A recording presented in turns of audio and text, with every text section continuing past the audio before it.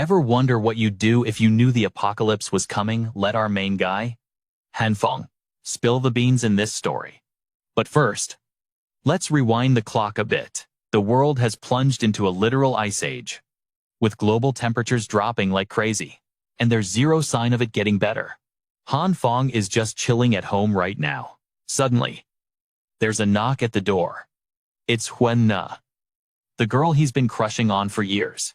Before he can even figure out what's happening, she throws herself at him and plants a massive kiss on his lips. She claims she finally realizes that Phong is actually the good guy, says hard times reveal true feelings, and he's the only one who loved her unconditionally. Hue Na leans in close, whispering that she would do absolutely anything for him now. Phong is over the moon, so hyped he can barely control his excitement. He figures if he has to freeze to death, getting some love from his crush makes it a decent way to go. But reality isn't a fairy tale. Good things don't just fall into your lap like that.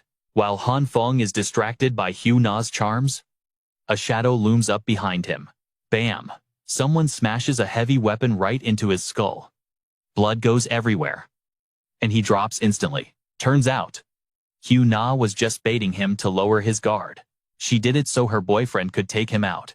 She never had any romantic feelings for him. In this brutal frozen world, the rules are dead. No one cares if one more person bites the dust. He watches that scumbag couple step over his body to loot his supplies. Phong finally realizes he's done for. They say dying for a girl is a tragic way to go, but experiencing death for the first time, it tastes bitter as hell. If there's a next life, he swears he will never be a simp again. Just as he's fading into the void, Phong sees these weird glowing lights floating toward him. He reaches out, feeling a warmth he's never felt before in his life. Suddenly, his body starts reacting violently. No idea why, but it hurts like crazy. After thrashing around in agony, Phong suddenly snaps, awake back in the past. 30 minutes later, after obsessively checking the time, he finally believes he's back. It's June 28th. That means he's got about 2 weeks before Doomsday hits. But this time, something's different. His body is showing a weird symptom. Since he woke up, his right hand has been surrounded by this strange red glow. Aside from feeling a bit hot, it doesn't seem to be hurting him. It doesn't seem to do anything either. At first, he thought he was hallucinating. Suddenly, Phong lets out a loud sneeze. The red light instantly turns green and expands in size. Phong has zero clue what this weird light actually means, or where it came from. A moment later, it shrinks back down to fit his hand. Suddenly, he feels completely drained, like his energy just vanished. What the hell is this thing? Phong brain starts working overdrive. Is this that classic trope where the main character respawns with powers? Did he turn on some kind of cheat code? He grabs a knife to test it out, but nothing happens. Where's the superpower? All he feels is his stomach growling like a beast. He checks the fridge. It's completely empty. There is zero. Nada inside. If he doesn't eat, he's gonna pass out. Luckily, he spots a jar of roasted peanuts on the table. It won't fill him up, but it's better than nothing. He tosses a peanut into his mouth. It suddenly exploded, and then a branch grew right out of his mouth. Phong pulled it out to take a look, and it looked exactly like a plant. Roots and all. The exhaustion he felt just moments ago suddenly vanished. That green light on his hand was gone too. Phong plucked one off and peeled it open. It was an authentic soybean plant inside. No one else in the world has this bizarre ability. Right, still. It was a pretty interesting discovery, so he decided to save it for later. He would study it properly when he got the chance. The most critical thing right now was to stockpile enough supplies before the apocalypse hit. Phong headed to the bustling market. As he walked, he kept thinking, reflecting on everything that had happened since this morning. None of it was normal. While he was deep in thought, Phong heard someone calling his name. It was Hue Na, the goddess that Phong had painfully chased after for 3 whole years. Anything she wanted, Phong would bust a gut to make it happen, even though she only saw him as a spare tire. Yet, It was actually thanks to her that our boy Han Phong got a second chance at life. He wouldn't forget this grudge even if it killed him. Han Phong clenched his fists, trying his best to stay calm. Now wasn't the time for revenge yet. First, he had to sort out the supplies issue to survive the apocalypse. Totally lost in his thoughts, Han Phong hadn't realized Hue Na had been calling him for a while. He forced a friendly smile, explaining that seeing his crush so suddenly, looking so pretty made him space out a bit. Talk about a smooth talker. He really knew how to flatter. Hue Na leaned in and suggested they go shopping together. With that gentle look, that feminine charm and goddess-tier beauty, the Han Phong from the previous life would have happily agreed in a heartbeat. But the current him had enough life experience, skills, and street smarts now. So obviously he wasn't falling for that trap again. Han Phong flat out refused, leaving Hue Na stunned for a few seconds. Going with her just meant burning cash like water so she could get free stuff. What was the point? A while later, Han Phong arrived at City A's Ok Duke Ma supermarket. It was the biggest supermarket with the most stock in the urban area. But when the Ice Age apocalypse hit, for some reason, the entire supermarket had been completely stripped bare, all in a single night. Even now, nobody knows who pulled it off. Taking advantage of these last few days before the apocalypse, Han Phong needed to hoard as many supplies as possible. But first things first, where's the money? With his pathetic savings, he couldn't stockpile jack squat. Right at that moment, his phone pinged with a notification. It was a loan advertisement from the bank. Han Fong's loan limit had increased to 168,800 yuan. Han Fong's brain instantly clicked. He might be short on other things, but loan sharks were everywhere.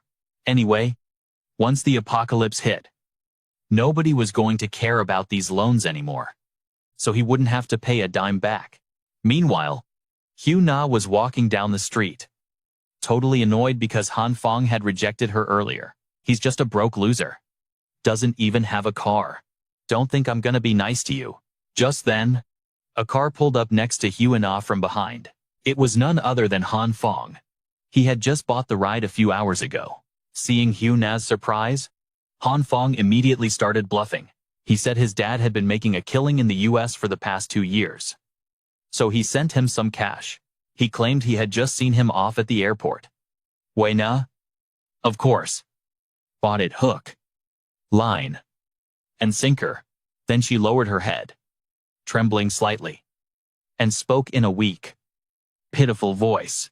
I had no idea you were seeing your dad off at the airport today, and here I was, dragging you out to go shopping. You were so cold earlier, I really thought you were gonna ditch me or something. Watching Hue Na pull that helpless act to get pity. Here we go again. Han Phong let out a soft chuckle. Fine. He'd play along with her little game. How could I ever leave someone so special to me behind? You're important. Hearing that, Hue Na smirked. She thought she had this big fish right on the hook. She kept up the act. Honestly, you've always been someone special to me. So today, can we? Before she could even finish, she turned around, and Han Phong was gone. He'd already walked behind the car to check the cargo crates. He pointed at them, acting all busy. Hue Na saw all the stuff he bought and got curious. Of course, Han Phong couldn't tell her the real reason. He claimed it was just hobby stuff. Then he lied and said there was a birthday gift for her in there. Too? Hue Na's eyes lit up instantly. She actually thought she had Han Phong wrapped around her finger. But she had no clue who was the predator and who was the prey. Once she left, Han Phong flashed a dark, cunning smile. All this gear, supplies to survive the apocalypse, and the betrayal from his past life. He'd settle that score when the time came. He'd take down that bastard who teamed up with her to kill him. Right now, Han Phong felt a rush of excitement. He couldn't wait for the end of the world. July 15th. The snow starts falling. That's when the apocalypse begins. Temperatures will plummet to -20 degrees. A month later, -70. The whole world will be buried in snow. Going outside will be impossible. Looks like the food stockpile is pretty much set, but he still needed to set up sealed containers, so the neighbors wouldn't find out he was hoarding a massive amount of food. He also had some sensitive supplies. Those had to be moved at night, when no one was watching. After the crash, the power grid is gonna go haywire. So, Phong built his own custom generator and stockpiled enough fuel to last a whole year. Plus, once the apocalypse hits, central heating is gonna fail. That's why he rigged up an independent heating system for the house. He also renovated the rooms and reinforced the doors. Better safe than sorry. He even set aside an entire room just for storage. By the time he finished, it was day 14. Just one day left before the freeze. Now for the most critical part. Phong looked at the messy sink and sighed. To survive the coming ice age, stockpiling supplies wouldn't be enough. He stared blankly at the plate of food. This ability to generate crops, that's his real lifeline. On the table sat a plate of stir-fried soybeans and a glass of milky soy milk.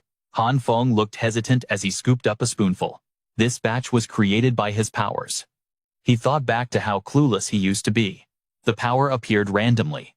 He still didn't understand how to trigger it. His hand trembled as he lifted the spoon. First step, figure out if this stuff is edible. A while later, the plate was half empty, and the milk was gone. He chewed thoughtfully. Okay. It's definitely edible.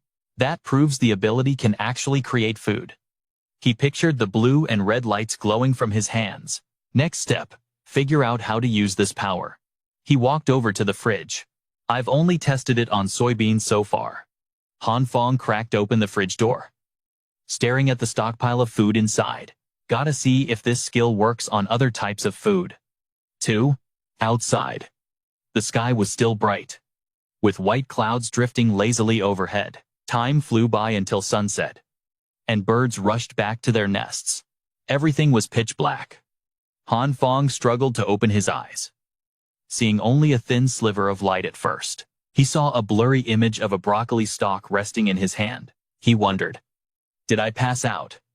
The room was a total mess around him. Phong clutched his head, which felt like it was splitting open, and grumbled, my head hurts like hell. He rolled his eyes, coming to a conclusion. Looks like this power has massive side effects on my body and mind. Then, Phong sat back down at the table, scooping up a spoonful of stir-fried soybeans. He chewed thoughtfully, but at least I've got a rough idea of how this ability works now. Phong recalled that before blacking out, he had tested tons of different foods. He tried them one by one. Some didn't react at all. But then, Phong looked excitedly at the rice plant in his hand. Some acted just like the soybeans, shooting up from seeds into full-grown plants. Then there were times he fell back on his butt, when things just randomly exploded. Boom. Phong calmly sat down to examine what was left in his hand after the explosion. It turned into this black stuff. Looked like charcoal, but super light. He muttered to himself, what the hell is this? He tried tossing it into an iron bucket, and realized this black stuff could burn. Phong almost cried tears of joy, feeling the heat radiating out. Now I don't have to worry about heating fuel. He waved his arms around in excitement. After that, I tried a bunch more times, but nothing worked. Phong sat up straight, focusing his mind on his hand glowing with green light. He told himself, focus, control the breathing. Then, he stared in shock at the huge, green broccoli in his hand. Phong lowered his head and let out a long sigh. The success rate is totally random. One hand on his chin. He twirled the broccoli with the other. His mind was a mess. He couldn't figure out the pattern at all. There has to be some logic to this. A long time passed. Phong slammed the broccoli down on the table. But at least I know the trigger condition for this skill. Then he sat cross-legged on the chair to meditate. The key is my consciousness. His mind drifted to a forest filled with trees and animals. His body felt stripped bare, one with nature. Imagining himself deep in the natural world, Phong walked step by step over lush green grass. The chirping of birds rang in his ears. Phong blended in with the animals there, and he realized his body and spirit were just a part of nature. His eyes, tightly closed, slowly fluttered open. A green light reflected on his face. Han Phong looked happily at his glowing hand. I knew it, it's related to my mindset. On the table, all kinds of meat and fish were lined up neatly. He placed his glowing hand, bathed in green light, onto a piece of meat. Time to test the meat. Seeing zero change. Han Phong felt a bit bummed. The meat isn't reacting. Does it only work on plants not giving up? He lifted the meat, closed his eyes, and focused. Come on. Hard work pays off. When Han Phong opened his eyes and saw nothing changed, he sighed. Still nothing. He carefully analyzed the situation, but I can feel it clearly. The existence of two colors. While focusing, I still haven't tested that red color I saw earlier. Han Phong closed his eyes, muttering in his head. Red light. Then he looked down, focusing his mind on the piece of meat in his hand. A red glow slowly appeared on Han Fong's finger. Then it spread all over the meat. He muttered under his breath. Red light is active. But before he could even celebrate, the meat in Han Fong's hand turned absolutely grotesque. Totally unbearable to look at. He slammed the thing in his hand onto the floor, shouting, "That's disgusting." Then Han Phong poked his finger at the meat again. He picked it up to observe and came to a conclusion. The meat reacts to the red light, but it feels like some kind of heating process. Han Phong squinted, guessing. The red light's effect is heating. Then he looked at his hand glowing with green light again. No, that's not right. It feels like more than just simple heating. Han Phong eyed the meat in his hand, assessing. It's more like a matter decomposition process. Thinking of a hypothesis. His pupils suddenly shrank in shock. Could it be? Han Phong made a decision, bending down to grab a handful of soybeans, one hand holding soybeans, the other holding the meat. He muttered in his head, if the green light stands for evolution, then the red light stands for decomposition. Asterisk. Pop times. The objects in his two hands touched each other. What if I combine the two lights? Han Phong gasped in shock at the scene before him. Seeing the meat in his hand grow several times bigger, he was so surprised he stuttered. The meat got huge.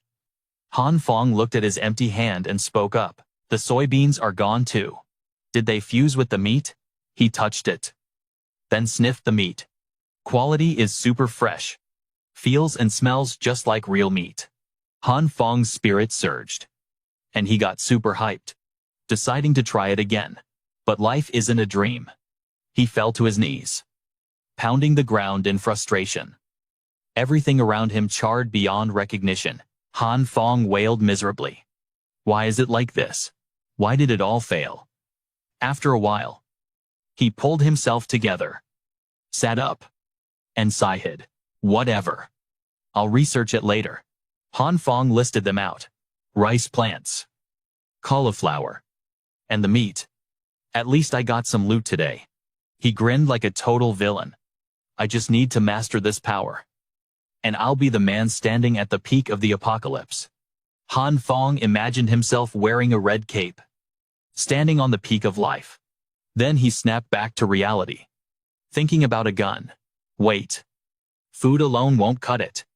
I have no self-defense. Han Phong quickly grabbed the food and threw it into a cardboard box. Clean up quick and head out before the temperature drops. I gotta get a weapon in my hands. He looked up at the scene outside the window, seeing snowflakes falling, and realized. It's here. Fragile snowflakes were falling all over the city. It's finally here. At this moment, Han Phong was walking on the street. The temperature is gonna drop to -45 degrees. Within a week, I need to get a gun as soon as possible. But dealing guns is illegal. Without a channel to buy one. What am I supposed to do? Suddenly, a voice rang out, catching his attention. The person raised their voice high. I'm handling a project invested with tens of millions. Turns out, it was Lai Tungia. He was bragging to someone. Do you know Old Man Vuong's family? From the Tae Kwang Luke Dat group. That boss is my best bro. Han Phong thought to himself. I think I remember this guy. On Tu Nagia's neck was a heavy, shiny gold chain. Total flashy style. He pulled out a cigarette and asked, "Wanna puff? This smoke is also a gift from my dear big brother." Tungia's heel kept tapping against the ground, making a super annoying sound. He had a cigarette dangling from his mouth. Frowning as he asked, "What's with the formalities? Just try one. You disrespecting me or something?" Tungia had absolutely no idea that everyone in the neighborhood called him a total loser. But from what Han Phong knew, Li Tungia, everyone called him Brother Li, lived in the same complex as him. Rumor had it he was a contractor in charge of construction projects. Pretty famous around these streets. A man held out a pack of cigarettes, offering him one. "Oh hey, Brother Li, want a smoke?" Tungia waved his hand to refuse. "No thanks. I only smoke Quasi. Any other brand makes me cough." The man asked curiously, "Where are you heading?" He let out a long sigh and replied, "I just helped a good brother finish a project. He insists on taking me to a sauna to say thanks." Tungia didn't have a real job, but he always made people feel like he was incredibly busy. As he walked down the street, he intentionally raised his voice while talking on the phone, trying to attract the attention of everyone around him. "Hello, the order you wanted is done?" "That's right. That 20 million deal." "What? You need help with another 10 million order?" Han Phong walked through the freezing cold, bundled up in warm clothes. Maybe he knows a way to get a gun.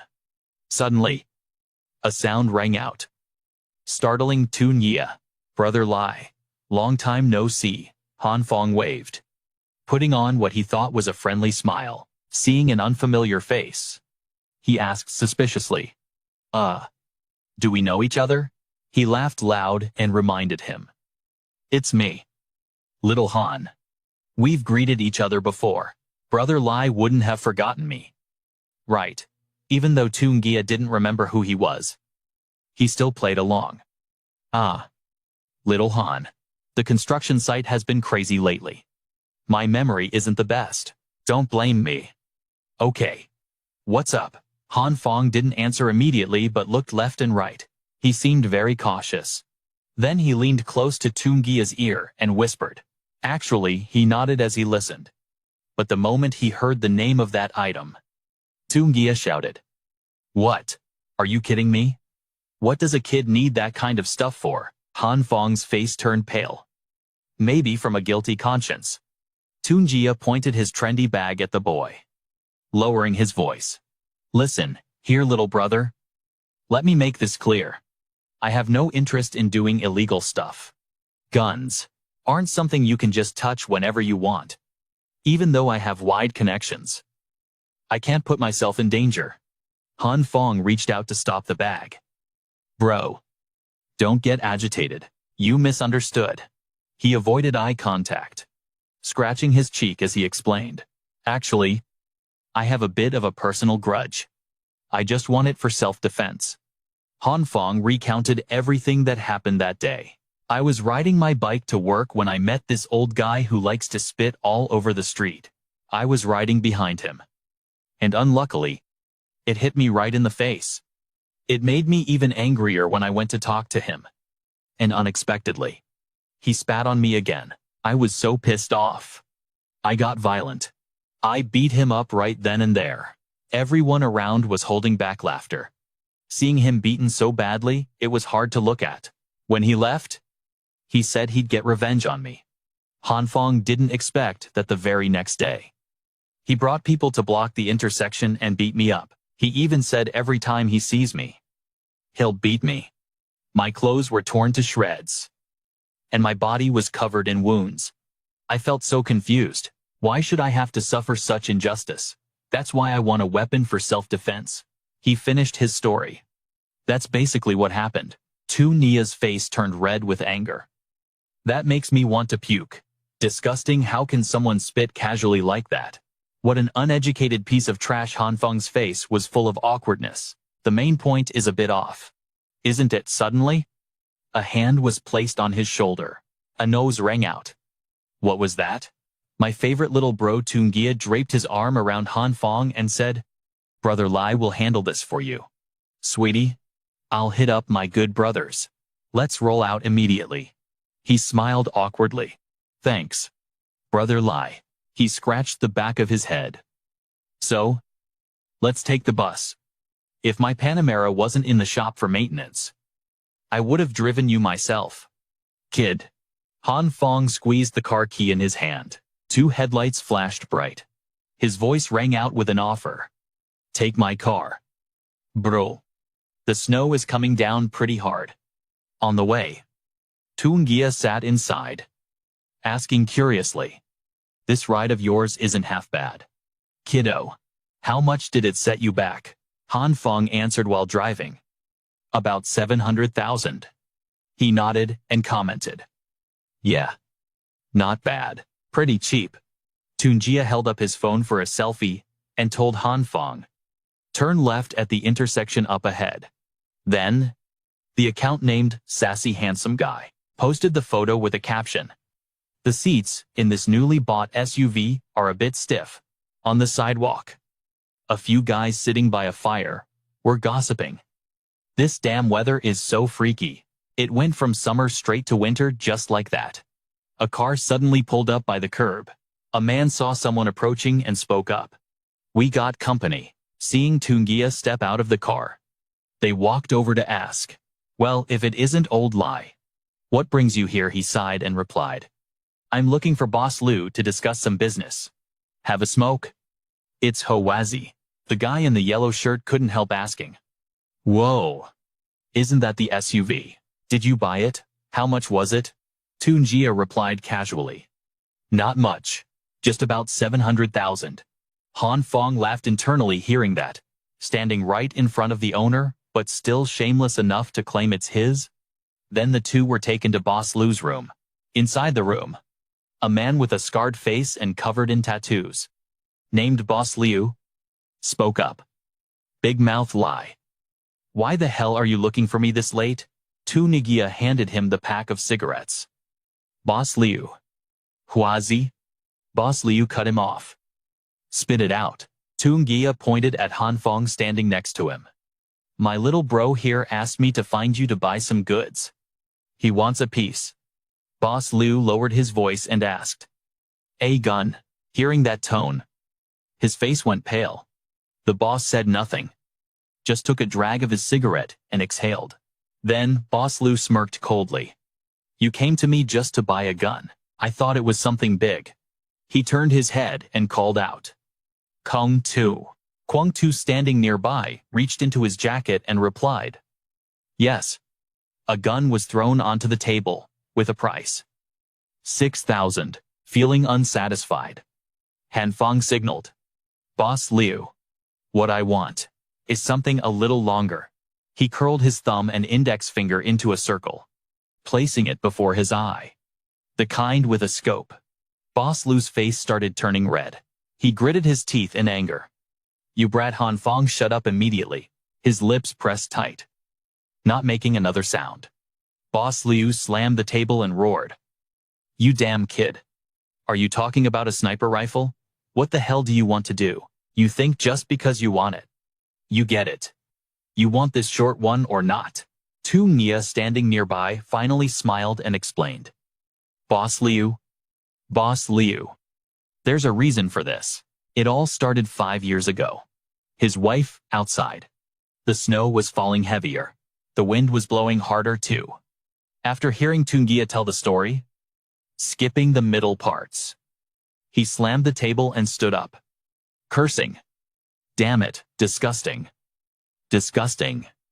Absolutely disgusting. H.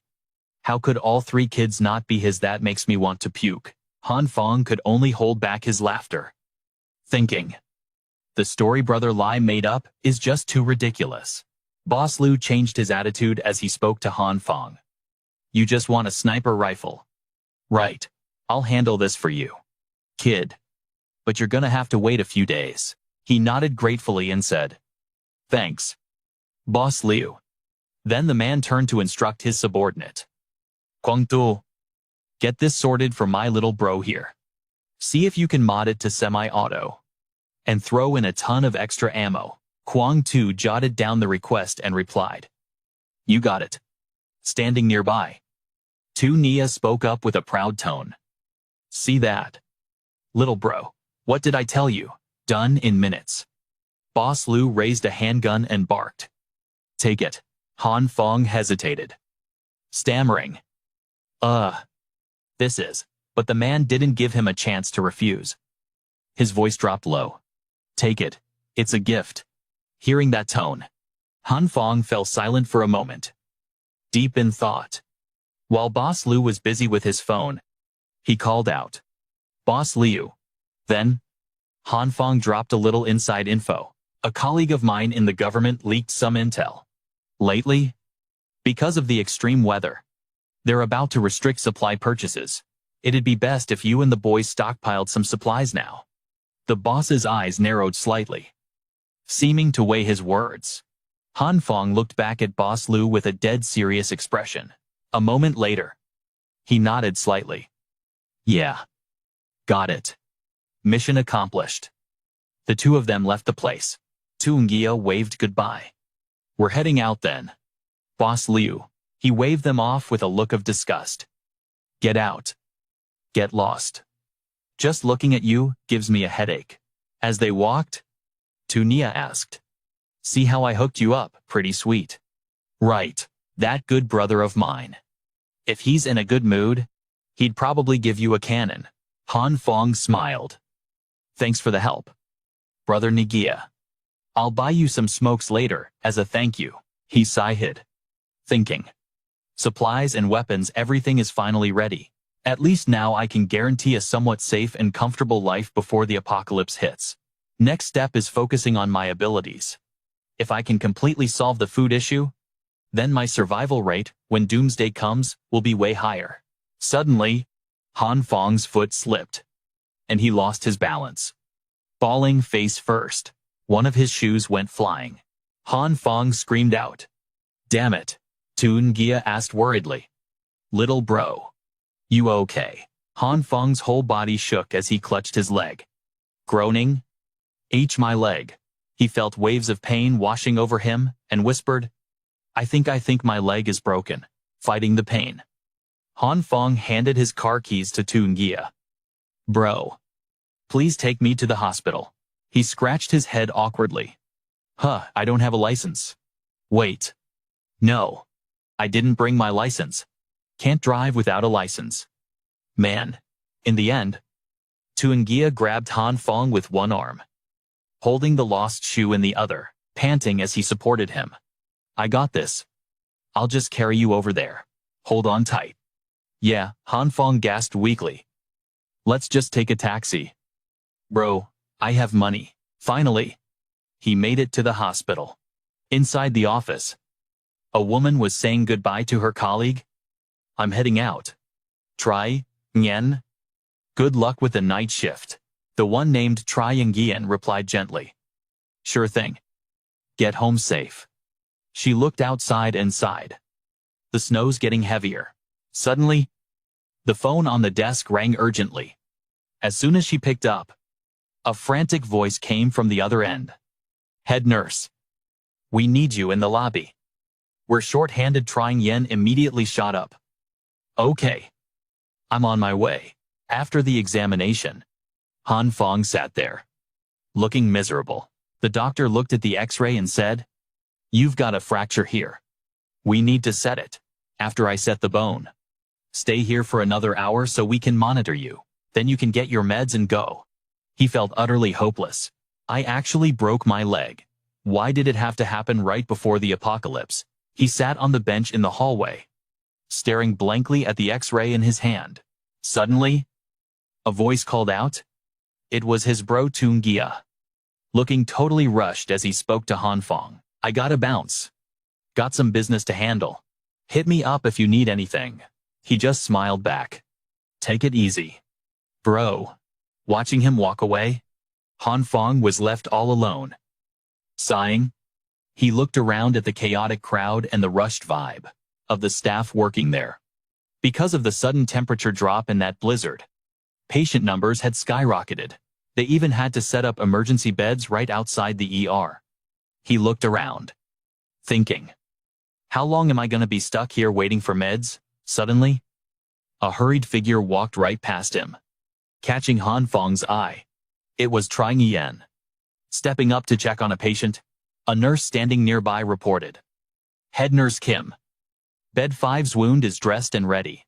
Could you, please check it? She put on her gloves. Nodding. Sure. After checking, she instructed. It's stabilized. Give him a glucose shot in 10 minutes. Then Trang Yen moved to another bed.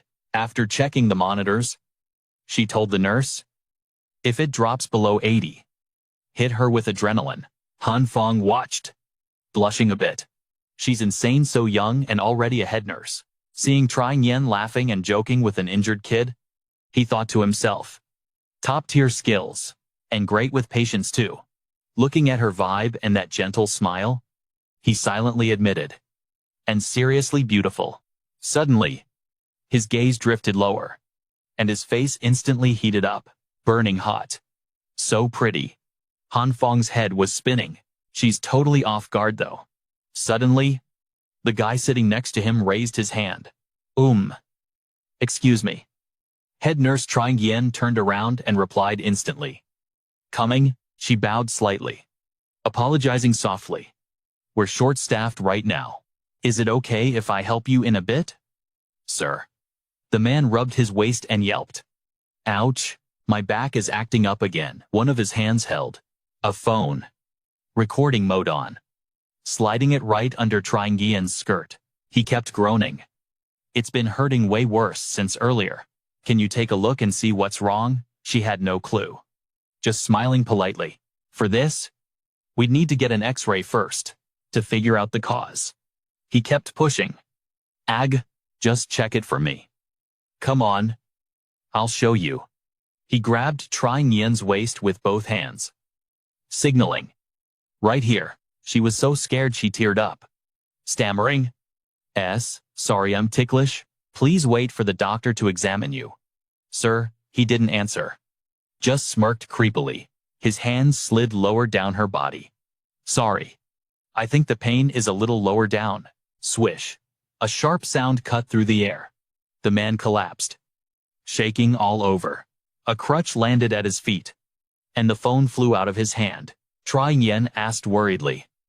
Sir, are you okay? Han Phong hobbled over, looking sheepish.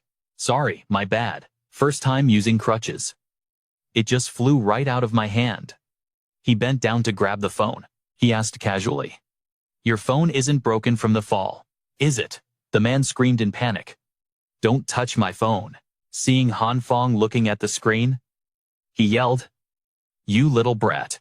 Give that back to me right now. He frowned, figuring it all out.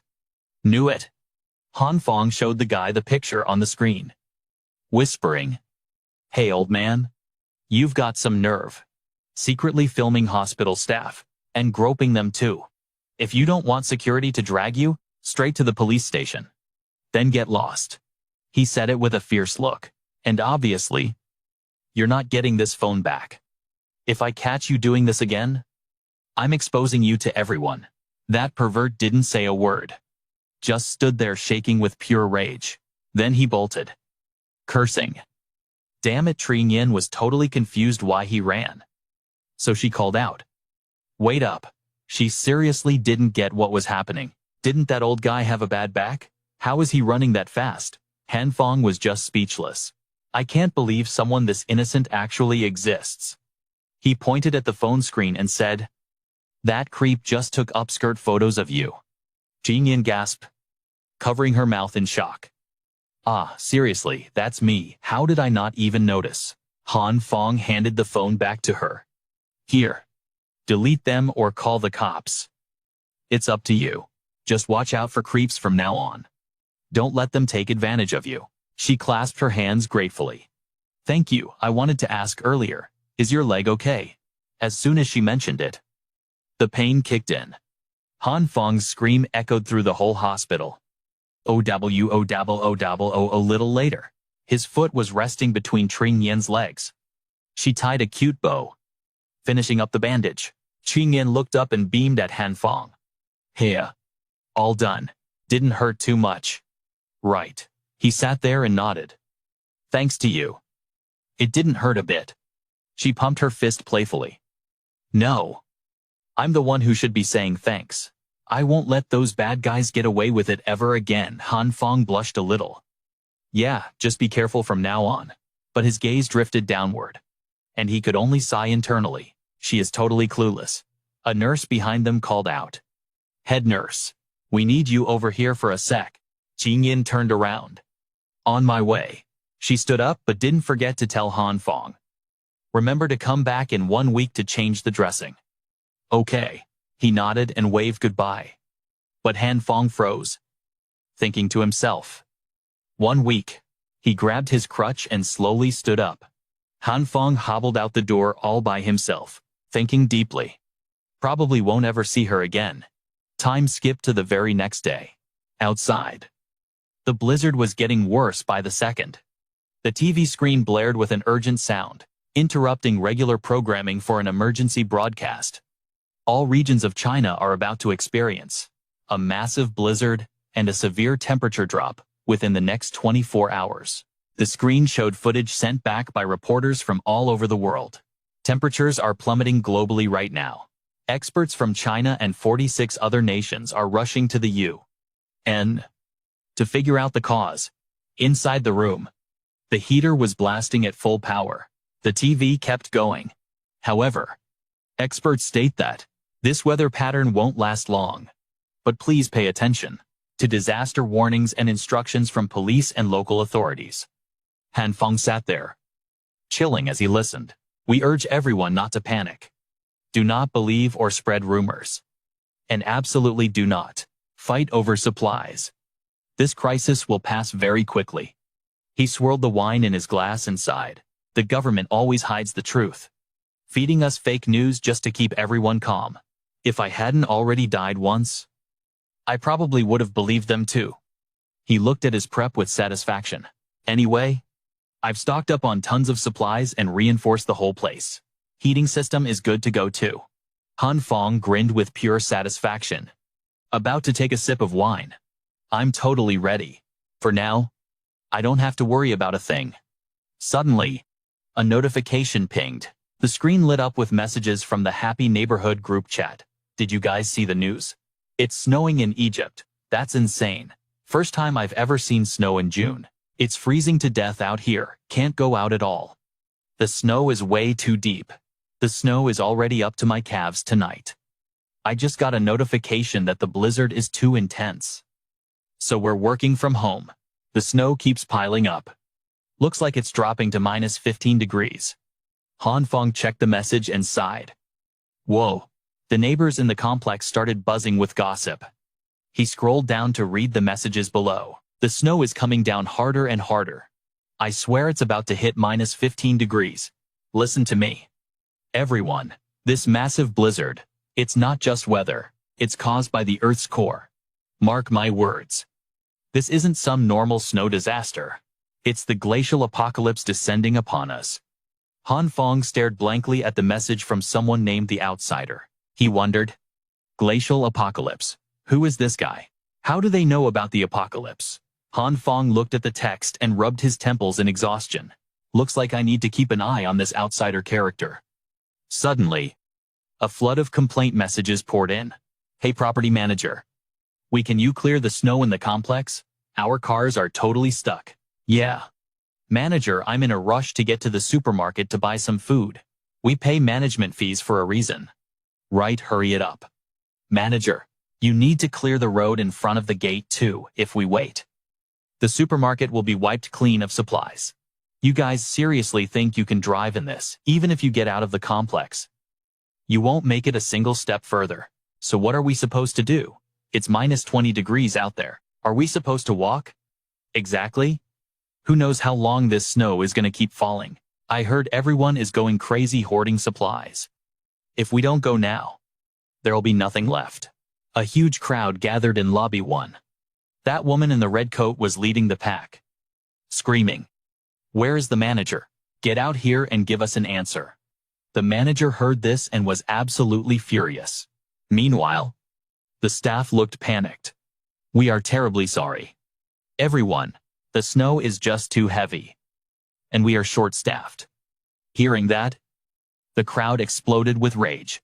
Then, what are we paying you useless managers for? You can't even handle a little snow. Refund our management fees. That's right. Give us our money back. Han Phong stood in the crowd, silently judging them. This argument was pointless. No amount of human effort could clear this kind of snowstorm. Suddenly, a voice cut through the noise. Everyone, stop fighting. The voice belonged to the guy from room 1204. The tenant stepped out slowly, acting all calm. It's student Zhang. Look, the snow is this heavy, even if we clear it, it'll just be covered again in a few hours. Everyone present turned their attention to him. Instead of wasting time arguing, why don't we work together to clear the snow so we can get out sooner? The staff are humans too. They can't control a natural disaster like this. He tried his best to reason with them, but instead, the crowd, they didn't listen to a word he said. They were too blinded by rage. They lashed out. Who the hell are you to lecture us?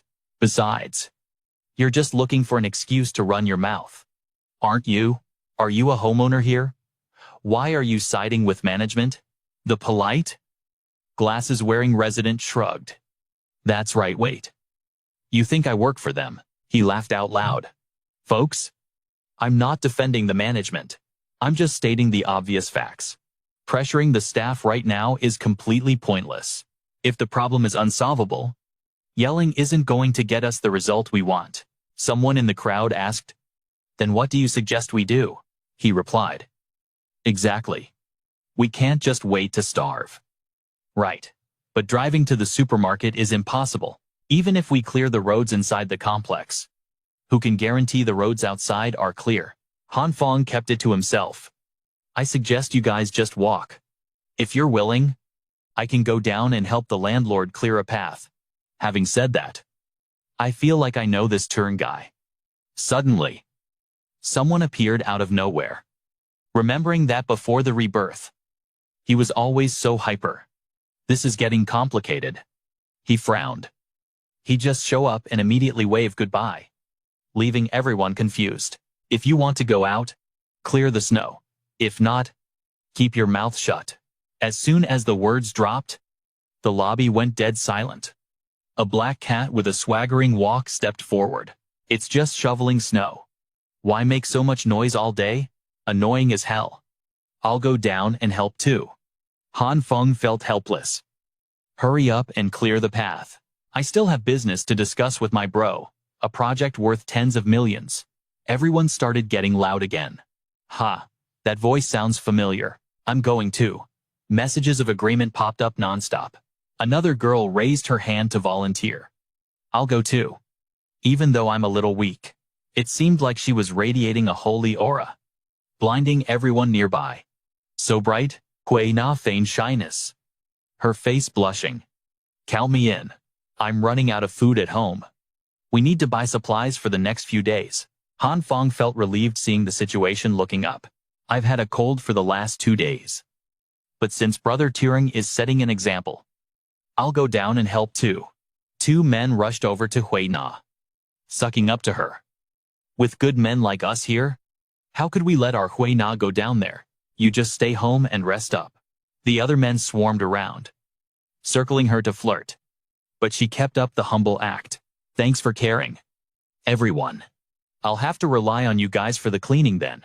Unlike the men, the women couldn't stand this simp behavior of theirs. Han Phong was the exception. Even though he was a guy, he wasn't buying her act either. Acting all high and mighty, Hue Na really has her ways. Suddenly, his phone vibrated. It was a text from Hue Na. Han Phong? What have you been up to these past few days? You promised to stay in touch. I've been waiting for you. Oh right. When you come over, can you stop by the supermarket and grab some food? Buy a lot. Okay, waiting for you. Han Phong noticed she sent a photo too. In the pic, Hue Na was wearing a warm top but short shorts, posing seductively with cat ears to charm him. Han Phong wasn't charmed, he was disgusted. Huh. Wearing so little in this weather, trying to hook me just to make me her errand boy. She's really betting big. He shook his cast-bound leg, thinking about how to reply. Hey. Got it. Not sure what text she got, but she furiously stomped on her phone. Han Phong, you bastard. Just you wait. Han Phong kept scrolling through videos of pretty girls doing sexy dances. It was the third day since the snow started falling. The outside temperature was -20 degrees. The early apocalypse day's heating was still on. And the internet still worked. Daily life was still dragging on. I'm just watching videos to kill time. He rubbed his head. It's only the second day and I'm already bored. Seems the biggest problem in the apocalypse is learning how to endure the loneliness. He looked down at his broken leg. Still there. The injury doesn't look optimistic. It went deep into the tendons and bones. It'll take months to fully heal. Han Phong hid in depression. Sigh. Back to scrolling. Suddenly, a video caught his eye. It was some real-world science clip about healing. Can humans actually heal wounds? The doctor in the video confirmed it. This guy jumped from the 15th floor. And guess what he found out? His internal organs and bones, they just started regenerating on their own. Real or fake? Tune in next time to find out. He was glued to the screen. Then it hit him. That's it. He looked down at himself. Full of hope. Why didn't I think of this sooner? Han Fong's hand started glowing with blue energy. And he placed it over his injured leg. He prayed it would heal. But the green light just fizzled out. Seeing his leg was still messed up. He stubbornly tried to force the energy out one more time. Same result. The light faded. And his leg was still broken. Han Phong slumped back onto the couch. Totally bummed out. Guess I was overthinking it. I really thought this blue light could actually heal wounds. He let out a big yawn. His eyelids grew heavy. And he drifted off to sleep. In his dream, Han Phong looked super hyped. Wearing some kind of tribal chief hat. He looked around and saw a massive herd of goats. And he was riding on the back of a giant one, whip in hand. Dressed in ancient gear. He screamed out in excitement. My goats, let's ride, in this perfect dream. His body was totally healthy. And he was loving it. He rode the alpha goat, leading his army of followers as they charged forward like the wind. He cracked the whip, urging his mount to go faster and faster. The herd was right on his tail. But as they crossed a field of strange red grass, one of the goats slipped, bucking Han Phong right off its back. He couldn't stick the landing. When he hit the ground, his ankle twisted nastily to the side. Han Phong writhed in agony, his whole body shaking. He gritted his teeth, groaning in pain. A little goat slowly walked up to him. It stuck out its pink tongue and licked his injured spot, as if it was trying to comfort him. Touched by the cute gesture, he patted its head. But suddenly, the goat felt his pat was a little too hard, and went from cute to savage mode instantly. Its tongue extended, wrapping tight around his leg multiple times, and then yanking his leg straight up into the air. He screamed like crazy. But strangely, inside that tongue, there seemed to be spiritual energy. A soft green light began to glow around it. Back in reality, Han Phong snapped awake. Jolting out of the dream, he sat up, totally panicked. He was gasping for air, his eyes wide with confusion. What the hell kind of crazy dream was that? Then, he felt something weird, shocked and confused. Han Phong looked down. His bandaged leg was glowing with a faint green light. Just like in the dream. He immediately decided to rip off the bandages, unraveling the messy gauze and throwing it on the floor. The next second, he carefully placed his foot on the floor. Pure relief washed over him. Han Phong laughed, surprised and happy. My leg, the pain is totally gone. He walked over to the kitchen corner, his mind racing. Did that green light heal me automatically while I was sleeping? Who knows what he was thinking? But he grabbed a knife. Even though his hands were shaking, he told himself, just one little test. He nervously brought the knife close to his palm, inch by inch. Han Phong couldn't even bear to watch, peeking through slit eyes. He deliberately nicked his fingertip with the blade, just to check if that dream was real. And guess what? It was a good omen. His whole palm suddenly glowed with a healing green light. Feeling hyped, he smirked and thought, so that's how it works. I get it now. Meanwhile, outside in the snow, a whole crew was grinding hard. Some were shoveling snow. Others were shoving a massive broken tree out of the way. The air was filled with their hype chanting. 1, 2, 3, E4. Hue and his buddies could finally take a break. He stepped up to hype everyone up. Great work. Guys, Uncle Lou. Thanks for your hard work. Sorry to drag you out here in this heavy snow. Kwang Diu chuckled heartily. Hey, I didn't actually do that much heavy lifting. It was all thanks to the Kim brothers here. Right next to him, Kim Tai-van and Kim Tai-vo were snickering. They waved their hands in greeting. Suddenly, right near them, someone face-planted onto the freezing snow with a loud thud.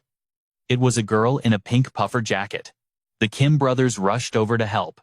Tai-van crouched down and offered his hand for her to grab. He asked, "You okay? The ground is totally iced over. Gotta be careful." She reached out and took his hand. Turns out, it was Tri-Yen. She smiled with her eyes crinkled and said, "I'm good. I'm good." Thanks. Tai-van happily chatted her up a bit more. "We're gonna go clear the main road now.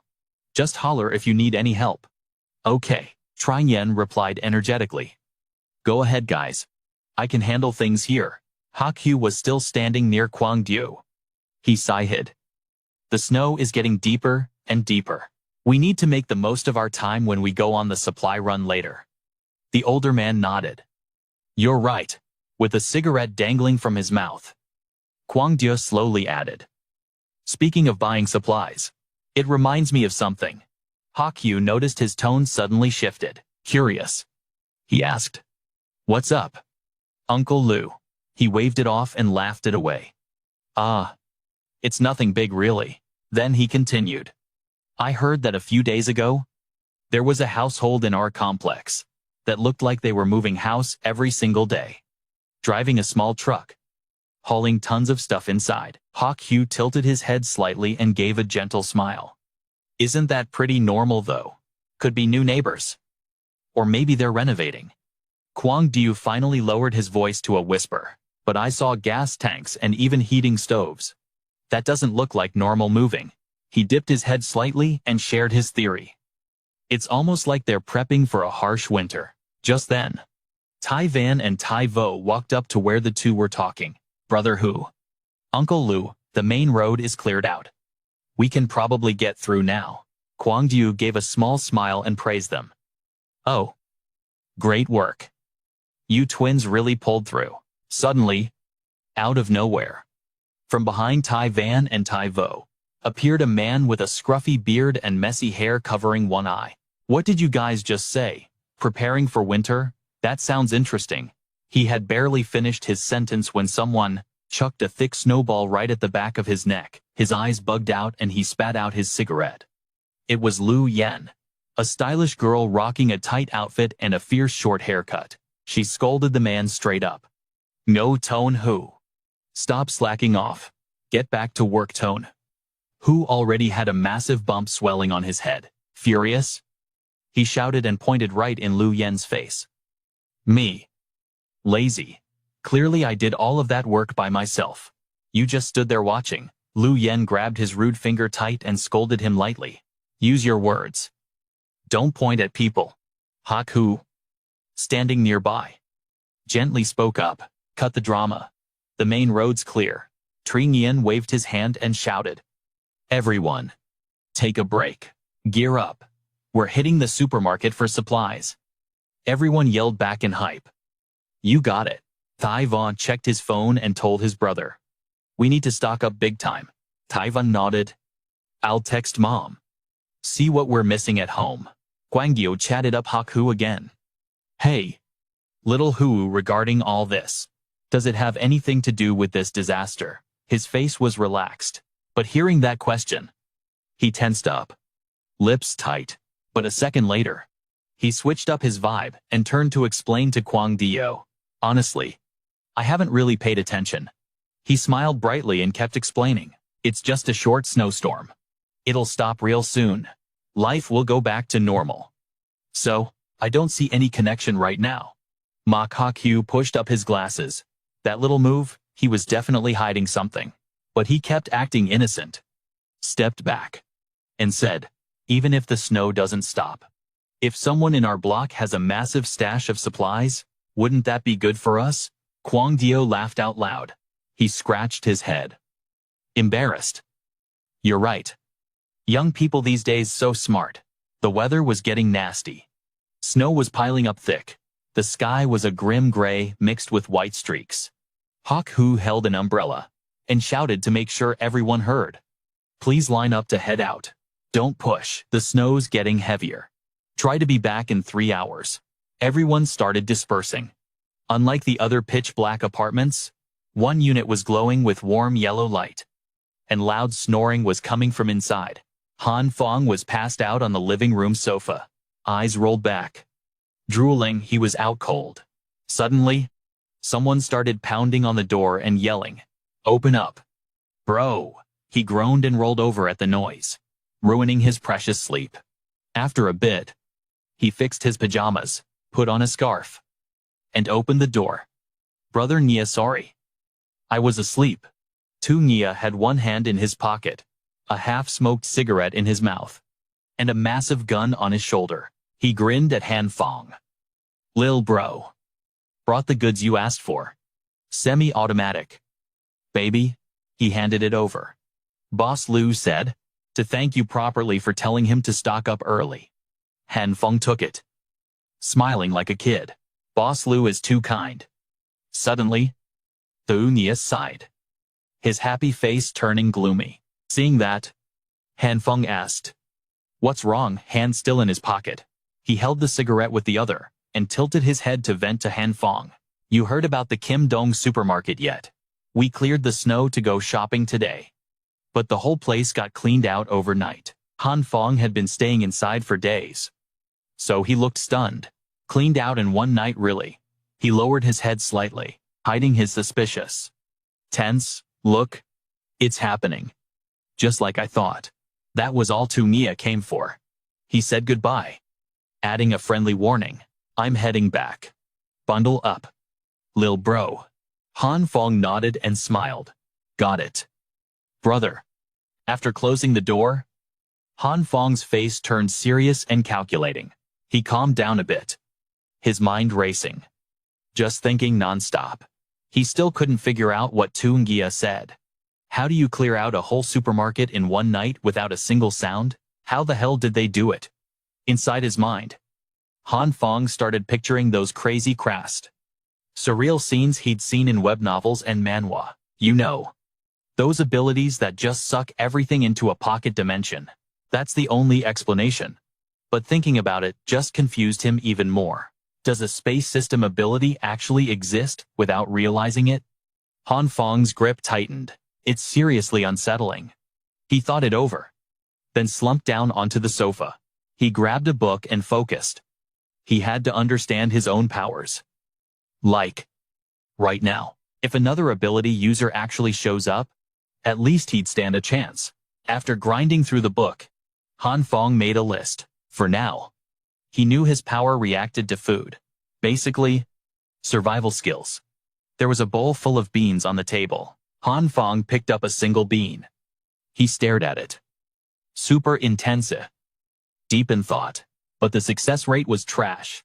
For soybeans, it took like 10 tries to get one right. Just once. And for meat, 10 tries wouldn't even be close. The thoughts kept bugging him. He couldn't figure it out. And it was getting more annoying by the second. Frustrated, he unconsciously channeled his spiritual energy into the bean in his hand. It just leaked out. He stared at it, wondering, what the hell is going on? Less than 3 seconds later, the bean in Han Fong's hand, boom, exploded into green smoke. That tiny little bean, now it was just a clump of dirt in his palm. Han Phong looked totally done with this. The failure rate was insane. But suddenly, he got fired up. Han Phong crushed the dirt in his hand, letting it crumble away. He was hyped up now. He had to figure out how to use this today. No matter what. The clock showed 10:45 at night. Finally, Han Phong got a win. After grinding all night, That tiny bean turned into a stalk full of beans. He looked at it, panting. Finally, he figured out how to use it. Phong sat down to recap. Turns out, when using the green light, the energy isn't fixed. Every type of food needs a specific energy point. They're all different. If you miss the mark, it fails. Phong suddenly realized something. Wait. This mechanic felt super familiar. He figured it out instantly. It was just like that rhythm dance game everyone used to love, from like 10 years ago. Imagine the energy values are the arrow keys up, down, left, right. You have to input the exact amount of energy every single second. Once he hit that sweet spot, Phong leveled up his skills way faster than before. He laughed out loud, hyped to see the beanstalk growing even better now. While he had the momentum, he went straight to the kitchen. Time to test the meat. Meat and veggies are totally different. If you fail, it turns into this gross black sludge. Phong gathered a bunch of chicken thighs. He picked one up, looking nervous. The logic should be about the same. That's what he thought. So he got right to work. First, figure out the exact energy the meat needs. It seemed to take way longer than the veggies. First try fail. That disgusting black goo splattered right onto Phong face. He didn't quit. He grabbed another one, hyping himself up. Failed again. Phong just brushed it off and kept going. But by the third try, still zero progress. He was losing it. Damn it. After a while, he just couldn't take it anymore. So he snapped and cursed. Damn it, the difficulty just leveled up way too much. Outside the window, the snow showed no sign of stopping. But inside Phong apartment, black ooze kept dripping everywhere. In seconds, the kitchen turned into a filthy, chaotic mess, but he was still grinding, even late into the night. Sick and all, he didn't rest, just like every other time. He focused his mind and followed the instructions. A blue light surged out. Phong slammed his hand down on the piece of meat. It shattered into tiny bubbles. Finally, when he hit his limit, his eyes snapped open. Now, that fist-sized chicken leg just turned massive. Phong smiled in silence, totally satisfied with the result. Then he collapsed on the floor and let out a huge roar, letting out all that built-up stress. His eyes went back to that glassy, sick look. He thought to himself. Finally figured out the formula for meat. Then came the next day. Early in the morning, the TV was blasting an emergency weather alert. Good morning, viewers. Today is July 17th, day 3 of the blizzard disaster. The entire country is suffering from a massive snowstorm.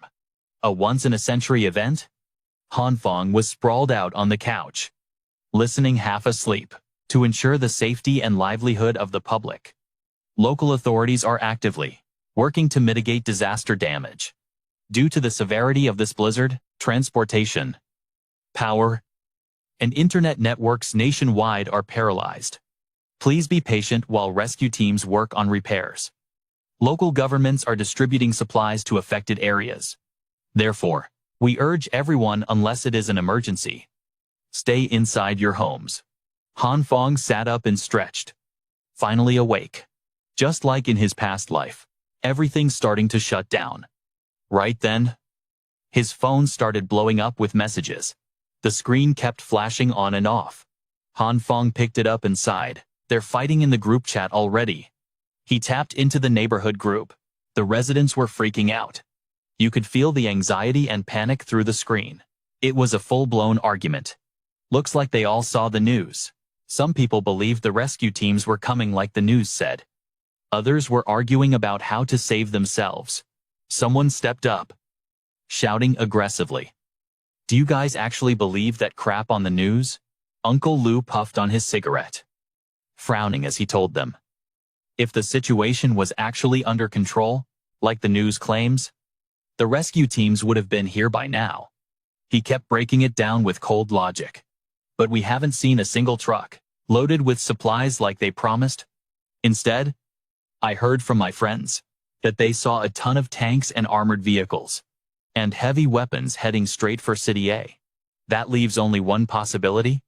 Uncle Lou dropped the bomb that terrified everyone. War.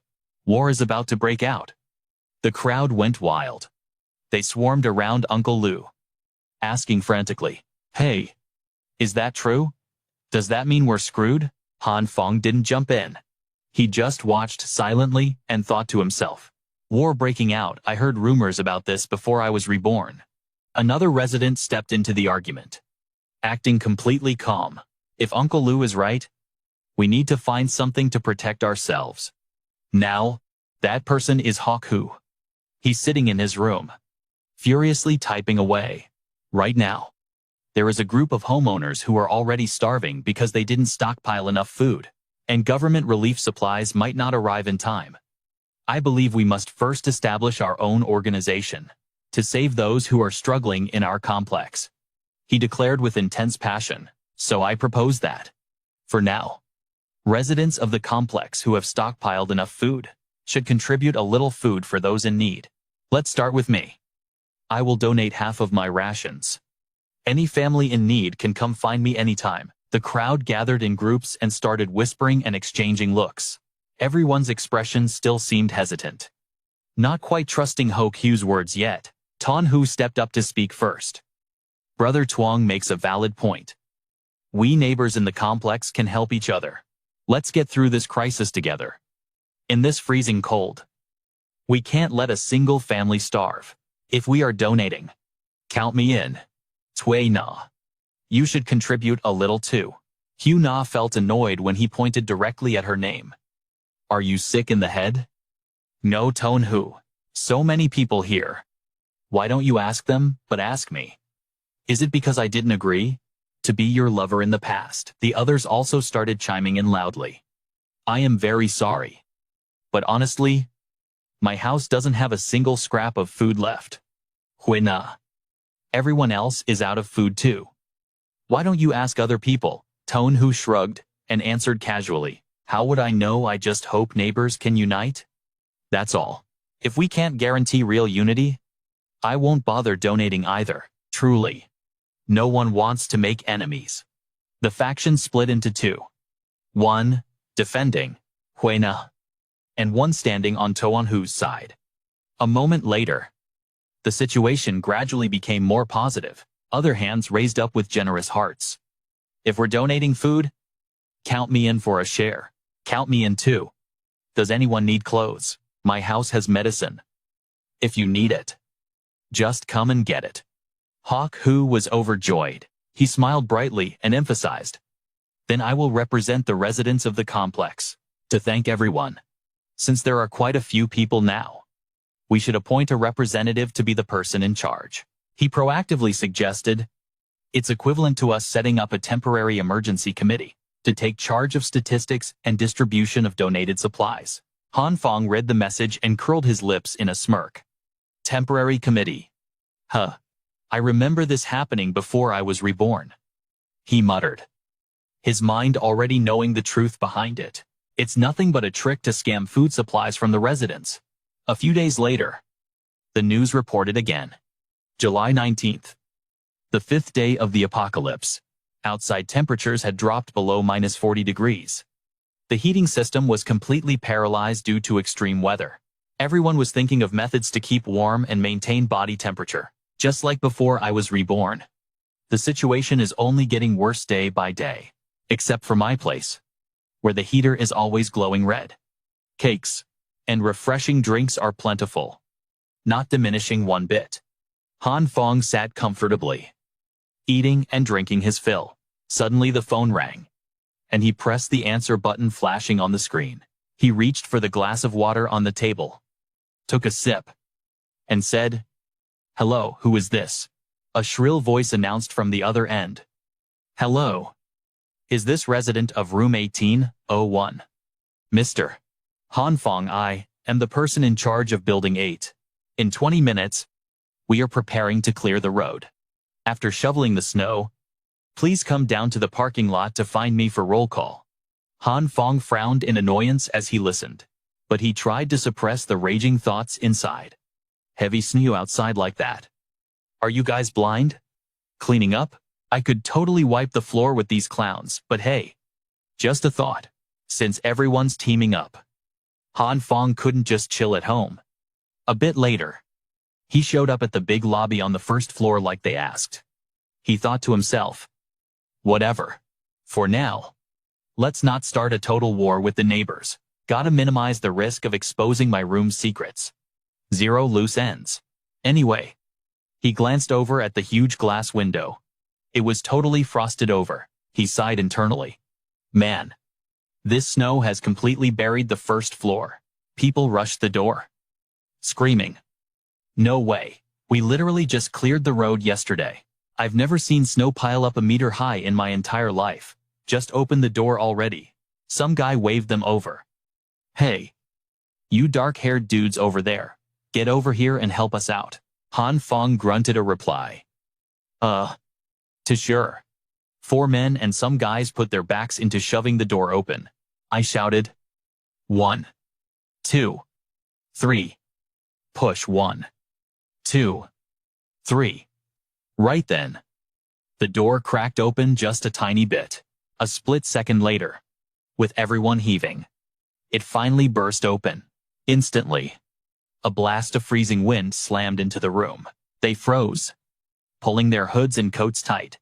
This snow is absolutely insane. Gah. It's freezing. Holy crap. I can't even open my eyes. Han Phong actually crouched down, curled up tight. He gritted his teeth, eyes glazing over. So cold going out in this weather is a death sentence.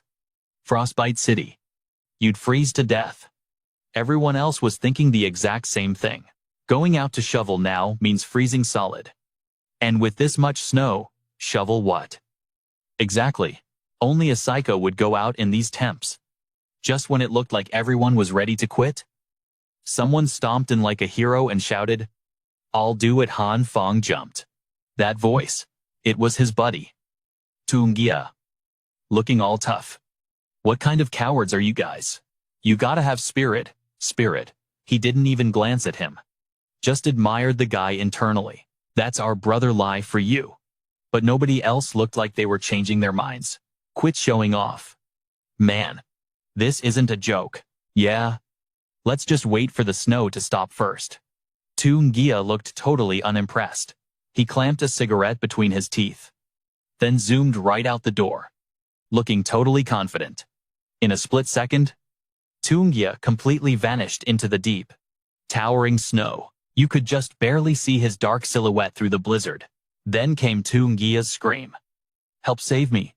Somebody save me. Help, help. Everyone rushed forward to drag Tungia out of the snowbank. His face was turning purple, looking like he was about to fall apart. Once they yanked Tungia inside, they slammed the door shut instantly. Han Phong did CPR on him, asking constantly, Brother Lai, you okay? You good? He looked up and told the crowd, Everyone, let's head to the parking lot and find the supervisor for roll call. We'll figure this out when the snow stops, even without going out to check. He was absolutely certain of one thing. This snow is way too much for human strength to handle now. Down in the parking garage, people were filing in. Hue stood in the middle of the crowd, speaking clearly. There's just too much snow right now. We'll start clearing once it lets up. From now on, this underground garage will be the donation point for supplies and the distribution center. Han Phong didn't look interested at all. He eyed Hue and wondered, so is this the guy named Tuong from the group chat? He stared at Hue with zero warmth. So the whole committee scam was this guy's idea. And he's still brainwashing everyone with that sweet talk of his. So kind. Thank you all again for your help. His eyes are literally glowing, his voice getting louder and more hyped.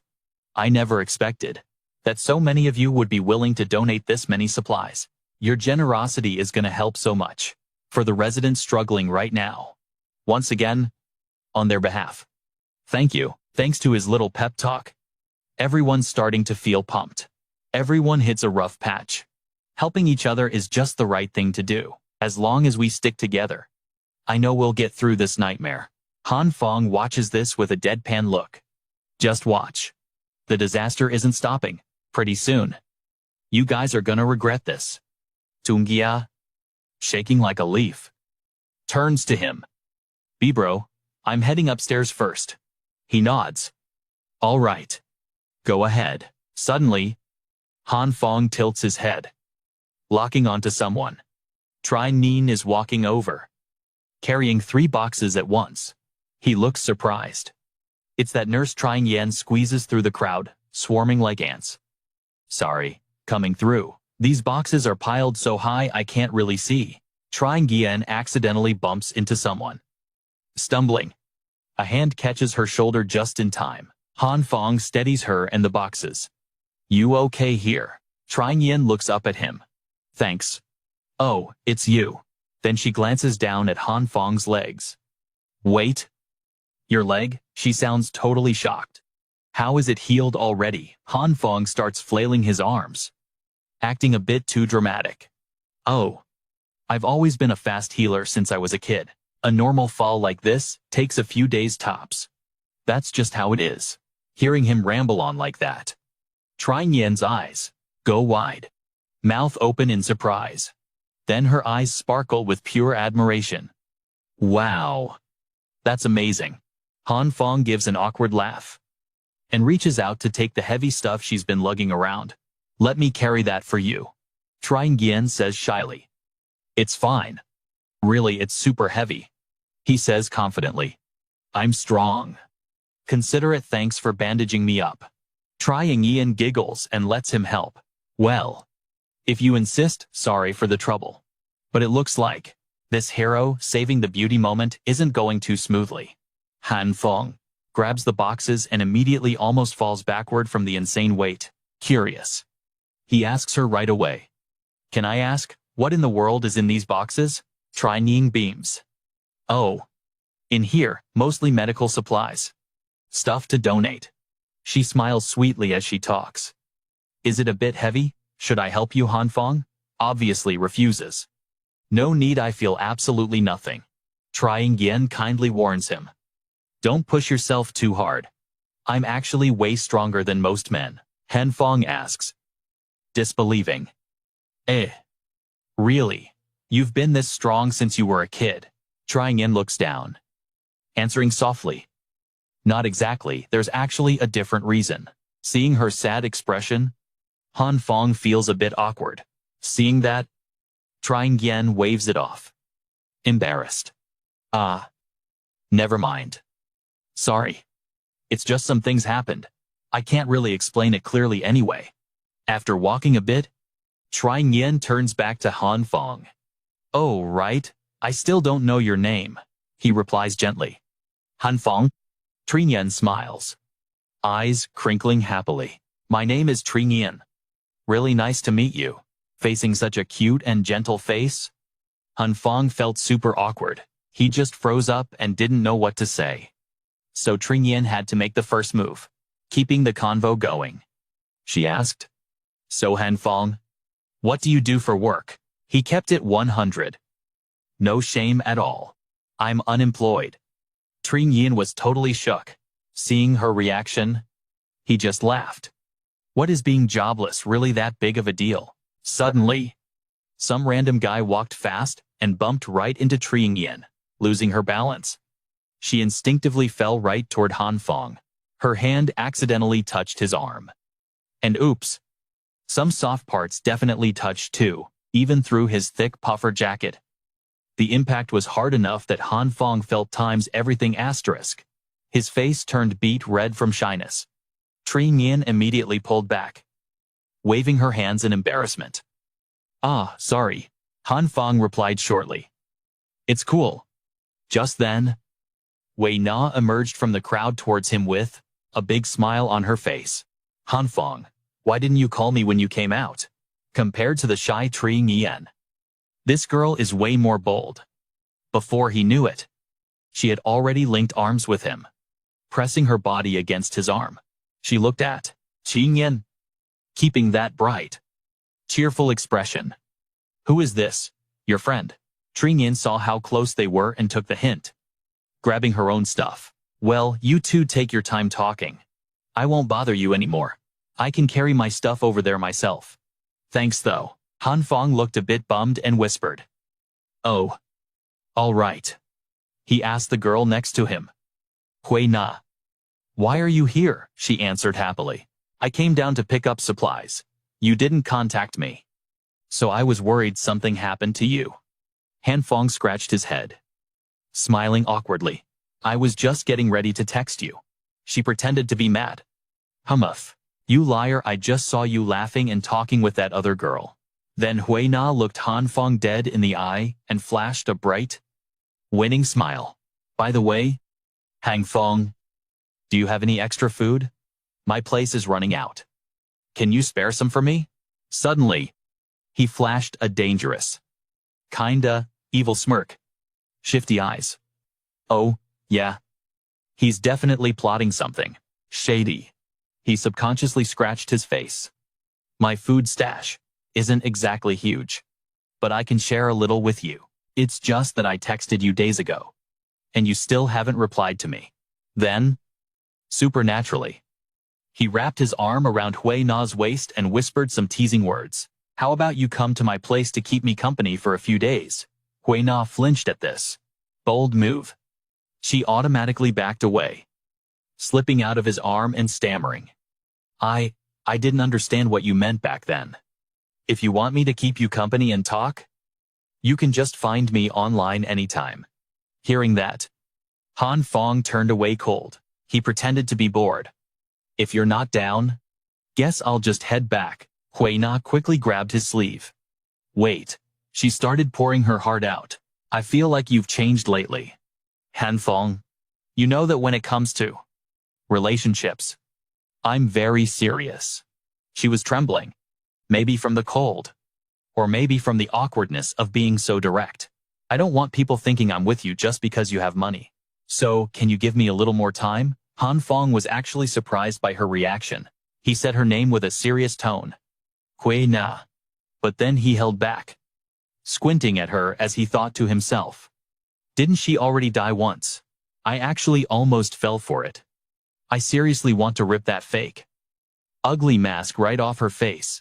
If it weren't for finding the guy pulling her strings, Han Phong just thought about it and had to check himself. Wait. Why do I even need to go look? I can just rely on what I knew before I respawned. He calculated in his head, planning to make Hue Na bring that guy right to him again. That works? Thinking that, Han Phong gave her a soft look. I'm just teasing you. Babe. Hue Na looked up at him in surprise. He was acting his heart out too. He gently touched Hue Na's arms and spoke up. I'll wait for you to answer my question. Tomorrow, I'll bring the supplies over to your place. She responded with pure joy. Really, Han Phong? You're the best. Hue Na got what she wanted. So she waved and smiled goodbye. I'll head back first then. Message me online if you need anything. Han Phong waved back. Yeah, be careful. Don't catch a cold. Okay. The moment she turned away, Hue Na showed her true colors. She walked off with a smug smirk on her face. Han Phong already knew the score. He was just chilling, waiting to see the next plot twist. Outside, there was nothing but blinding white snow. Han Fong's phone screen kept lighting up non-stop, along with the rapid dinging sounds. It was Hue Na nagging him. Why hasn't Han Phong brought her the supplies yet? He didn't even bother looking. He sat there, enjoying a steaming hot bowl of rice piled high with meat. He stuffed his mouth and chewed happily. Han Phong smiled with pure satisfaction. In this weather, nothing beats hot food. It was steaming hot. Alone in the apartment, Han Phong let his thoughts drift. The experiments over the last few days have confirmed two things for me. First, meat won't just grow infinitely on its own. Second, meat acts like beans. It can be exploited infinitely. Before, every time I made bean sprouts, I'd need half a bean to keep turning them into sprouts. The other half was for eating. Using that same principle, I tested it on different meats under the effects of the two lights. Half a piece of meat plus a bit of bean results in basically a whole new steak. Then I take that new steak and use the same logic again. The result is still the same. I ran the test multiple times after that. Final result matches my prediction exactly. Realizing this, Han Phong felt incredibly confident. No more worrying about starving to death. A reporter was broadcasting the news live. Good morning, everyone. Today is August 2nd, day 19 of the snow disaster. I am currently reporting from Paduhiti Island in the Maldives, 78 kilometers from the equator. The average temperature here is -42 degrees. The entire island has basically been swallowed by ice and snow. You can watch the seawater freeze with the naked eye. Experts have conducted studies and found that the thickest ice layer has reached 55 centimeters. As far as we know, countries near the equator are suffering from this disaster, just as badly as everywhere else. Han Phong looked unbothered, sitting there watching the news with a cold drink in hand. The reality was way worse than what TV was showing. It was way more tragic. He was relaxing when suddenly the ground shook violently. It made Han Phong jump. The cup of water in his hand splashed everywhere. He immediately pulled back the curtains to check. In the distance, a building was on fire. The flames were roaring, lighting up the sky. Han Phong stood there watching, panic rising in his chest. That's the 7th explosion already. What the hell is happening out there? Suddenly, his eyes went wide as he spotted something outside the window, floating in the air. Right then, the sky was jammed with choppers fanning out. He couldn't believe his eyes and gasped. Holy crap, look at all those military choppers. After watching for a sec, he yanked the curtains shut. His gaze shifted to the phone in his hand. The chaos outside was triggering a total panic among the residents. People down in the parking garage were trading essential supplies and food. But a lot of scumbags were using this chance to squeeze people dry. Fights were breaking out left and right. Haku, playing the hero and helping everyone like usual, got called out by a suspicious voice in the group, asking, "Are struggling residents actually supposed to line up in the garage for supplies right now?" Meanwhile, in another section of the garage, Han Phong had arrived. Leaving his cozy room, he sneezed like crazy as he walked, snot dripping down his face. Han Phong squeezed his eyes shut, feeling the chill creep in. This is insanely cold. He strolled past the mob screaming up ahead. Stop cutting the line. Who's cutting? He thought to himself. If I didn't need to scoop up some intel, there's no way I'd be down here. Han Phong suddenly flashed back to a nightmare. Before he respawned, a riot broke out in this complex. But back then, he had no clue what actually triggered the chaos. So he told himself, this time, he had to get a grip on the situation first, to minimize the danger later on. Han Phong kept patiently scouting things out. There were tons of struggling families. Up ahead was the supply table. Someone was shouting, super pissed. I handed over crates of supplies at the start. And now, you give me these scraps. Haku, who was manning the station, explained. Everyone gets an equal share. But the guy wasn't having it.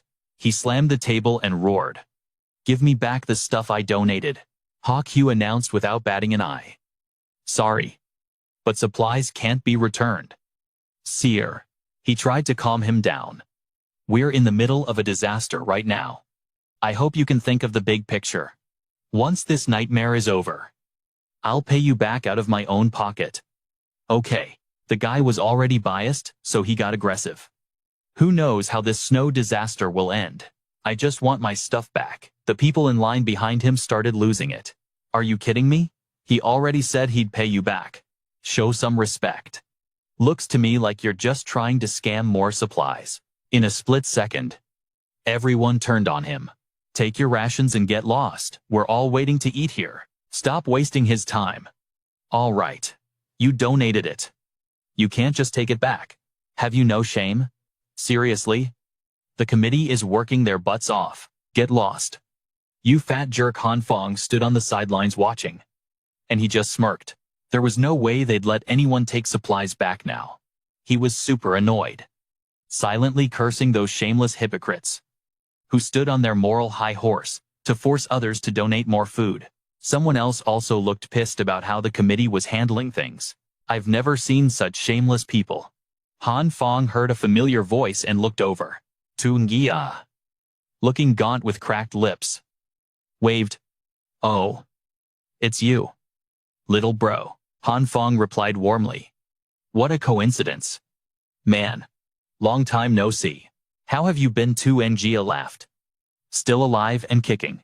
Tungia started coughing up a storm right after saying that. Then explained.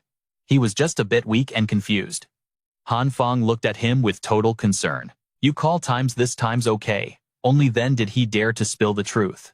Lately, he'd just been drinking tap water to trick his stomach. It was barely keeping him alive. Han Phong asked, looking clueless. You don't have times any time supplies left. As they spoke, they both looked toward the crowd lining up for food. Tungia didn't hide anything. Yeah, back then, I wanted to help the neighbors. So I took a huge chunk of my supplies and donated them to the committee. Ended up running out of food at home too. The blizzard is still raging. The more he talked, the more his anger and frustration showed. But the food the committee gives out, it's practically nothing.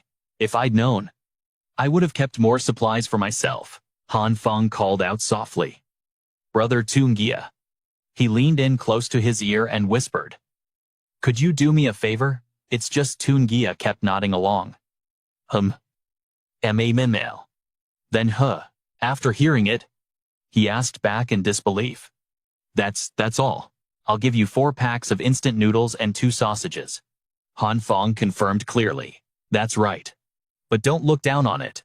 My stash is running low too. The next second, Tungia burst into tears. Little bro, you're totally just making up an excuse to give me food. I'll never forget this kindness as long as I live. He gave a faint smile at the dramatic reaction. We're brothers.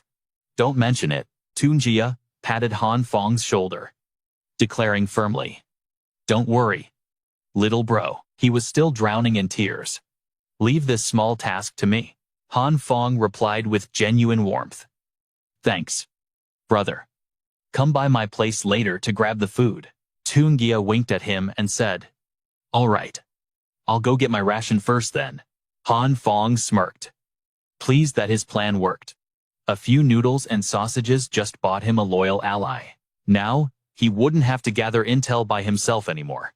He slowly walked away from the crowd. He was still grinning like a Cheshire cat, though he felt a tiny twinge of guilt.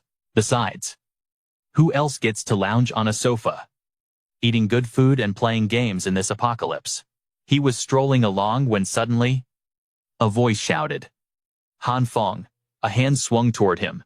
Hue Na slapped Han Phong straight across the face. He stood there blankly, intentionally playing the innocent victim. Hue Na frowned, throwing an insult right in his face. You've completely disappointed me. Hue Na shouted accusingly. Why do you never reply to my texts? Han Phong was still playing dumb. He raised a hand to touch his stinging cheek. Asterisk. She actually slapped me times. Han Phong recalled the past. He hadn't even settled the score from last time yet. Rage started to bubble up inside him. And now she slaps me for no reason. Han Phong sighed. Fed up. Asterisk. Does she think I'm still a pushover times? Seeing him silent, Hue Na got even crankier. Are you deaf or mute? Did you hear what I said? He took a deep breath. Han Phong held back his temper and explained. Sorry. Hue Na. Here's what happened. She looked shocked. What's stolen? Han Phong scratched his head awkwardly. Yeah. I put the supplies by the door to grab my keys. When I turned back, they were gone. Hue Na looked even more confused. Did you look for them? Han Phong immediately confirmed. I did, but there wasn't a single clue. Hue Na hesitated.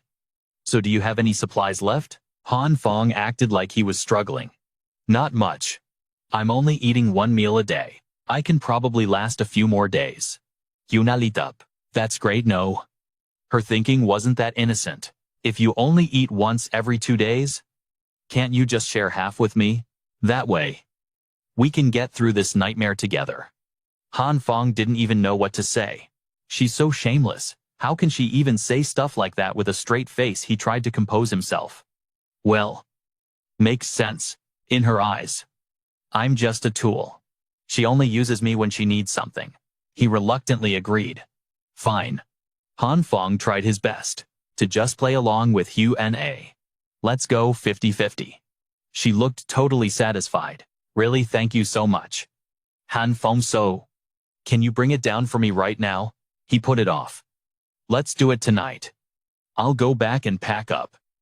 Then I'll text you. Okay? Hue Na turned to leave. I'll wait for your text.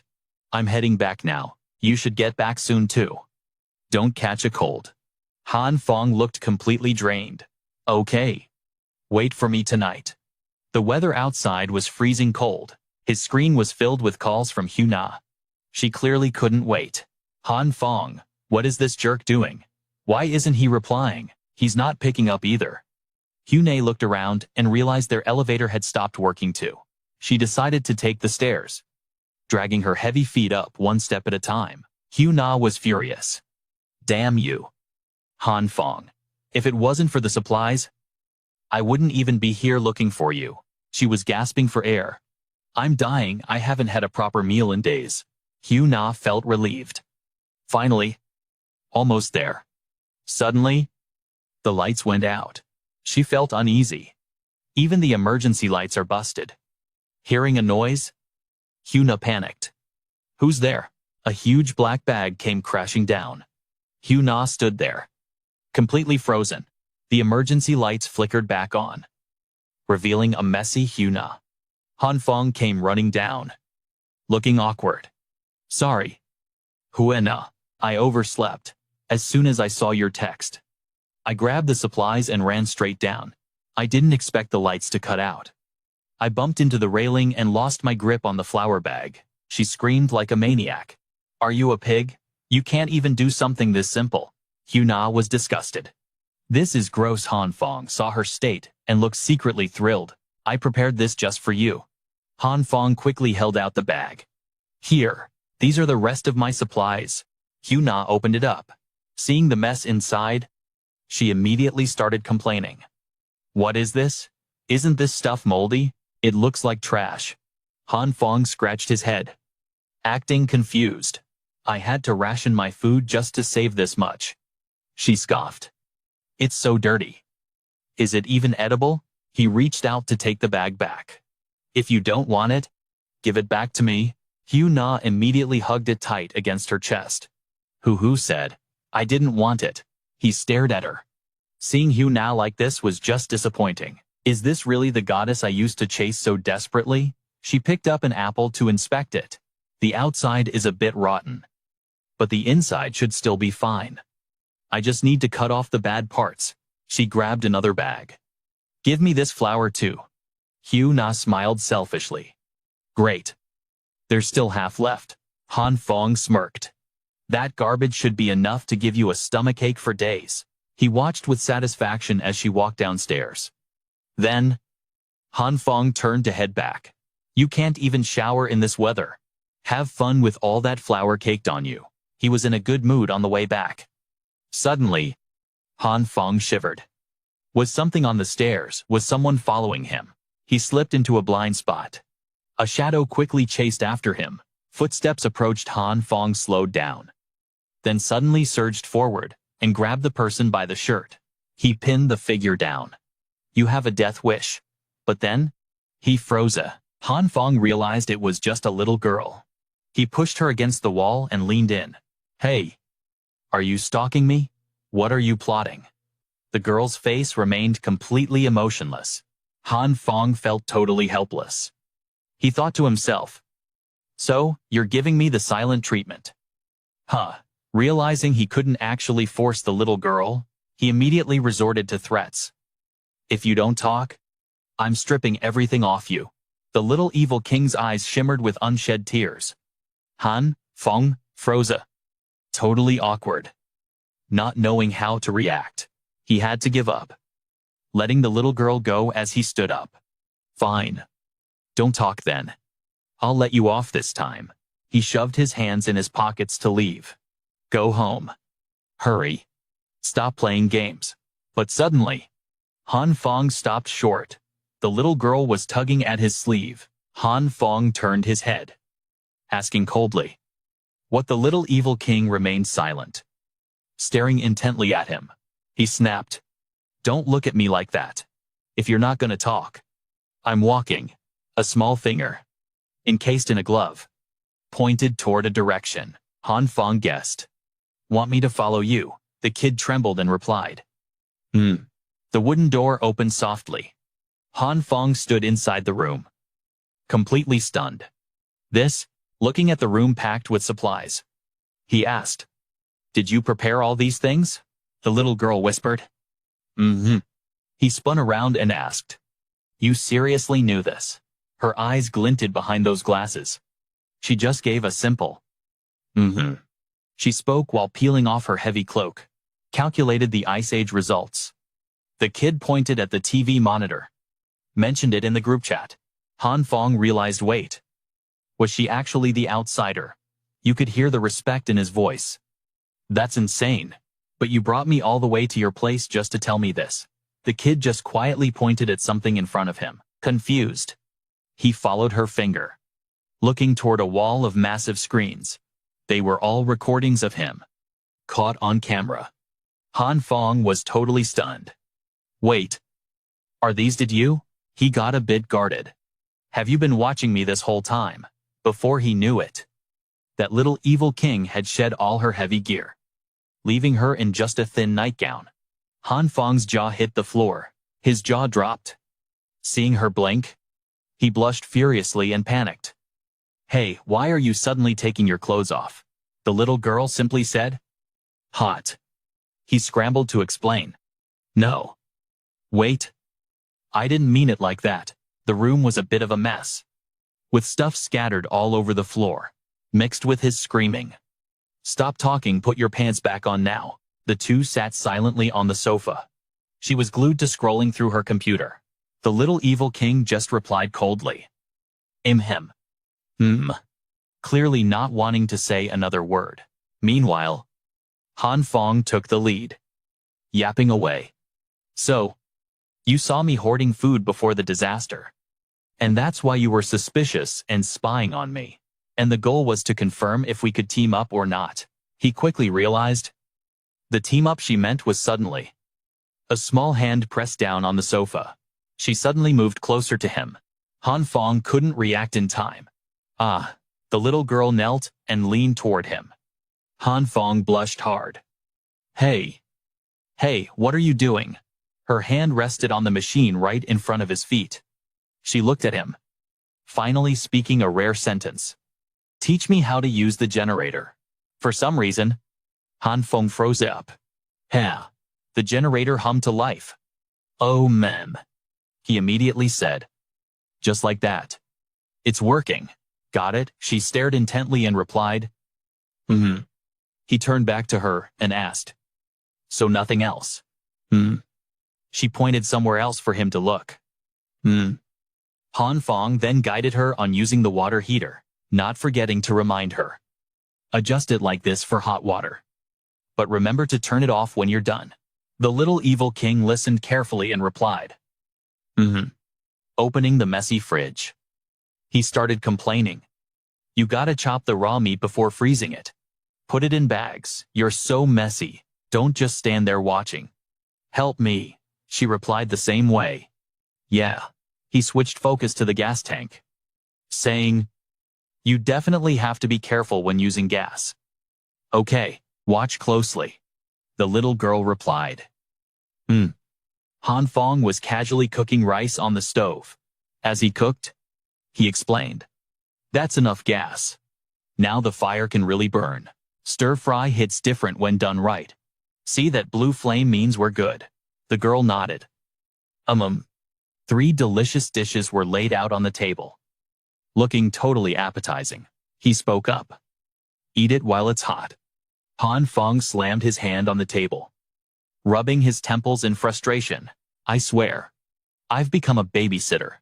Your survival skills are absolutely trash." The girl wolfed down her food, looking at him confused. She looked totally clueless. He didn't have the energy to explain, so he just waved it off. Just kidding." He started eating, still complaining internally. Asterisk. BS. So exhausting. Asterisk. Then he saw the girl slump onto the table.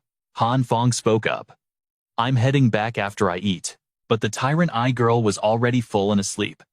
Rice grains still stuck to her face. He sighed. Impressed. She can even sleep while eating. He gently carried her over to the sofa. He tucked her in with a blanket, put on his thick coat, and walked out. Asterisk. Just like a kid. Asterisk, he thought. The door clicked shut behind him. Outside, the brutal blizzard hadn't let up one bit. Phong opened his door. He yawned and sighed. What's up this early? Several large boxes were piled up in front of his house. The tyrant eye girl spoke up. These are for you. He scoffed softly. Machen? Too polite. But inside he thought, asterisk. This much asterisk. Seeing her stare at him, he asked again. You need something else. She dragged a generator forward and asked. Can you teach me one more time? Out of options. He replied. Ugh. Fine. As he focused on teaching her how to use the generator, he realized something after hanging out with her these past few days. Asterisk, I've confirmed it. The girl downstairs is a total idiot. Asterisk. Her innocent behavior made him see. She lacked basic common sense. When she cooked, she almost burned the whole place down, but she seemed desperate to learn life skills. Every day, she dragged him to her place for lessons. The food was burnt black, looking totally gloomy. Phong forced out a compliment. Your skills seem to be improving. But he didn't forget to add. Honestly, plenty of people would kill for this food right now. Actually, never mind. Even a dog would reject this. Phong said while chewing. By the way, I haven't asked your name yet. The girl immediately replied. The tyrant's true eye. He instantly took it back. Pretend I never asked. A cardboard box full of canned food crashed to the ground.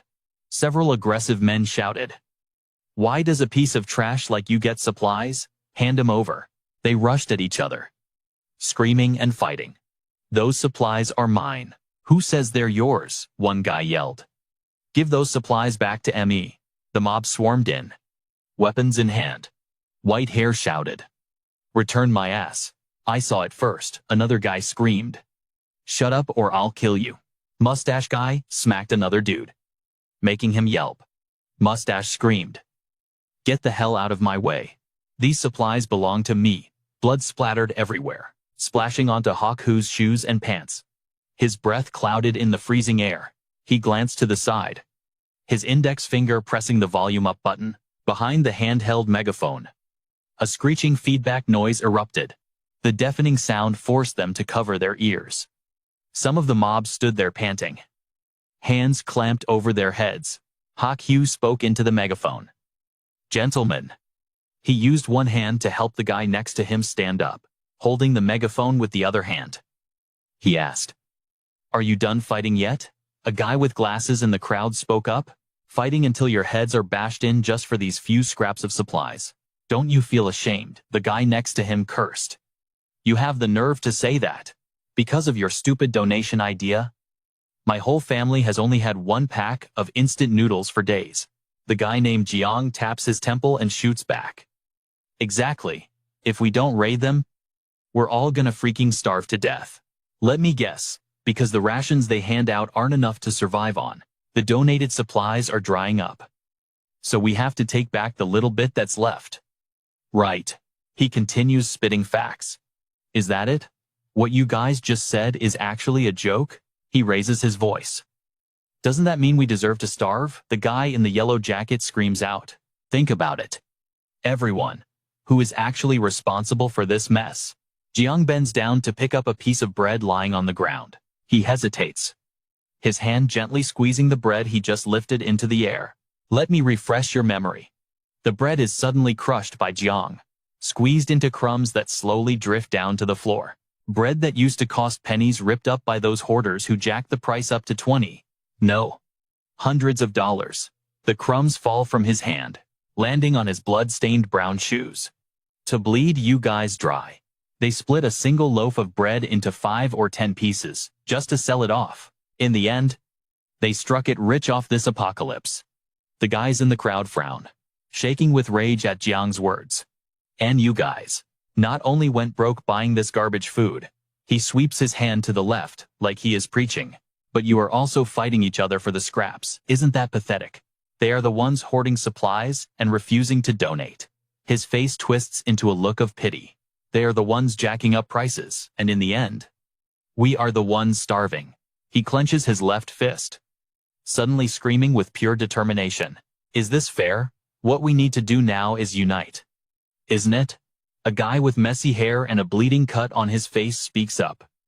Take back the supplies that belong to us. The guy next to him turns to listen. Two silver-haired dudes standing nearby start speaking up too. He is right. This is so freaking unfair. Why do they get to keep all the good stuff, while we have to starve to death? Jiang's eyes are full of scheming malice. Suddenly, a loud shout rings out. That's right. The whole crowd screams with resentment. It is all their fault. They did this to us. They deserve to die. It isn't fair. Jiang smirks, his breath visible in the freezing air amidst the chaotic crowd. Li looks around in total panic.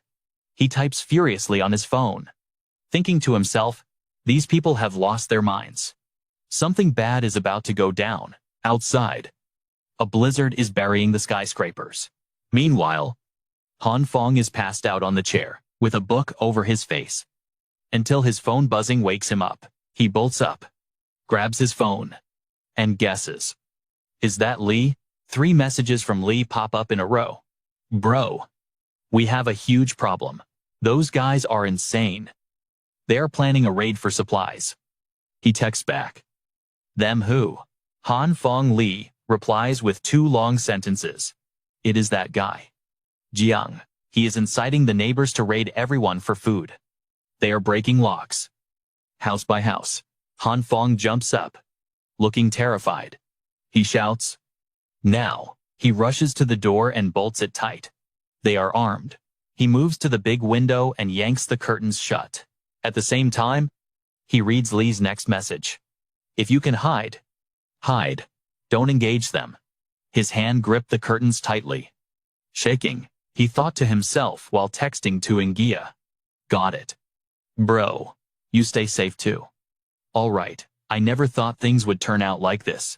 Suddenly, a vision flashed through his mind, the mob relentlessly attacking him, with those terrifying, bloodshot eyes. Even though I managed to snag 2 guns to deal with the danger, but if they attack as an organized group, and my supplies get exposed, facing those crazed neighbors, he opened the door to the storage room, packed with gas tanks. I'm terrified they'd chew me up until there's nothing left. He strapped the gear onto his body. He hoisted a roll of black electrical wire onto his shoulder, clenching a plastic bag between his teeth. He gripped a fire extinguisher in each hand. Tucked under his arm was a long roll of paper. He staggered forward. He set the fire extinguishers down by the door. Then, he cut the tape into small strips. He placed them on the ground next to the unrolling paper. With both hands, he taped the strips onto the wall, using the small roll and 2 wire ends. He slowly backed away to extend the wire. He thought, first, I gotta be totally prepared. At that exact moment, the power cut out, plunging the room into darkness. The building where he lived was buried under a thick layer of snow. Voices echoed from somewhere outside the building. Hey, the power's out. People shouted back and forth. Oh crap, hey, did anyone call the landlord? Look, the building across from us is dark too. Phong turned on his phone's flashlight and shone it at the window. With his other hand, he pulled the curtain back just a crack. Couldn't reach them ages ago anyway. He set his phone down on the flat top of a small generator. He hauled up a large jerry can of fuel, hunching his back slightly. Looks like the signal's gone too. He carefully poured the fuel into the generator. Blizzard outside plus everyone overloading their electric heaters. A blackout was only a matter of time. Phong yanked the starter cord repeatedly. With the snow piling up and these freezing temps, repairs are impossible. He kept yanking the cord. But his gaze wasn't focused on the machine at all. You could say this power and internet outage might be permanent. Once the landlord checks and sees the power's gone for good, he thought. I'm afraid things are gonna get way worse by then. Meanwhile, Hue Na was devouring her noodles. She ate without stopping. The shadow of a man loomed over the table. He spoke up. This is where the real hell begins. Half an hour earlier, the blonde guy held a smoking cigarette in his hand. I spent over 500,000 on those supplies. I even auctioned off a chunk of it. Those broke losers were fighting each other just to buy from me. Made a little pocket change. He placed his right hand on her face, which still had a few grains of rice stuck to it. His finger gently brushed her lips. Back then, I told the group chat straight up, all supplies are being sold at 50 times the market price. With a delighted look, she placed her hand over his hand, which was still cupping her cheek. May. He looked at her with eyes full of carnal desire. As long as I have supplies, this woman is mine to play with however I want. Outside the door, voices rang out.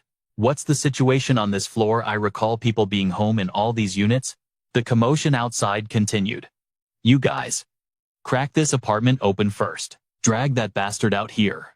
The blonde guy stood up, looking slightly annoyed. It's the middle of the night. Why are they making such a racket out there? He stood close to the door, frowning as he listened. A loud voice boomed from outside. Hey, are you sure it's this apartment? Positive. I watched this guy buy up supplies from dozens of households. I remember now. It's definitely this bastard. He's the one who jacked up the prices in the group chat. Don't wait, just smash the door down. Someone bashed the door from the outside with insane force, hitting the blonde guy before he could even react. Smacked right in the face. He let out a groan and scrambled back from the door. The pounding didn't stop. The girl in the room was terrified. Cowering in the corner, he was still in shock, letting out a confused, huh? Before a deafening boom filled the room and the door crashed down. The shadows of men holding weapons stretched across the floor. Outside, the blizzard continued to batter the skyscrapers without mercy. Han Fong's once tidy room was now a total mess, cluttered with styrofoam boxes and repair tools everywhere. Right in the middle sat a generator hooked up to a tangle of wires, coming from every direction.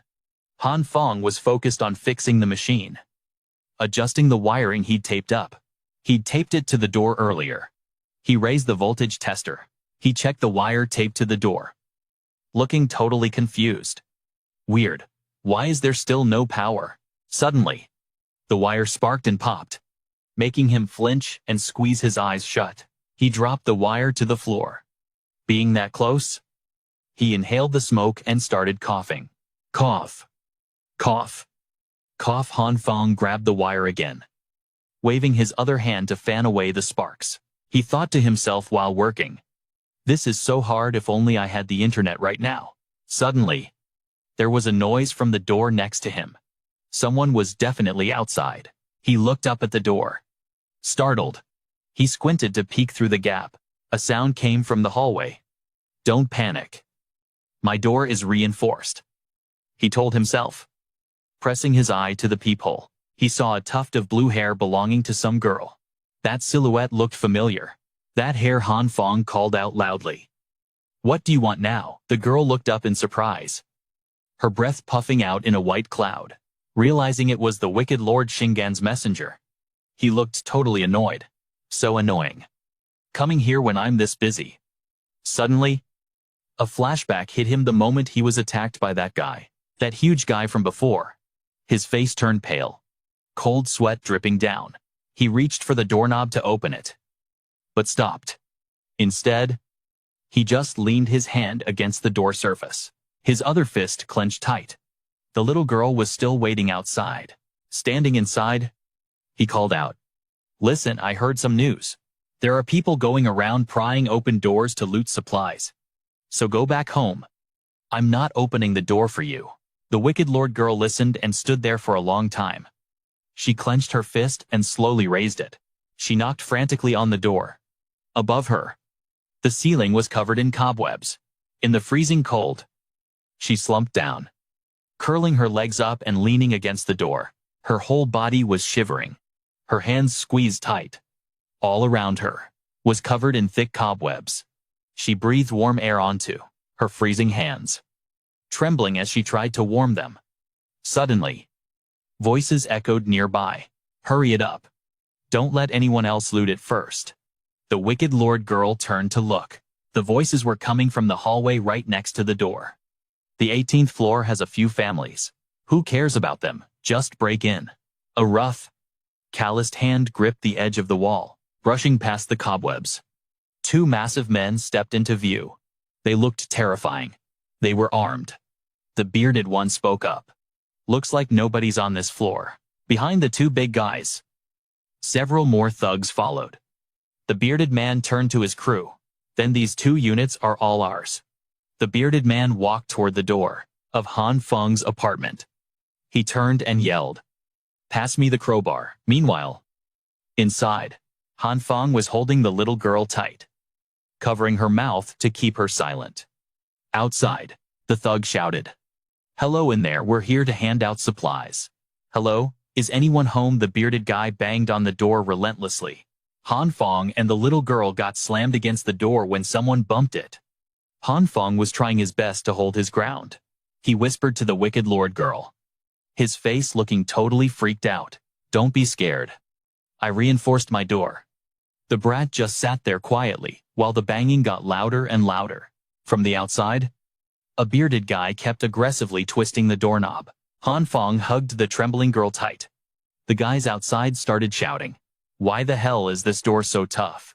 It won't even budge when we kick it. Should we smash the wall tack? Just mark this unit." Han Feng let out a huge sigh of relief. He thought to himself, looks like they gave up. Thank God he focused on reinforcing the door and the handle. He flashed back to when he told the builder, "Please add a 5-centimeter steel plate to the door. And beef up the handle too." The builder looked confused and asked, "You running from loan sharks suddenly?" His eyes went wide as he realized something. He panicked and asked the kid, letting go of her mouth that he had been clamping shut, You okay?" "I was scared they'd find out someone was inside." So the wicked lord girl nodded slightly and stammered a thank you. The room went dead silent. Han Feng knelt down, pressing his ear against the door to listen. Looks like those creeps actually left. He grabbed the pliers to fix the wiring. "Just wait till I fix this. Next time they dare to kick my door, I'll fry them alive." The kid looked confused and asked, "What is this?" He answered while tweaking the wires. "It's for electrocution." Han Feng struggled with the repair, sounding annoyed. "You wouldn't get it. I don't even understand why this crappy thing is so hard to set up." The girl spoke up. "Anti-theft uses the difference between current and voltage." Han Feng was shocked by her answer. "You know about this," the kid replied. "It's simple." The wicked lord girl started showing off her knowledge. After cutting the power, wrap the bare wire around the doorknob to conduct electricity. Han Feng followed the kid's instructions step by step. She pointed her finger to guide him, then connect the live wire from the distribution box to the handle. And finally, turn the power on. Han Feng put the test pen on the handle and gasped. It had actually worked. Han Feng asked the kid, "How do you know all this stuff?" The kid answered, "The wicked Lord Shingen can see through all the truths of this world."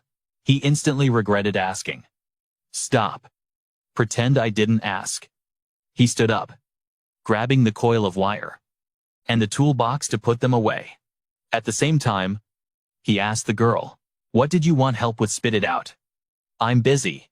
The kid trailed behind him. She lifted her shirt, and a bunch of stuff she was hiding against her stomach fell out. Han Feng stood behind her and said, "Hey, I'm asking you." The kid answered super calmly, "The wicked Lord Shingon will rest here." Han Feng replied, "Uh-huh." He suddenly panicked, spinning around to ask, "Wait, what did you just say?"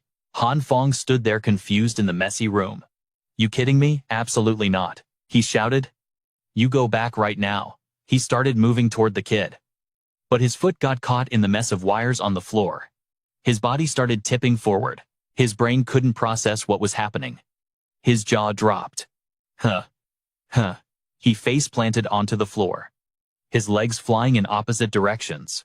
Stuff flew up around him. He shivered. Gah. That hurt, suddenly. His hands glowed purple. Phong looked up in surprise. It doesn't hurt. He looked around, spotting something weird, confused. He grabbed the coffee table that had transformed. He realized the table had changed. He hesitated, asking himself. It turned soft. His eyes suddenly locked onto his own glowing hand. He thought to himself, no way. Did this purple light just turn the coffee table into jelly? He quickly scanned the other stuff around him, even the toolbox. He picked up a hammer, and boom, it went totally limp in his hand. Phong shook the floppy hammer back and forth, his mind racing. So that means this purple glow can turn solid objects soft. He looked up and froze. That wicked lord girl had been sitting there the whole time. He panicked, sweat pouring down his face. His jaw dropped. Mind in chaos. I am so screwed. I totally forgot someone else was here. Her eyes went wide with shock. Then, the little wicked lord narrowed her eyes and stared at him for a long time. Finally, she spoke up. Are you also an envoy chosen by the wicked lord's true eye? Phong flinched at the question. But to cover his tracks, he had no choice but to admit it. Yeah, I'm also a subordinate of the wicked lord. That's why strange things happen around me. Before he could finish, she raised a hand to stop him. Her eyes instantly lit up, and she chirped happily. Since we're fellow envoys, we must support each other. So, we'll share the resting room. Phong sighed helplessly. A girl like you wants to stay with me. He couldn't even finish his sentence. The door slammed shut, leaving him in silence. He turned to glare at the door. I didn't agree to that. Do you think this is the wicked lord's lair or something? But she was already gone. It was useless to argue. He shook his head, defeated, ignoring that drama. He focused back on his ability. What exactly was that purple light just now? It turned solid objects soft. Phong thought about it for a second. He clicked his tongue.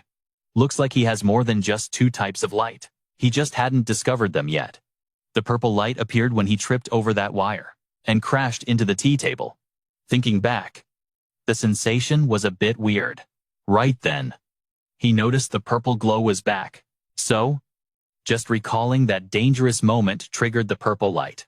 Does this purple light work on electrical wires too? After thinking a bit, he stood up and headed to the kitchen, grabbing a large cleaver. He wanted to test it on something else. In the blink of an eye, the knife in his hand was wrapped in purple light. He didn't expect it to work on steel.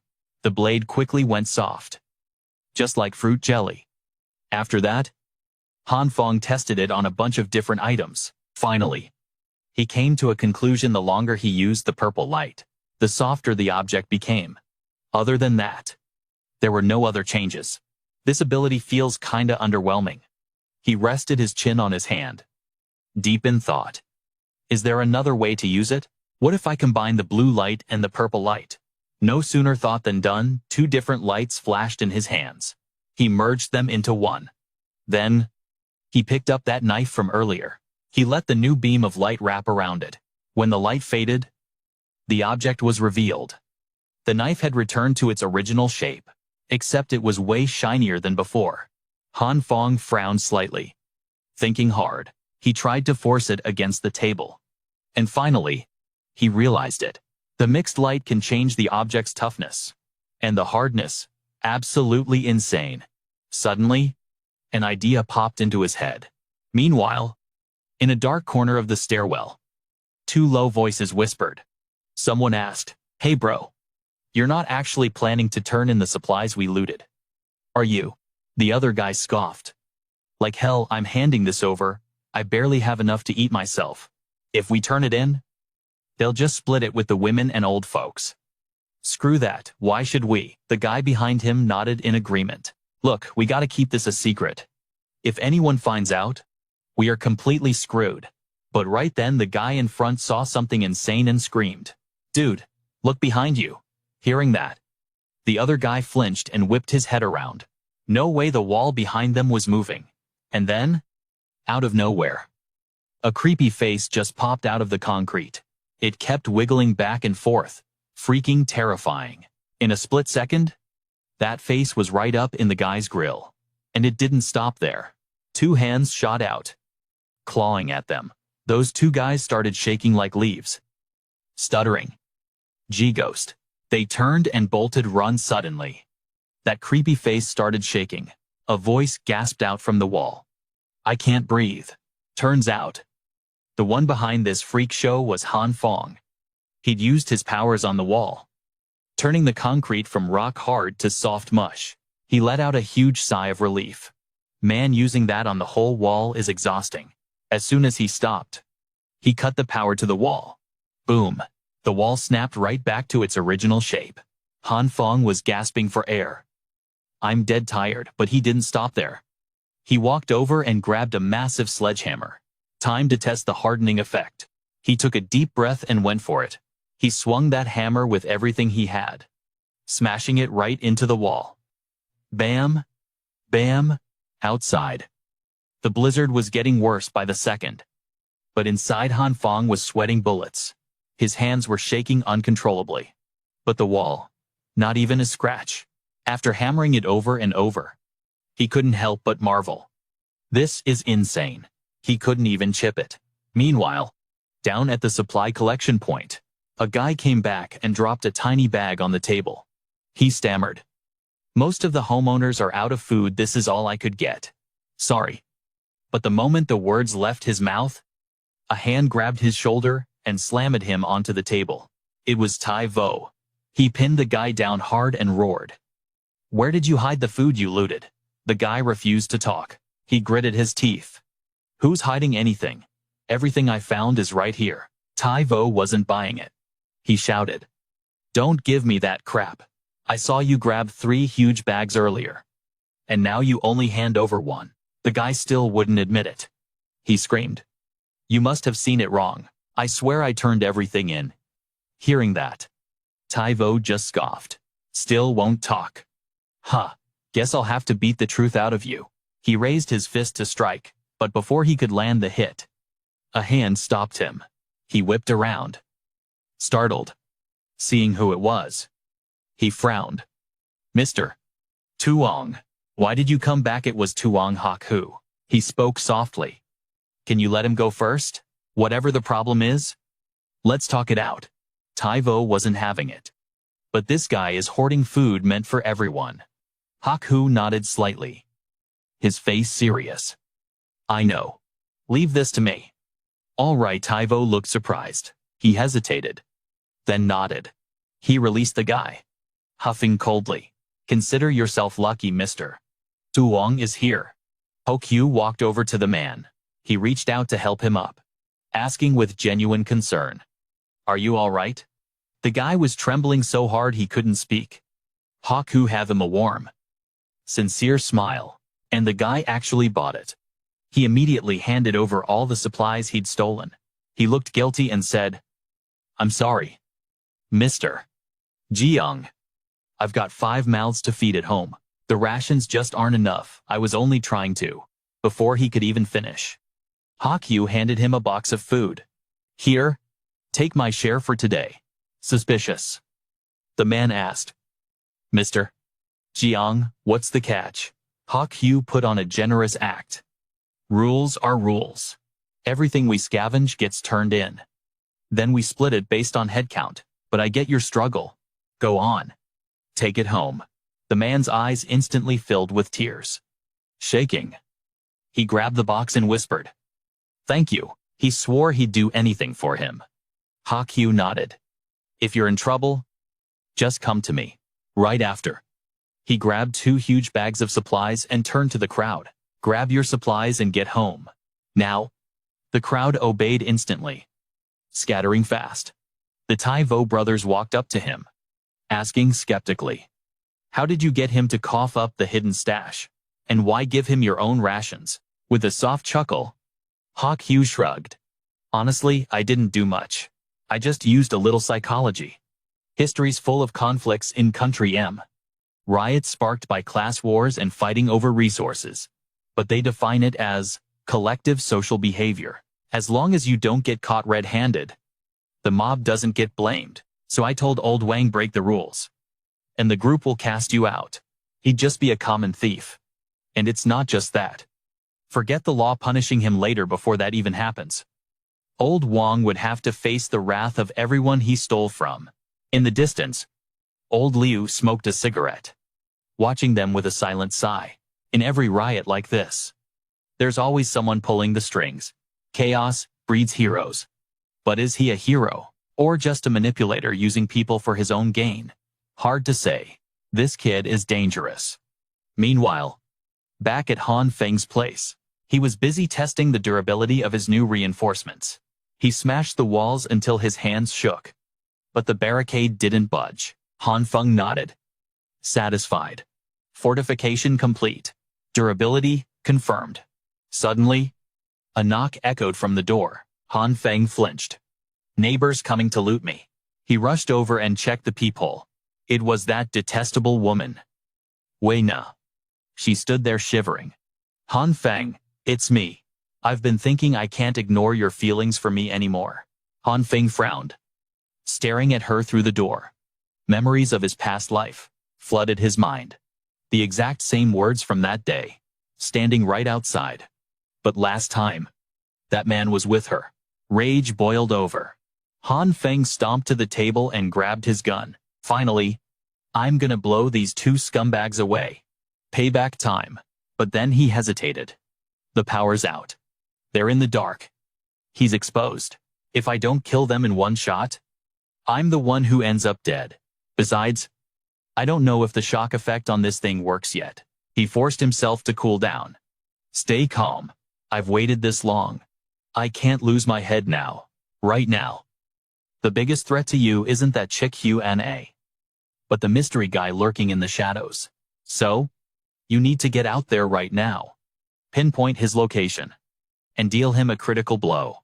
But how are you supposed to find him? From inside the house. Han Feng thought for a second. Then it clicked. That guy is definitely hiding in the blind spot behind the door. He felt along the wall, finally stopping at a corner. It has to be this spot right here, even though it'll take a sec. This is totally doable.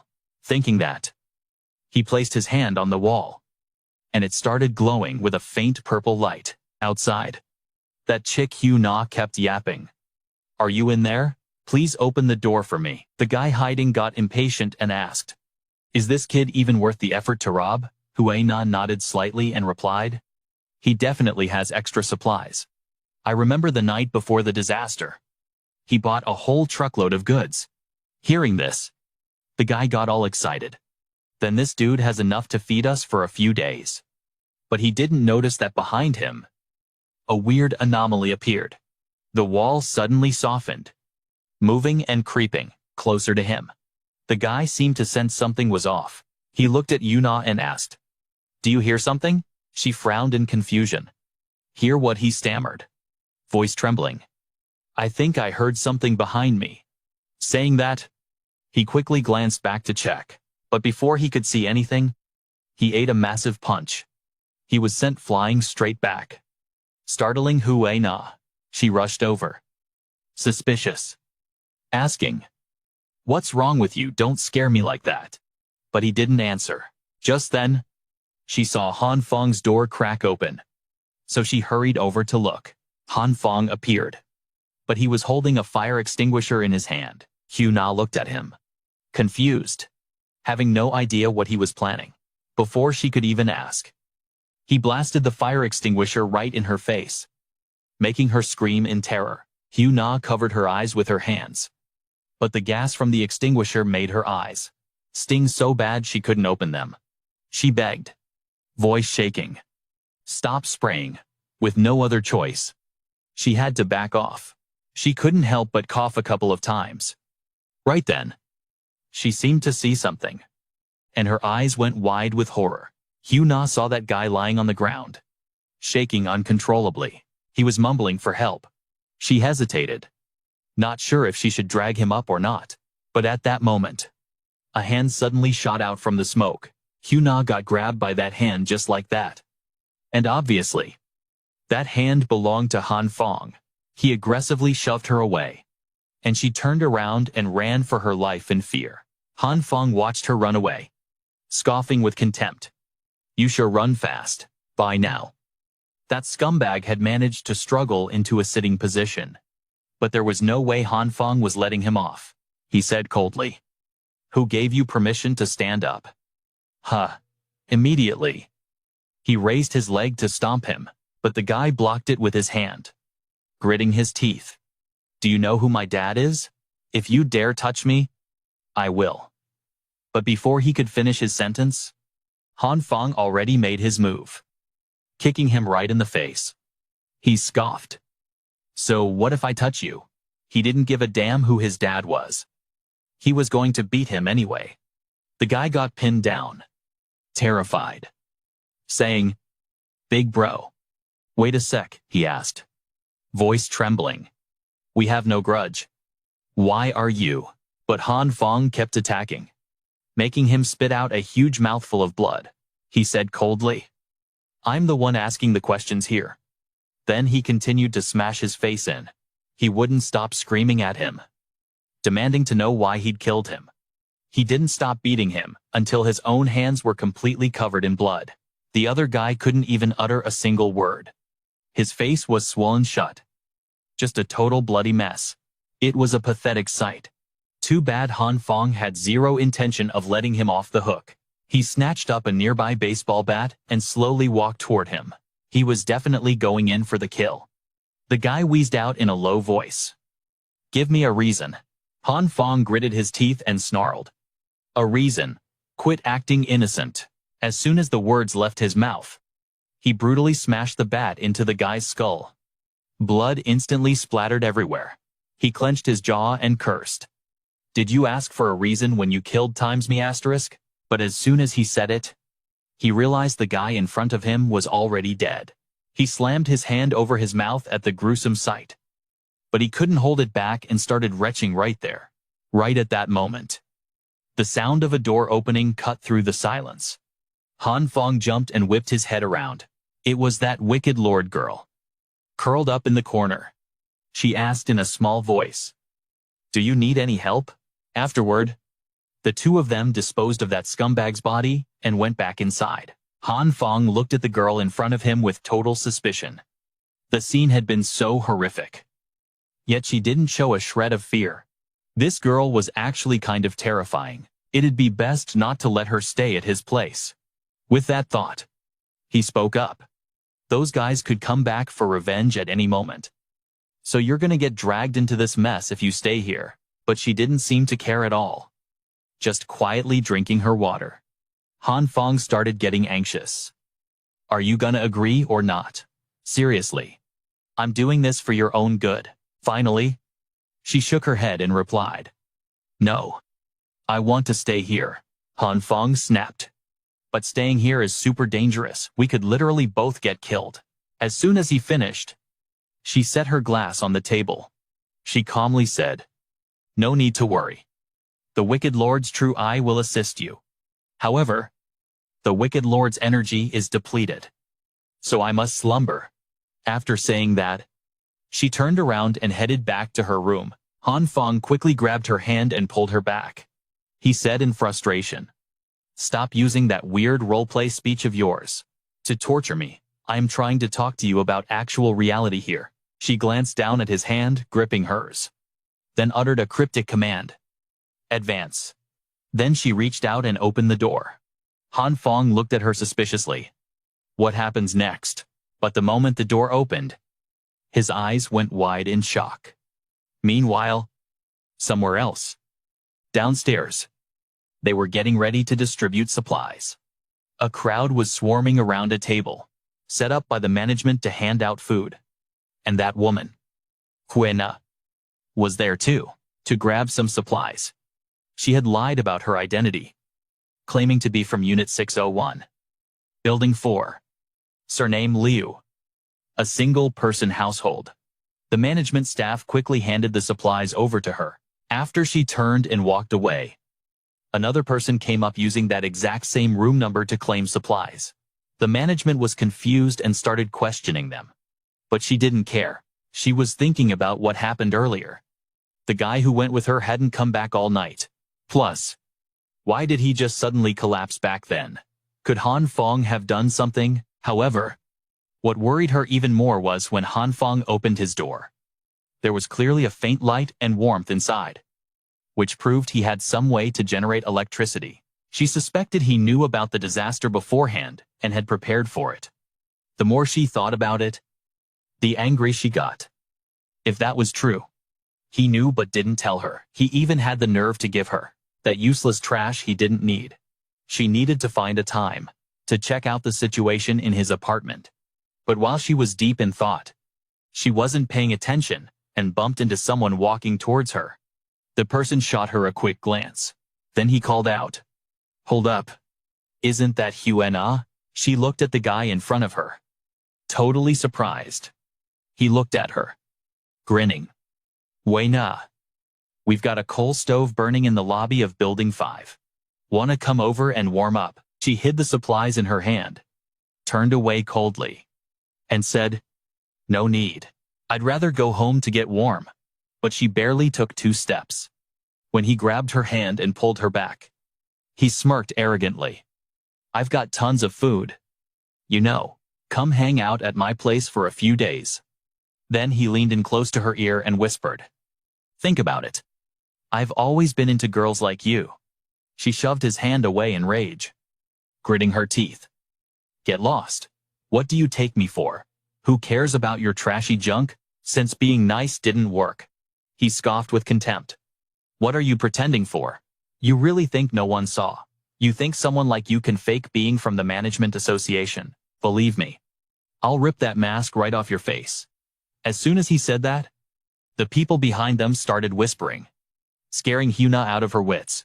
She smashed the supplies in her hand right into his face and screamed, "Let me go." He didn't expect her to do that.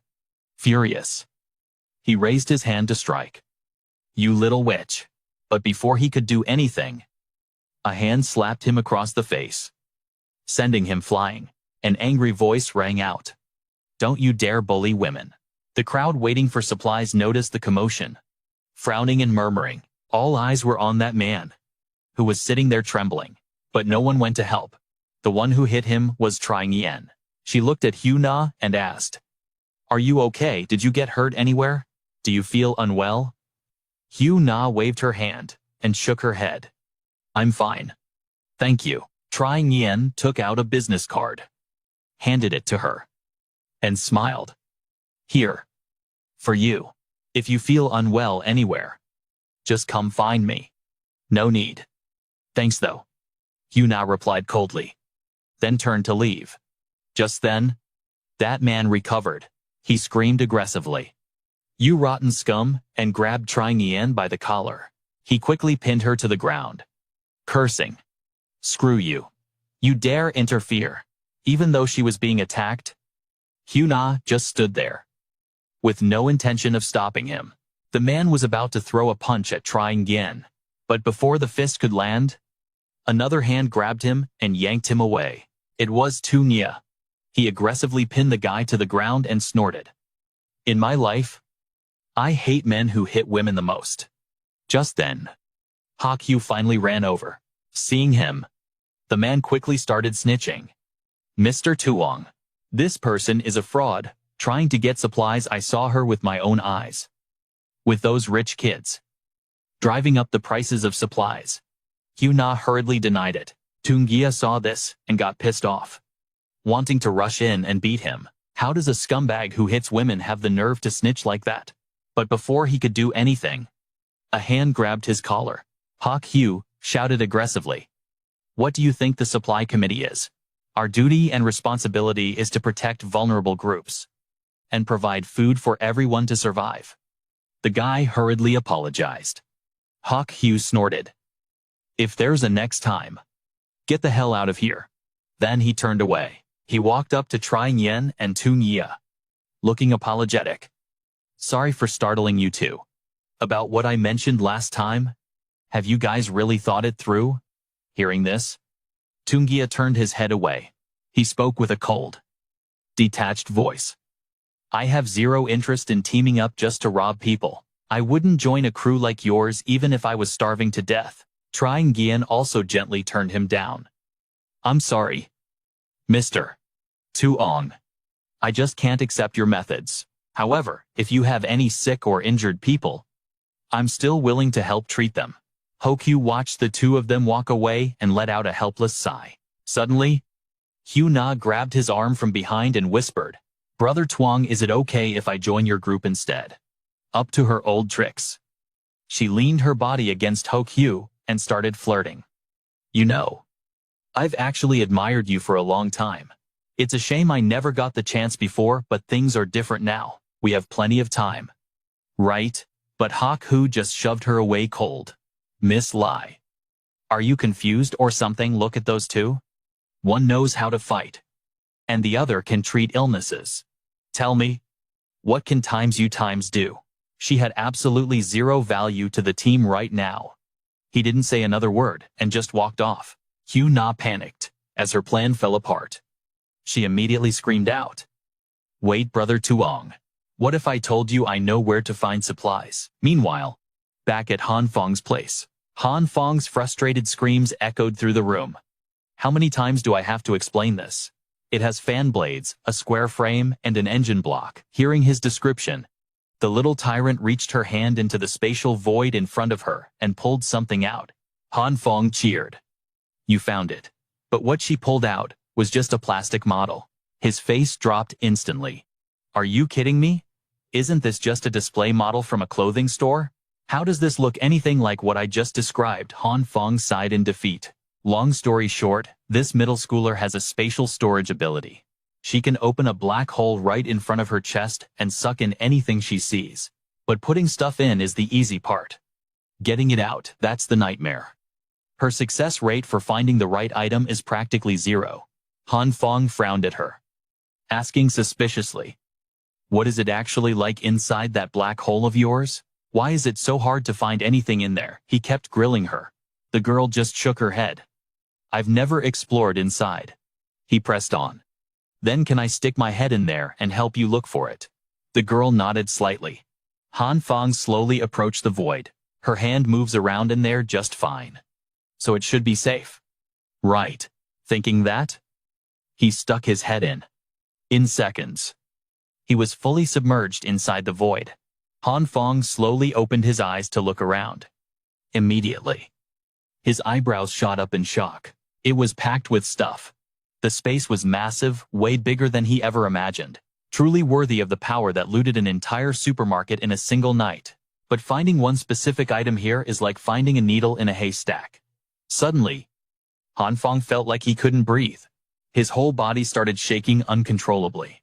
He frantically yanked himself out of the void. Only then could he breathe again.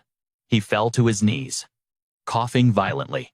Once he recovered, he shouted at her, "Why didn't you tell me there's no oxygen in there?" And it felt like all the moisture was being sucked right out of my body. The little tyrant just shrugged indifferently. "I didn't know." Suddenly, she gasped. "Oh." She reached in and pulled something out. Seeing what it was, Han Fong lit up with joy. "That's it, you actually found it." But then the girl spoke up. "I found some other stuff too." In the blink of an eye, his entire house was buried under a mountain of junk. Han Fong screamed in horror. "What is all this stuff?" Meanwhile, in the dark stairwell of the building, a bunch of guys were fumbling through the dark, creeping their way up to the 18th floor. The two at the back wouldn't stop shivering. "This 18th floor is seriously creepy. Do we really have to go up there? We're not gonna run into that monster. Are we hearing that?" The guy in front snapped. "It's the 21st century, you idiots still believe in ghosts." They were sent by Hue to check if Hue Na was actually telling the truth. They didn't want to let him down. But one of them asked skeptically, "But what if that girl scammed Mr. Twang?" The other guy yelled back, "Shut your mouth. Trust Mr. Tuong's judgment. Let's just get this over with and get back as soon as possible." Little did they know, Han Fong and the others were watching their every move through hidden cameras. Where did they get all this gear? Straight from Little Tyrant's spatial storage. Of course. Han Fong checked the feed, then gave the order. "Start Plan B. I'll go light the fire. And once I'm back, you head out." The little girl nodded to show she understood. He turned to leave, whispering to himself, Gotta time this perfectly. The clock showed only 2 minutes left. Down on the stairs, the group suddenly sensed something was off and froze. The guy in front hesitated. You two hear something up ahead. The others were shaking in their boots. Is it a ghost? While they were panicking, the top of the stairs suddenly lit up with blinding flashes. Right after that, a swarm of model cars came tearing towards them, and they were strapped with firecrackers. The gang frowned, confused. Are those toy cars? But the second one zoomed right in front of his face. He saw the fuses burning. Too bad he realized it too late. The crackers blew up, engulfing them in smoke and fire. The thick smoke meant they couldn't see a thing. The sounds of them stumbling around in panic echoed everywhere. But it wasn't over. Something else weird appeared above their heads. And just like the cars, they were loaded with explosives. The group screamed and ran for their lives. The remote-controlled plane chased them down like crazy. Watching the cam, Little Tyrant saw everything. She looked at Han Phong and asked, "Drop it now." He shook his head. "Get a little closer. Then drop it. We gotta teach these guys a lesson." There were about 15 seconds left. But then, one of the guys whipped around and swung a stick at the plane. Han Phong panicked and shouted, "Watch out, don't let the plane get hit." But it was too late. The guy smashed one of the wings, and the left side crumpled. Little Tyrant shook her head. Lost control of the left side. "I can't stabilize it," Han Phong yelled.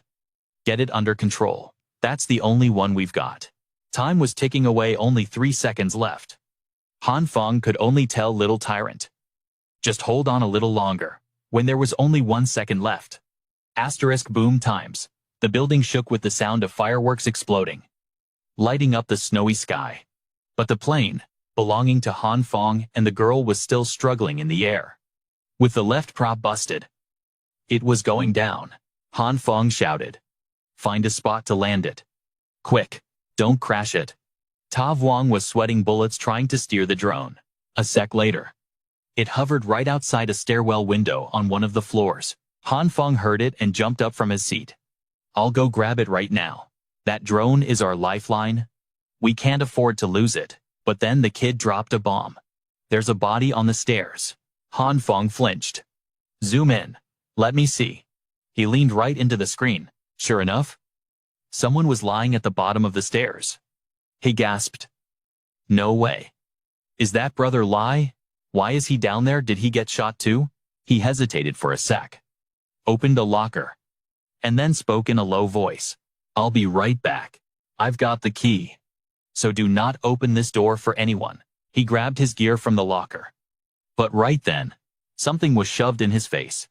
He looked up at Ta Vuong. "What's this?" She kept it cool. "Comms." Han Phong nodded and grabbed it. He thanked her, gripped his gun, and slowly stepped out. "Really hope I don't have to use this." Han Phong crept down the stairs. Ta Vuong was his eyes in the sky, constantly checking for danger through the camera. The lower he went, the colder it got. Like bone-chilling cold. The drone readings were insane. Outside temp was -49 degrees. Without gear, you're a popsicle in 30 minutes flat. Tu Nia was in bad shape. He had to speed run this rescue mission. Meanwhile, the scout got back and spilled everything to Hue. He nodded. "Got it. Loud and clear. Good work out there." He ordered thick clothes for the crew, then whipped out 3 supply packs for them. He smiled. "We never forget the people who help us out." The 3 of them snatched it up and thanked him profusely. Over in the corner, Hue Na finally worked up the nerve to speak. "Brother Tuong, can I join the group now?" But Hue just shook his head. "First off, we can't confirm if your friend actually did this. And second, if Uncle Lu doesn't see the transporter with his own eyes, I can't trust you one bit." Then he turned to the rest of the crew. "Let's head upstairs and check it out. Get Miss Ly a weapon." Didn't matter if she was lying or what her game was. He just hoped that, for the next part, she could prove she wasn't useless. Hue Na frowned at that. She walked over to Tai Vo and grabbed the bat from his hand. She nodded, looking serious. "I got it." Hawk quickly gathered the squad, and got serious. You're all valuable assets to this team, so watch your backs when we go up there. The whole crew crept up the stairs, with Hue leading the pack. Obviously. Suddenly Taivo yelled out, "Boss! Look, that's Lee Toon-gia." He was passed out cold on the stairs. Hue rushed over to give him some water. He woke up fast.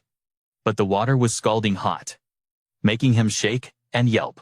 Once he calmed down, he realized who just saved him. It was Hue's crew. He scrambled up and coughed dryly. Seeing this scene, Taivo instantly snapped and screamed at Lee Toon-gia. "What the hell is your attitude? The boss just saved your life, and you can't even say a damn thank you." Toon-gia just scoffed at that. He spoke with total contempt. "If I'm gonna thank anyone, I should be thanking the people you guys stole these supplies from. Stop pretending to be heroes." Taivo got even madder. "You piece of trash." But Hue raised a hand to stop him. Smiling, "Mr. Ly, I genuinely want to invite you to join us." Toon-gia scoffed again. "You're annoying as hell. How many times do I have to say I'm never joining?" Seeing his attitude, Taivo was boiling with rage. "Lee Toon-gia, don't be such a shameless ingrate." Toon-gia didn't really care though. He calmly said, "So what? You gonna force me to join your little gang?" Saying that, he turned to leave. But he barely took a few steps before Hue grabbed him. He smiled at him. "Mr. Ly, is there some sort of misunderstanding between us? We just want you to contribute and bring hope to the weak and the disadvantaged surviving out here." Toon-gia pointed a finger right in his face and said bluntly, "Listen here, Jiang, don't think I don't know your game. You make those people wait 3 whole days for a single meal. Is that any different from just letting them die? Besides, I'm a loner, so don't think your dirty tricks will work on me." Meanwhile, up on the stairs, Phong heard Toon-gia's words and couldn't help but flinch. Only 1 meal every 3 days, if that's true. It means Hue doesn't care about them at all. It makes sense. To recruit the young and strong, the management has to accept the elderly, the sick, and the disabled as a burden. If this keeps up, sooner or later, there's going to be internal conflict among the committee members. Down below, Taivo was aggressively cursing at Toon-gia. "Don't be so ungrateful. He asked if you wanted to join or not. If you don't want to join, then get lost. Stop blocking our way." Hearing that, Toon-gia instantly slammed a headbutt right into his face. He scoffed. "I'm not moving. So what are you gonna do?" Seeing him blocking the stairs, the gang grabbed their weapons, ready to rush him. Seeing this, Hue just sighed. Then he looked at Taivo and nodded, giving the signal to attack immediately. The whole group forced Toon-gia back step by step. He glared at them, fearless, and shouted, "Bring it on. You think I'm scared of you punks, up above?" Phong watched the situation, consumed by worry. "We're screwed. Brother Lai is on his last legs. I have to go help him, but there are too many of them. Even if I go down there, I won't make a difference." He hesitated for a long time, frozen in place. That man helped him so much in the past. He couldn't just watch him die like this. After a moment of thought, he reached into his pocket and pulled out his pistol. He aimed it down at them, but he didn't pull the trigger yet. By now, Toon-gia had been backed right up against the wall by Hue's men. Suddenly, he saw something.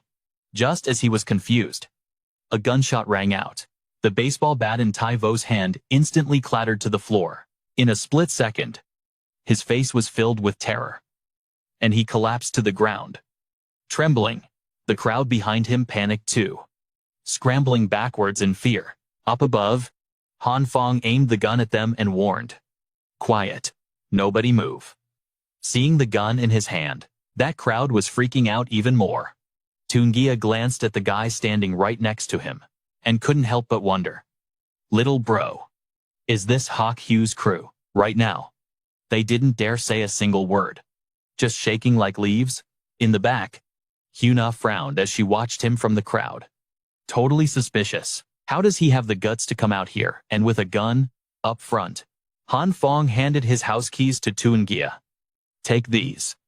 We're backing up. Nice and slow. He nodded quickly, and followed Han Phong upstairs. Hawk Hue's gang kept backing away, asking him what they should do. But Han Phong didn't give them a chance to talk, firing the gun again, making them jump. He warned in a cold voice. I already told you. Don't move. Drop your weapons and get on your knees. Those guys were terrified of that black muzzle, so they had no choice but to listen. Seeing this, Han Phong told Tuangia to hurry up, keeping his gun pointed right at the crowd. In the blink of an eye, the two of them vanished. The crowd could only blink as they watched the pair, step by step going higher. Only then did Hawk Hue dare to speak up. Does anyone know who that was? Hue Na quickly replied. That's Han Phong. We were just about to reach his place. Tai Vo heard that, and angrily grabbed her by the collar, shouting, Why didn't you tell us he had a gun sooner? She shook her head in fear. It's my first time seeing it too. Hawk Hue seemed to believe her and stepped in to stop Tai Vo. All right. That's enough.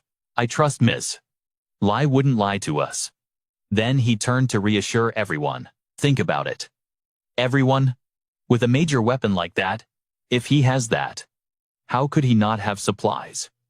As soon as he said that, the people behind him immediately nodded in agreement. Hawk Hue didn't give up and kept working the crowd. Besides, who knows? Maybe he's the one driving up the price of supplies. Then Hawk Hue remembered what old Lu said. Chances were high that the person he met was this kid. Suddenly, Tai Vo spoke up. Brother Tuong, are we sticking to the original plan? What if he shoots no? If he dared to kill anyone, he would have done it already. Hawk Hue shook his head. He didn't believe they could stay in that room forever, without coming out. Thinking this, he looked at everyone and announced, Everyone. Plans have changed. We're going back to prep some safety measures. Then we'll return. They were dead set on taking over Han Phong's place. Meanwhile, in front of Han Phong's apartment, the two of them had made it back. Tuangia rushed to open the door, but his hands wouldn't stop shaking, and he couldn't get it open for a while. He apologized guiltily. Sorry. Han Phong waved it off. Don't worry. It looks like they didn't follow us. A moment later, Tuangia finally managed to get the key into the lock. The second the door cracked open, he felt the warmth and just stood there, frozen. Han Phong waited a bit, then urged him impatiently. Hurry up and get in. He finally regained his composure and stepped inside. But as soon as he entered, he realized there was a heater and a generator that every household needed. More importantly, there were supplies all over the room. Tuangia looked around, his eyes going wide with shock. Little bro, what on earth is going on with your place? Han Phong was about to explain when a door suddenly opened, making Tuangia jump. It was the little girl, Ta Vuong, poking her head out and whispering, Where's the drone? Han Phong flinched, realizing he'd totally forgotten. Tuangia was getting more and more shocked, asking suspiciously, What drone? 2 hours later, Han Phong explained everything to Tuangia. He nodded as he ate. So that's how it is. But he couldn't help but marvel. This is just too impressive. You actually predicted this blizzard disaster and stocked up this much stuff. That's insane. Guess all that studying actually paid off. Han Phong chuckled softly, then looked a bit guilty. Hey, sorry about that. I was scared word would get out about my supplies. So I kept you in the dark for a while. But Tuangia didn't even care. He set his chopsticks down on the table. Then, he stood up and bowed his head to Han Phong. Thank you. Brother, if it weren't for you, I'd be dead meat. You've really gone above and beyond for me. Han Phong was a bit caught off guard by the gesture. He quickly said, Whoa. Don't be like that. Man, you've helped me out a ton. Too. Come on. Keep eating. I've got plenty of food. Tuangia's eyes welled up with emotion. He said sincerely, You're seriously a good guy. After that emotional moment, Tungia sat back down to finish his meal. Between bites, he spoke up. Oh, right? Brother, the situation in the complex is totally different now. He asked. You remember that message I sent you? Ever since that day, that guy Tuong has been using this so-called collectivism excuse to go around looting supplies from everyone. Some people fell in line, but others refused. When some people tried to leave, Tuong acted like he didn't give a damn on the surface, but behind their backs, he sent Kim Taivo to take care of them. Said it was to eliminate threats. Han Phong frowned as he listened. Is that the twin brother from that pair of college students? Tu Ungia nodded, calling them out. Yup. Those two have been bad news since they were in the womb. Han Phong thought for a second before speaking. No wonder the committee grew their power so fast.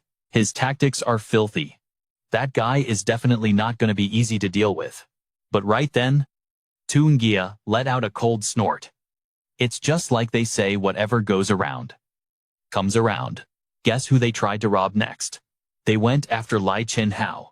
You know, that pro boxer. The one who won the middleweight championship. Han Phong was startled and asked skeptically. Wait, so didn't the committee guys get absolutely destroyed? Tungia shook his head. Not exactly.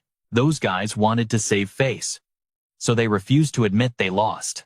That guy Tuong kept egging them on to go risk their lives against Lai Chin Hao again, but they just got knocked out cold. Because of that, Lai Chin Hao actually gained 2 new lackeys. One of them is pretty famous. Actually, one guy is Tring Dung Vo. He used to be a fan of Lai Chin Hao. Rumor has it he's been boxing for a few years. He's known for his insane speed. The other one is Kim Trung Tai. He's a hardcore die-hard fan of Lai Chin Hao. They say he was born with superhuman strength. His body is massive like a literal monster. With the rep of those two plus Lai Chin Hao, they've formed their own power faction in the community. And that group absolutely hates that bastard Tuong's guts. So to divert attention from that conflict, Tuong is trying everything to rob my supplies. Han Phong listened, then asked suspiciously. Put it that way. Trying to recruit you was just a last-minute idea, wasn't it? Tu Ungia nodded slightly. Han Phong frowned, deep in thought. No wonder that scumbag Tuong wanted to recruit Tu Ungia. Looks like things aren't going so smoothly on his side either. Right at that moment, a sudden noise outside the door made all 3 of them jump. Little Ta Vuong looked at the security feed and spoke up. Someone's here. It's Tuong Hoke who's goons again. Han Phong quickly stood up. I'm going to shut off the power to the door. But before he could do anything, his shirt was yanked back by a small hand. Little Ta Vuong had something to tell him. She could smell sulfur. Han Phong froze, but before they could even catch their breath, the ground shook like crazy, sending everyone crashing to the floor. Han Phong was furious and yelled out. They actually dared to blow up my damn house, the little girl. Ta Vuong said calmly. They probably used directional charges. That kind of explosive isn't super strong. Han Phong frowned, asking, You know about that too? He just asked casually. Then looked back at the security feed. He immediately spotted a familiar face and couldn't help but sneer. Turns out that chick Hue Na brought Tuong Ho Q here. Then he walked over to the console and flipped the power switch. Then he warned. Everyone, back away from the door. Once the other 2 had stepped back, he activated the electric shock. Instantly, a blood-curdling scream rang out from outside. The guy at the door got fried and collapsed. Hawk Hugh looked a bit surprised seeing that, but he composed himself real quick. He immediately barked an order. Place the charges on the hinges between the door and the wall. Use 2 packs this time. Tai Vo obeyed and planted 2 explosive packs by the door. Boom! A deafening explosion shook everything again. Cracks started to appear on the wall, but the door still didn't budge. Hawk Hu frowned. He didn't expect this at all. The explosives are fine. Looks like Han Phong was already prepared for this. After thinking for a moment, he said, This time, use 3 packs. And I'll show you exactly where to blow it. If it still doesn't budge, keep increasing the dosage. They were determined to breach Han Fong's safe house today. Inside, Han Fong and the others had piled up a ton of stuff to barricade the door. Just as they finished, the door shuddered violently again. They quickly covered their ears. Han Fong shouted something, but Tungia couldn't hear a thing. Once the ringing in their ears died down, Han Fong yelled, startled. What was that sound? Tungia rushed to say. The wall is breached. Go get something to plug it up. Han Fong was panicking. He was afraid if they kept blasting, the cracks would get way bigger. Thinking fast, he said. Blocking it won't work. Move everything out of the way. Fast, I've got a plan. Tungia frowned suspiciously. We're under attack, and you want to move furniture. Before Han Fong could answer, Ta Vuong walked over and said, I'll help. Tungia glanced at her. You gotta be kidding me. Kid, go back to the bedroom and hide. But right as he said that, a hole appeared right in front of her. A spatial rift. But the crazy part was just starting, as piles of stuff got sucked right into it. A moment later, everything had vanished into the void. Tungia gasped in terror. That's insane. Did it really just suck everything in? Before he could even calm down, he saw something in Han Fong's hand. A purple light appeared. He was trying to soften the wall, to see if he could reshape it, but he had to control the range, or else the hardening process would take forever. Instantly, the purple light engulfed the entire wall. A moment later, Han Fong's eyes lit up. One of his hands switched to a green light. Quickly, the two lights merged together, repairing the wall. Han Fong watched as the wall fixed itself, a look of satisfaction in his eyes. Seeing this, Tungia was shook and yelled, That's wild. Bro, what kind of superpower is that? While Han Fong was figuring out how to explain, Ta Vuong suddenly screamed, Get down. At the exact same moment, the ground shook violently again. The wall he just fixed started cracking. Han Fong started to panic. Ta Vuong quickly explained, They're blasting it head-on. Han Fong bit his lip hard, absolutely furious. Since it's come to this, fixing it is useless. After thinking for a long while, he finally spoke up. I have a dangerous idea. Are you guys willing to trust me just this once?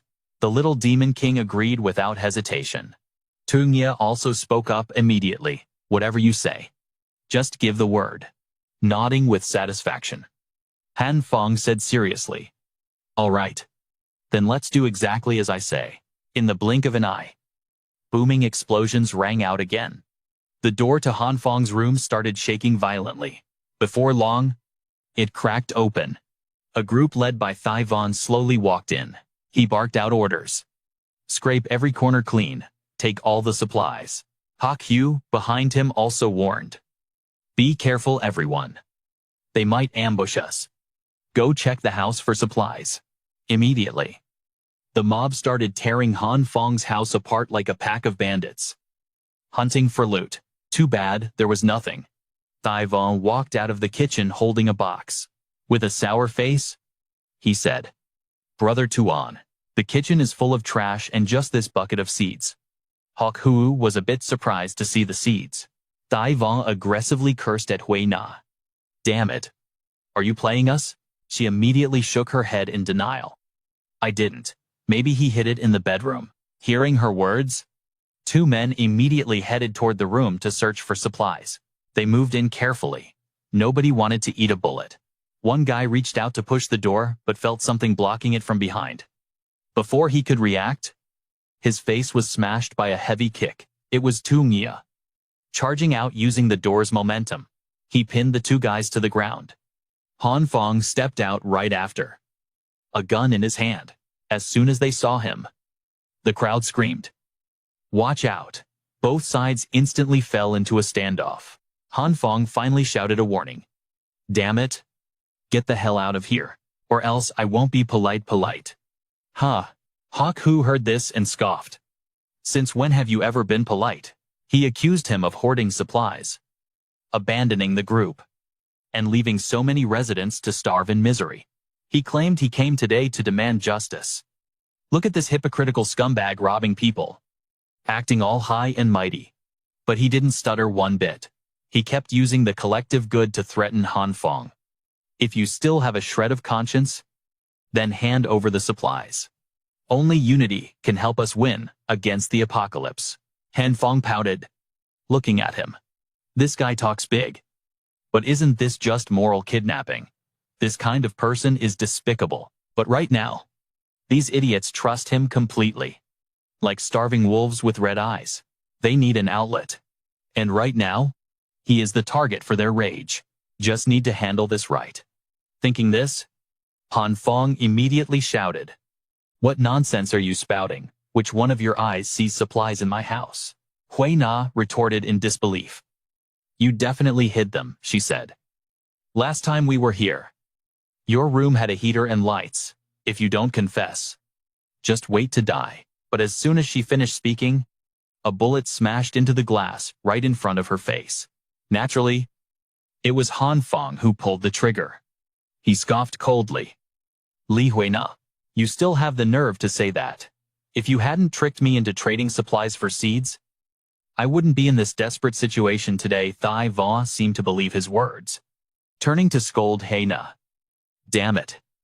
Are you messing with us?" She shook her head in fear. "No, I'm really not lying." Seeing the two of them arguing, Hak Yu spoke up to intervene. "Stop the infighting. I have a simple solution. You guys go check his room." Saying that, he pointed at the two guys sitting on the ground. He cocked an eyebrow, shooting Han Phong a provocative look. "Mr. Han, surely you wouldn't turn us down, right?" Since he was already fully prepped, Han Phong didn't push back. A moment later, the squad came out to give their report. "Brother Tuong, there's nothing in there but some trash and a little girl. That kid they call Tavuong." The little girl threw herself into Han Phong's arms, wailing loudly. "Big brother, I'm scared, I'm so hungry." Han Phong quickly comforted her.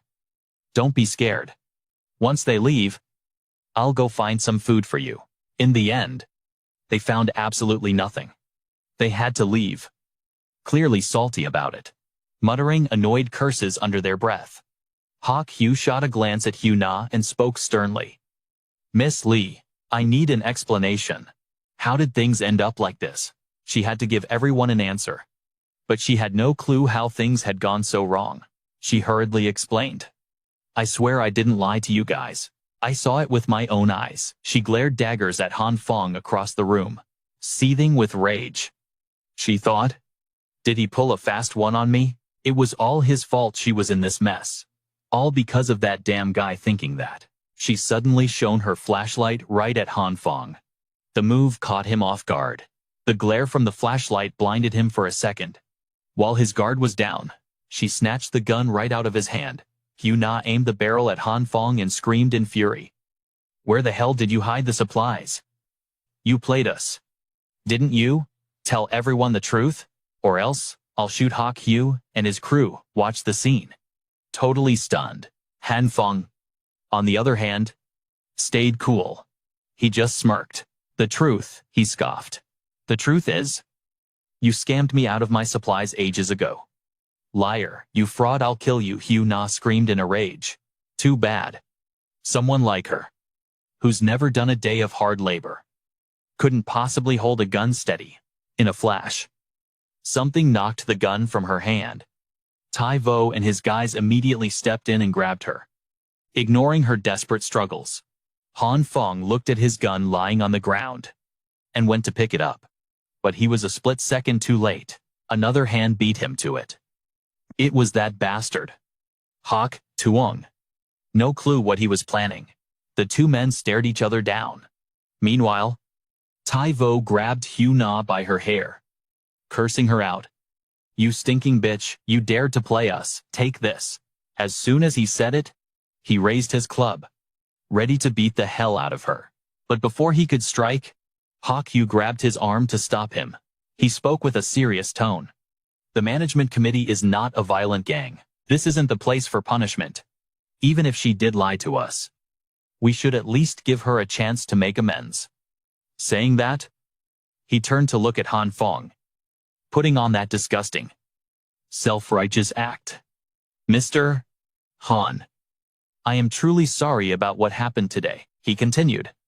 We're all victims here. I'll give you a proper explanation later. As he spoke, he handed the gun back to Han Phong. The move took Han Phong by surprise, but he didn't hesitate to take it back. Haku continued. I sincerely invite you to join the management committee. He added, you don't have to answer right now. Think it over. Tell me your decision when you come to collect your supplies tomorrow. Then, he led his group away. Once there were only 3 people left in the room, Tungia asked anxiously, Bro, you hurt? Han Phong shook his head and sighed. Finally, the show is over. Right after that, the 3 of them went up to the little girl Tavuang's room upstairs to rest. Tungia couldn't help but exclaim, I can't believe this kid has a room on the upper floor too. Han Phong nodded. Yeah, it's huge, way cozier than my place. And thanks to the kid, they totally pulled off that act. Rewind a bit. Han Phong had told the little girl to stash everything in the house away, but leave 1 bag of trash and some wrappers visible. Don't hide it all. Then he ordered Tungia to crack the window open, to drop the room temp fast. He said they had to make this place look like there hasn't been food here for ages. Just let those guys outside smash the door down, but in the end, they get nothing. That Tuang guy staged such a huge scene. If he goes back empty-handed, the crowd is gonna riot for sure. In that case, people always turn their anger on the weakest link. Plus, Han Phong has a gun, so that Hue Na chick is definitely gonna be the scapegoat. Tungia frowned when he heard that. But there's so many of them, even with a gun. We're not exactly safe. Right, like they just took the gun. That's the worst-case scenario. Han Phong nodded calmly. Once Tuang gets the gun, he might try to settle things peacefully, just to protect his image. Tungia kept pressing. But what if Tuang actually pulls the trigger? Chuckling softly, Han Phong said casually, there's only a single bullet in that gun, and I already fired it a while ago. Hearing that, it finally clicked for Tungia. He gave a thumbs up. Impressed. Bro, you're a genius, so you let them take the gun on purpose. Didn't you? Han Phong shrugged. Let's just say it was all part of the plan. Tungia nodded. So, next step, we just pretend we're struggling and lay low. But Han Phong shook his head. Their next mission, overthrowing that scumbag management board, down at the management base. They were handing out supplies to everyone. It was chaotic and loud, perfect distraction so they wouldn't notice a thing. 2 figures silently sneaked toward the supply depot. Just then, 2 management guys were walking out. They were on guard duty checking the door. Han Phong and Tungia hid to the side. Watching them, they locked eyes, silently agreeing on a plan. According to Tungia's intel, the first 4 floors had been cleared out. Floors 5 and 6 were occupied by the building support staff, so those were off limits. He figured the warehouse had to be on the 7th or 8th floor. There's gonna be guards above the 5th floor. I'll go up first and create a distraction. Then Han Phong, you flank him and knock him out with the bat. No guns. Just like we planned. They slowly made their way up. But it was weird nobody was there. They pushed on to the 6th floor. Still empty. But Han Phong warned Tungia to stay sharp. They stopped at the 7th floor, and still faced 0 resistance. Han Phong hesitated. Are you sure they stashed the supplies on these floors? Tungia shook his head. Honestly, I'm not so sure anymore. He looked around for a moment before speaking up. I mean, no guards is one thing, but not seeing a single soul, that's a little too suspicious. Right. Neither of them knew for sure. They just had to play it by ear. Tungia suggested they split up left and right. Yell if anything happens. Han Phong nodded, then carefully moved inside. He thought they'd have to fight their way up. But hey, he wasn't complaining. This was just a scouting run anyway. Earlier, back in that kid Ta Vuong's room, the 3 of them were eating and plotting their next move. Han Phong looked serious. There are way too many people in the management. We can't take them all down by ourselves. The only way to overthrow them is to destroy them from the inside. Think about it. The management is just an organization held together by supplies. If we find their warehouse and let little Tav Wang clean that place out, the management will crumble instantly. That's easier said than done. Though, God only knows which room they're stashing the supplies in. We still have to be careful. Someone could come up any second. But while Han Phong was thinking, he saw Toon Jia happily running over from the other side. He felt helpless. Didn't they just agree to be careful? A moment later, the two of them were standing in front of the warehouse door. Han Phong asked suspiciously. It's labeled so clearly like this. Don't you think it looks more like a trap? Toon Jia frowned slightly. But according to the sign, this is definitely the warehouse. What was even more surprising was that the key was already stuck in the lock. Talk about convenient. No matter how you looked at it. It screamed trap. But Toon Jia didn't think so. He whispered, maybe they just forgot to take the key out. Let's just open it and see. Saying that, he reached out to unlock it. But Han Phong stopped him immediately. Wait. He had spotted a thin wire wrapped between the key and the handle. This is a classic booby trap. Han Phong warned. You have to be careful. He remembered those two guys mentioning checking the warehouse door earlier. They were probably talking about this trap. Anyway, don't touch it. Just knowing it's here is enough. We'll go upstairs and check the rest. We just need to mark the location of the warehouse and figure out how to open it later. Han Phong suggested. Toon Jia nodded in agreement. But right at that moment, they ran smack into two other guys coming out of a door. The four of them stared at each other in shock for a second. Han Phong reacted first, grabbing Toon Jia and making a run for it. The two of them sprinted ahead. But those guys caught up fast. One of them swung a baton at Toon Jia. Han Phong rushed in to block it with his arm, seizing the chance. Toon Jia kicked the guy back. Then they shoved open the door in front of them and dashed inside. They quickly jammed the door shut with an iron bar. Han Phong clutched his injured arm and asked suspiciously, I thought you said there wouldn't be anyone around during supply distribution. Toon Jia shook his head. Confused? Who knows? Last time they wouldn't even let me on this floor. Just then, footsteps echoed from the stairs. Han Phong frowned. Shit, someone's coming up, he suggested. Let's keep going up. There should be fewer people higher up. They immediately scrambled up to the 8th floor. Toon Jia looked at Han Phong worriedly. Hey bro, your arm. Han Phong shook his head slightly. I think it's fractured, but he brushed it off. Speaking calmly, we need to find a place to hide. Now, suddenly, Toon Jia pointed behind him and screamed. Bro, behind you. Han Phong turned around in confusion. But before he could react, a hand clamped over his mouth. He was dragged right through a door. Just like that. Han Phong was pulled inside and thrown to the floor. The door slammed shut immediately. He couldn't help but let out a groan of pain. Outside, Toon Jia was banging on the door, screaming in panic. Kid, are you okay? Hang on.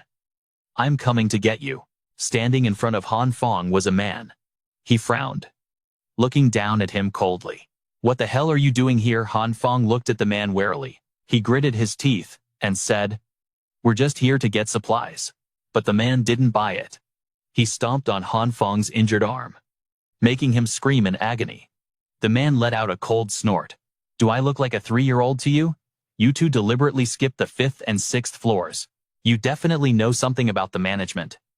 Don't you? Han Phong frowned, eyeing him suspiciously. You've been stalking us this whole time, the man sneered, looking at him like he was an idiot. You seriously think this place is unguarded? Hearing that, Han Phong suddenly realized something terrifying. In the corner, the bunch of people were knocked out cold. Had this guy already taken them out? Right at that moment, angry shouts erupted from outside. Get him? Is there anyone else? Search every room. Han Fong's heart started racing. We're screwed. Brother Lee is still out there. But the man in front of him was chillingly calm. He gave a cold pay. Emotionless. Then, he walked step by step toward the window. He threw the window open without hesitation, guessing what he was about to do. Han Phong yelled in shock. "This is the 8th floor. What the hell are you doing?" the man replied nonchalantly. "Technically, it's only the 4th floor. The snow's piled up to the 3rd or 4th floor by now. Plus, with that snow cushion, you won't die from this height." He raised an eyebrow at Han Phong and said seriously, "Jump, or get beaten to death. Your call." While Han Phong hesitated, the sound of footsteps and the door being bashed in got closer and closer. He glanced at the window, but the man was already gone. At that moment, the door was about to give way. Acting on instinct, Han Phong climbed onto the windowsill. He gritted his teeth and jumped. In that split second of free fall, a purple light flickered on his arm. Meanwhile, the man had already landed safely. Hearing the commotion, he glanced over and saw Han Phong struggling out of the thick snow. From above, the pursuers looked down and screamed, "He's still alive. There's another one." While Han Phong was still dazed, not knowing what to do, the man's figure blurred past him. He watched as the guy violently slammed into a glass window, shattering it to pieces. Seeing this, Han Phong couldn't help but curse under his breath. Holy crap. Is he a tank or something? But he didn't have time to think. The snow kept falling. He quickly followed the man inside. A moment later, the mob chased them down to the ground. But Han Phong and the man were nowhere to be found. Inside the room, the man had started a fire for warmth. Han Phong sat nearby, lost in thought. This guy is actually pretty decent. If it weren't for him just now, I probably would have been caught.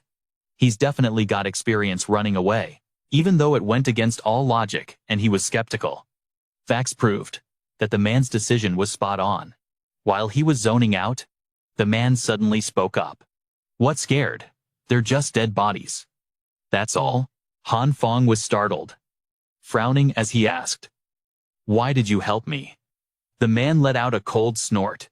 "Help you? I'm just pissed I couldn't kill you myself right then and there." The fact that Han Phong and his buddy didn't fall for that moronic trap on the 7th floor proved they had some brains. He wanted the kid to tell him everything he knew about the management. He didn't forget to add a warning. "Of course, if you don't talk, that's fine too. That just means I get myself another meat shield." Han Phong couldn't help but feel annoyed. Judging by the people he'd knocked unconscious, it was safe to assume this guy came to steal supplies, or he had a grudge against the management. And the duo's arrival interrupted his plan. Thinking this, he looked at the man and asked, "Do you have beef with them?" The man sneered. "If you say so." If it wasn't for that Tuang Hak Yu guy having a secret, before he could finish, Han Phong immediately shouted, "What secret?" The man smirked. He stood in front of the boy and said coldly, "So you really do know Tuang Hak Yu? Furthermore, there's some kind of connection between you two." He gave the kid a warning. "Spill the beans about the management committee, or you'll end up as corpse number 2 right here. Your call." In a split second, Han Fong's expression went dark. By the flickering firelight, a story was about to unfold. Han Phong looked at the man with eyes full of sincerity and started talking. "That guy Tuang Hak who brought explosives to my place, then snatched my woman and my supplies." Saying that, he slammed his gun onto the table, took a deep breath, and continued. "We dragged out our very last resort for revenge, but a single gun, no chance. It's useless against them, so we had to use it to buy a way out. Truth and lies were mixed together. But with the pistol right there, how much would the old man believe?" He waited silently for a reaction. A moment later, the man finally spoke. "A beat-up pistol like that, the management committee wouldn't lose sleep over it. The fact he didn't strip you of it and let you walk, that's the best proof." Han Phong breathed a sigh of relief inside. He bought it. Thinking that, he pressed on. "But why didn't he take it?"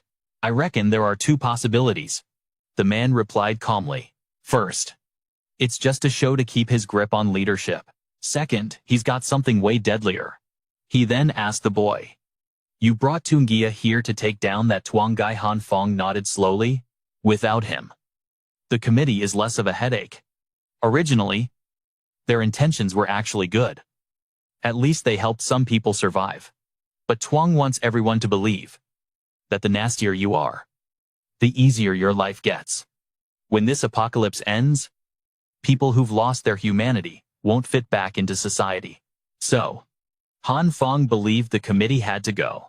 The room fell into a heavy silence. A moment later, the man scoffed. Overthrow them. Then what? It's survival of the fittest now. Your ideas are a joke. This block is gonna end in looting and mutual slaughter anyway. Han Phong frowned. Can you even imagine what this place could become? Want a third opinion on that? The man asked out of nowhere. Then suddenly shoved the door open. Someone was actually there. The stranger swung something at him, but he dodged it effortlessly. He threw a punch back. But to his surprise, it was blocked.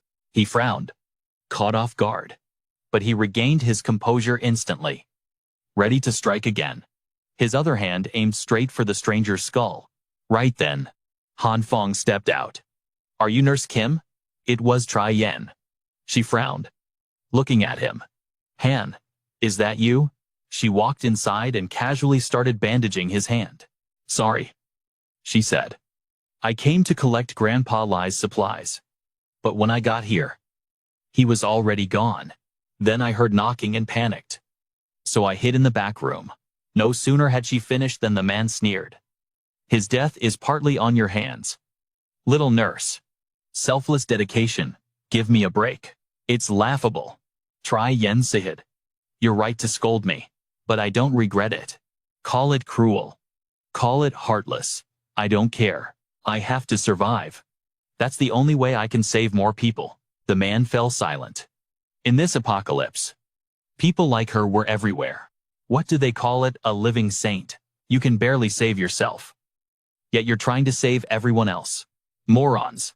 Just then, Han Phong spoke up. Did Zhang Shuio set it up for you to get in here? Qin Yin nodded slightly. He gave me a pass. Plus, he gave me a ton of supplies, so I couldn't exactly say no. But over the last few days, Shuio kicked out a bunch of the sick and elderly people. Grandpa Lai was one of them. By the time she found out, it was too late. The man chimed in. The management survives longer with fewer mouths to feed. Honestly, I'd do the exact same thing. But Han Phong shot back immediately. That's not it. Brother Lai said a new faction popped up in the complex. Rebels who are against the management. Jiang Shuio is probably desperate to wipe them out. That's why he's getting rid of the sick, the women, and the kids, saving the supplies for the strong fighters. Combine that with how he just casually planted a bomb in front of your place just to steal supplies. There's a chance he's planning to win to did. Start a war with that rebel faction. Hearing that, the other two were totally shocked. Han Phong sighed. If I'm right, I have to find the armory. But the man just sneered. So what if you find it? You think finding it solves anything? What can you do alone? Han Phong glared at him. I'm not dying here with everyone else in this complex. If I find the armory, I'll have a counterplay. The man stared at him for a long time, then scoffed. If you have a death wish, go ahead. In this apocalypse, Shuio's management is just a tiny faction. There's gonna be way more battles for survival. In a dog-eat-dog world, the winner is the one left standing. After saying that, he walked away, leaving Han Phong and Qin Yen standing there, stunned. A moment later, Qin Yen looked at Han Phong. Is there anything I can do to help? Han Phong shook his head. No need. I don't want to drag you into this mess. But Qin Yen replied firmly. Don't say that. If your hunch is right, then the whole complex is in danger. And what happened to you? It's just so messed up. Han Phong felt a bit awkward hearing that. But seeing the determination in her eyes, he didn't know how to react. After thinking for a second, he said, Thanks. If anything comes up, I'll ask for your help. Meanwhile, over at the management HQ, the squad hunting Han Phong came back to report. Someone asked suspiciously, Was it really Han Phong?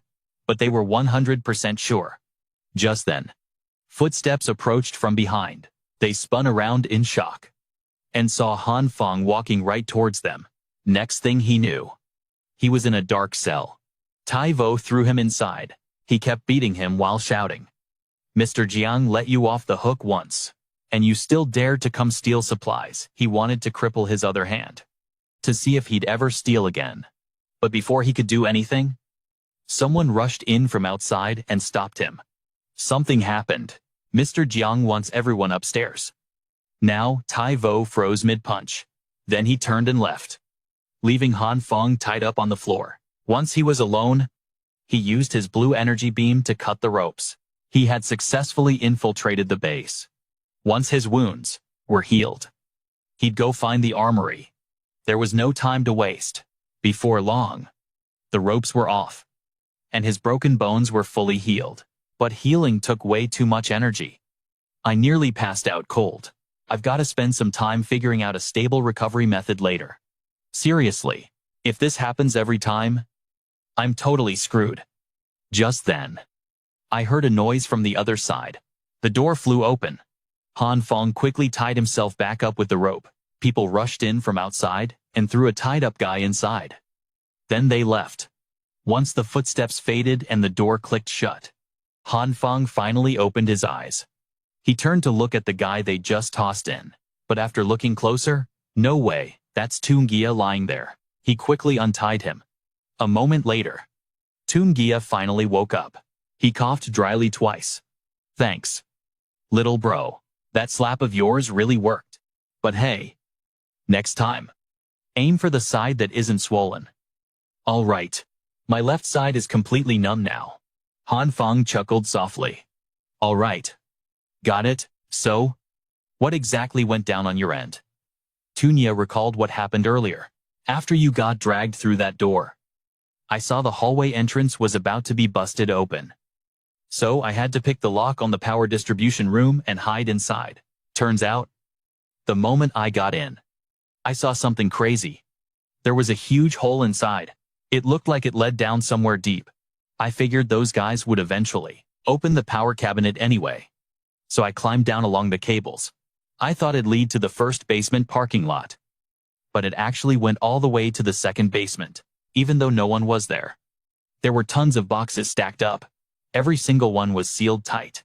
Tungia opened a few to check, and saw they were full of ham sausages. Each one was as big as my forearm. I was just about to take one out to check when suddenly, there was movement behind me. By the time I turned around, I was out cold until you woke me up.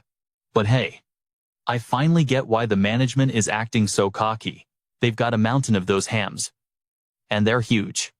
Phong frowned as he listened. He asked, suspiciously, "Did the packaging actually say ham sausage?" Tungia shook his head. "Not a single word. It just looked exactly like a ham sausage." Fong's expression turned serious. "Something's not right. Do you think that place might be Jiang Shui's secret warehouse?" Tungia was startled. "Wait. So what do you think I actually saw?" While they were still suspicious, a strange voice suddenly spoke up from outside. "Why is Mr. Jiang suddenly in such a rush for us to get rid of Li Tungia? I thought he always wanted to recruit him." Phong and Tungia were shocked. "They want to kill us to silence us." Immediately, the door was pushed open. Two guys walked in from outside, but they didn't see Phong or anyone else. They got suspicious. They clearly tied two people up in here. But while they were searching around, Phong and Tungia were waiting behind the door. The moment their guard dropped, two Ingai attacked. In no time, they tied the thugs together. Phong frowned and said, "He's planning a murder. We have to see what those things really are." Tungia asked suspiciously, "So how do we handle this? There are dozens of boxes down there." Phong said slowly, "Don't worry. I've got a plan. First, let's go regroup with the little evil king." Just then, her voice rang out. Phong asked, "Big sis, did the person we're picking up arrive? What's going on?" The girl on the other end answered quickly. "She came to the house earlier and stole your gun." She wants to kill you too. You sure you're okay? Hearing that, Han Phong instantly panicked.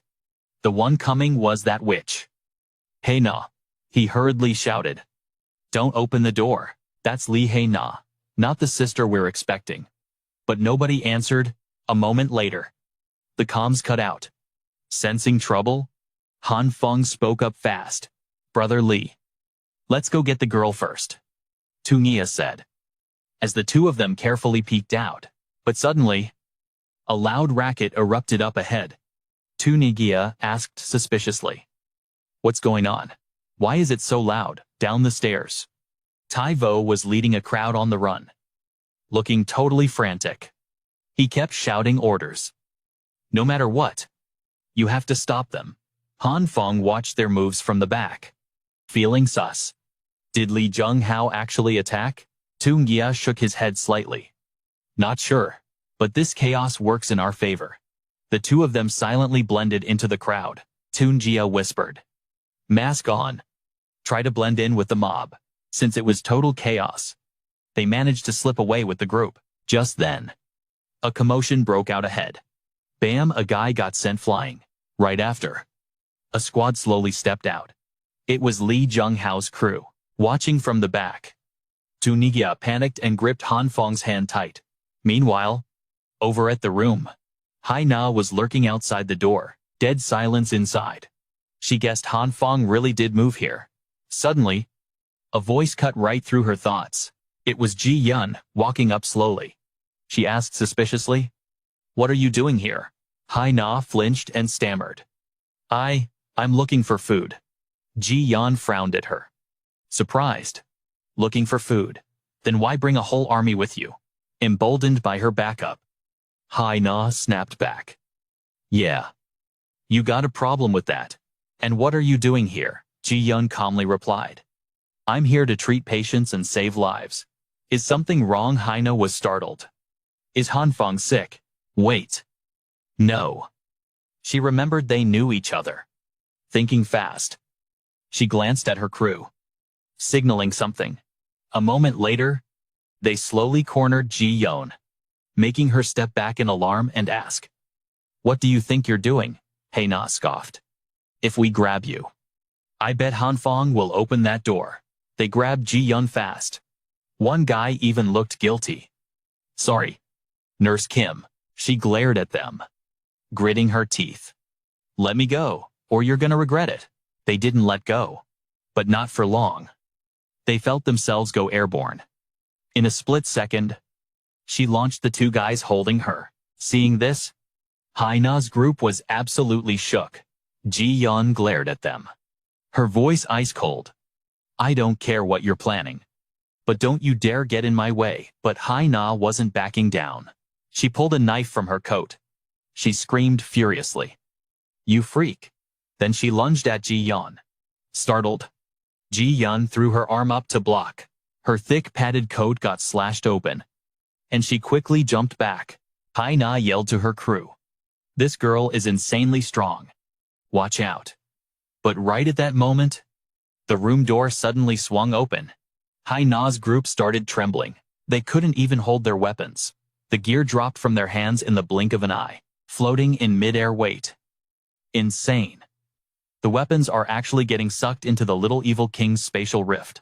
Right now, the girl starts weaving a spell with her hands. A crazy wind blast explodes around her.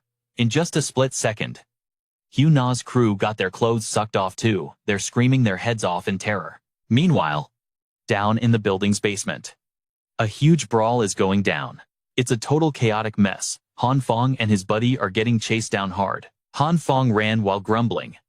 I just punched him once in the face. Didn't I? Do you really have to chase us forever like this? Tungia clicked his tongue. But hey, little bro, that punch of yours was a little too heavy-handed. Trung Tai was chasing aggressively right behind them, cursing in rage.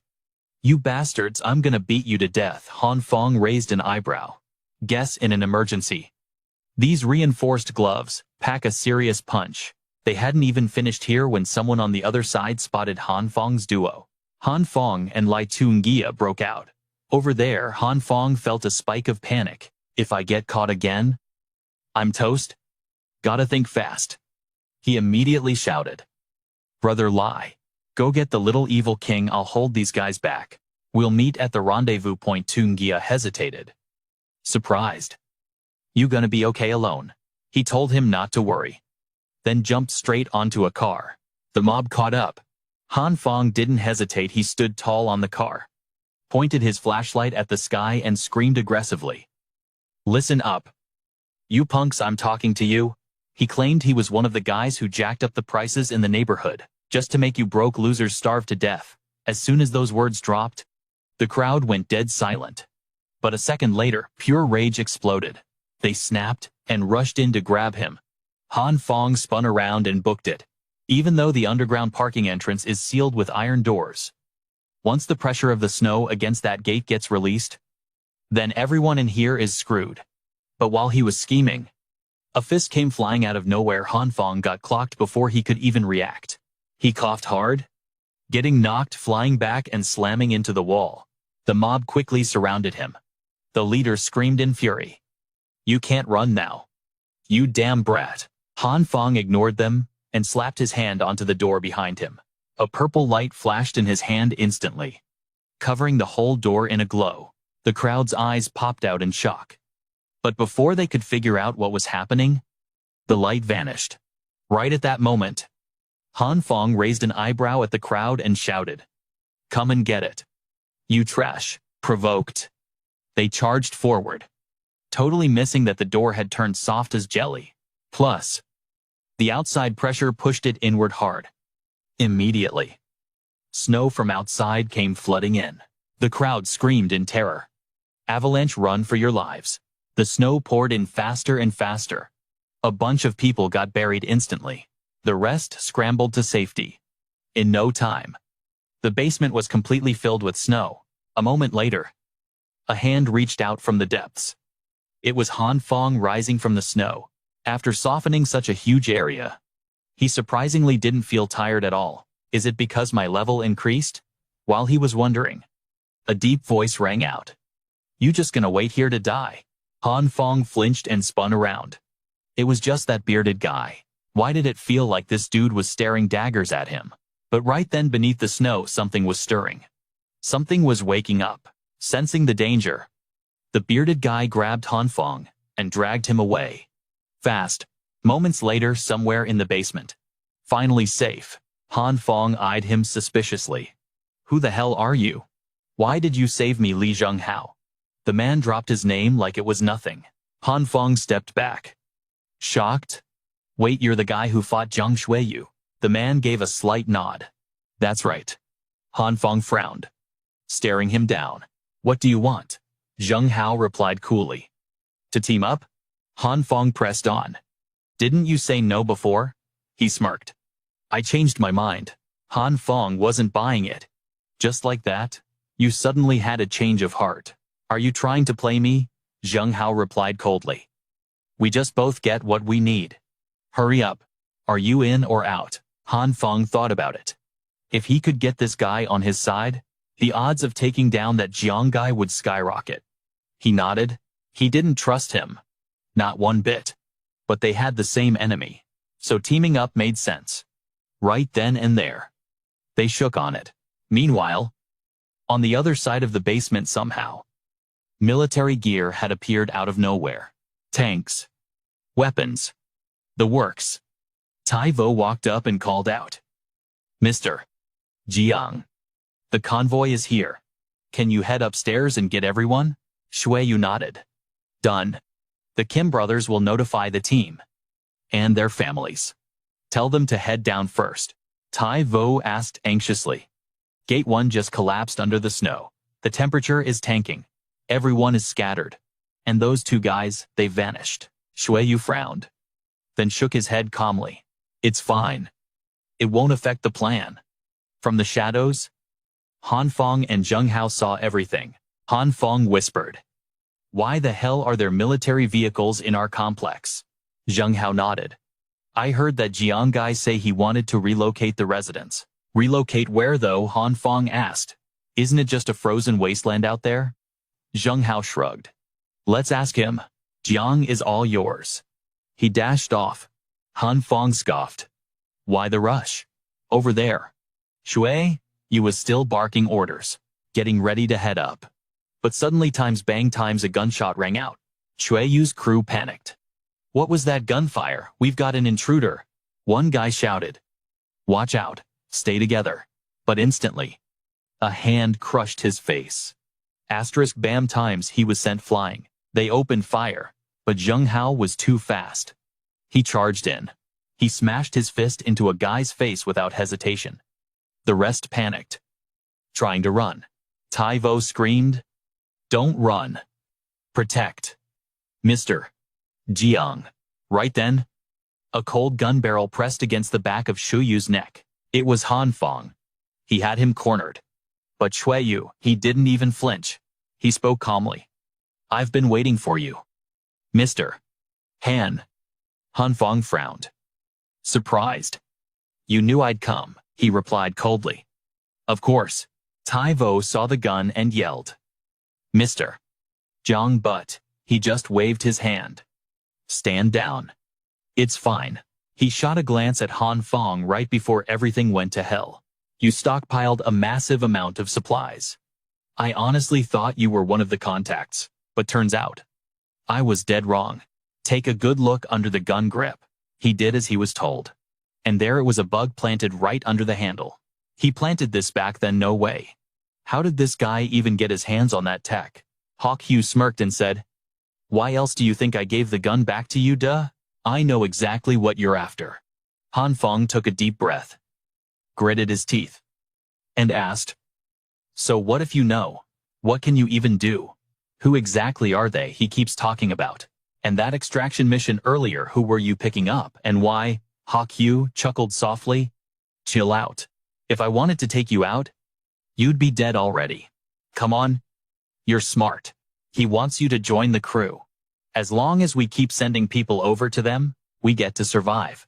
Hearing this, Han Phong scoffed in total disgust. You want me to be your meat shield? Sorry. Hard pass? Hawk Hue sighed, shaking his head. What a shame. The second he stopped talking, a squad of special ops stepped out from the shadows. Han Phong flinched. No way right now. One of the soldiers aimed his gun straight at him. He spun around and booked it, bullets tearing up the ground right behind him. As he dashed past a wall, a hand suddenly grabbed him, yanking him into cover. Han Phong looked up to see who his savior was. His voice trembled. What are you doing here? We need to run. Now. But Chin Hao stayed icy calm. Scared. It's just 3 special ops guys. Isn't it? He proposed. I'll distract him. You improvise. Han Phong freaked out. Are you crazy? Stop joking around. They've got assault rifles. But the old man didn't give a damn. He just walked right out there. He moved like a ghost, weaving through the hail of bullets. His speed was insane. The soldiers couldn't even touch him. In a flash, Chin Hao closed the distance on one of them. He grabbed the gun barrel and delivered a brutal kick to the guy's gut, snatching the weapon right out of his hands. Watching from the sidelines, Han Phong was in awe. This guy, he's definitely built different. While everyone was distracted by the chaos, the military vehicle revved its engine. Hawk Hue barked an order. We're out of time. Just drive straight up and grab the target. Han Phong wasn't about to let that happen. He summoned a purple glow in his hand. He slammed his palm onto the ground, sending the light rippling through the earth. In a split second, the ground turned into mush. It was impossible to drive through. The car was stuck. Hawk Hue frowned. What the hell? Tai Vo shook his head. The right side, it's sinking. Hawk Hue whipped his head around to look back. The ground beneath the car was totally collapsing. Han Phong was struggling to hold them back, but the light in his hand was fading fast. The range is shrinking. I can't sink both wheels. Suddenly, a grenade rolled right in front of his face. He scrambled back in terror. A guy from the car poked his head out, smirking coldly at him.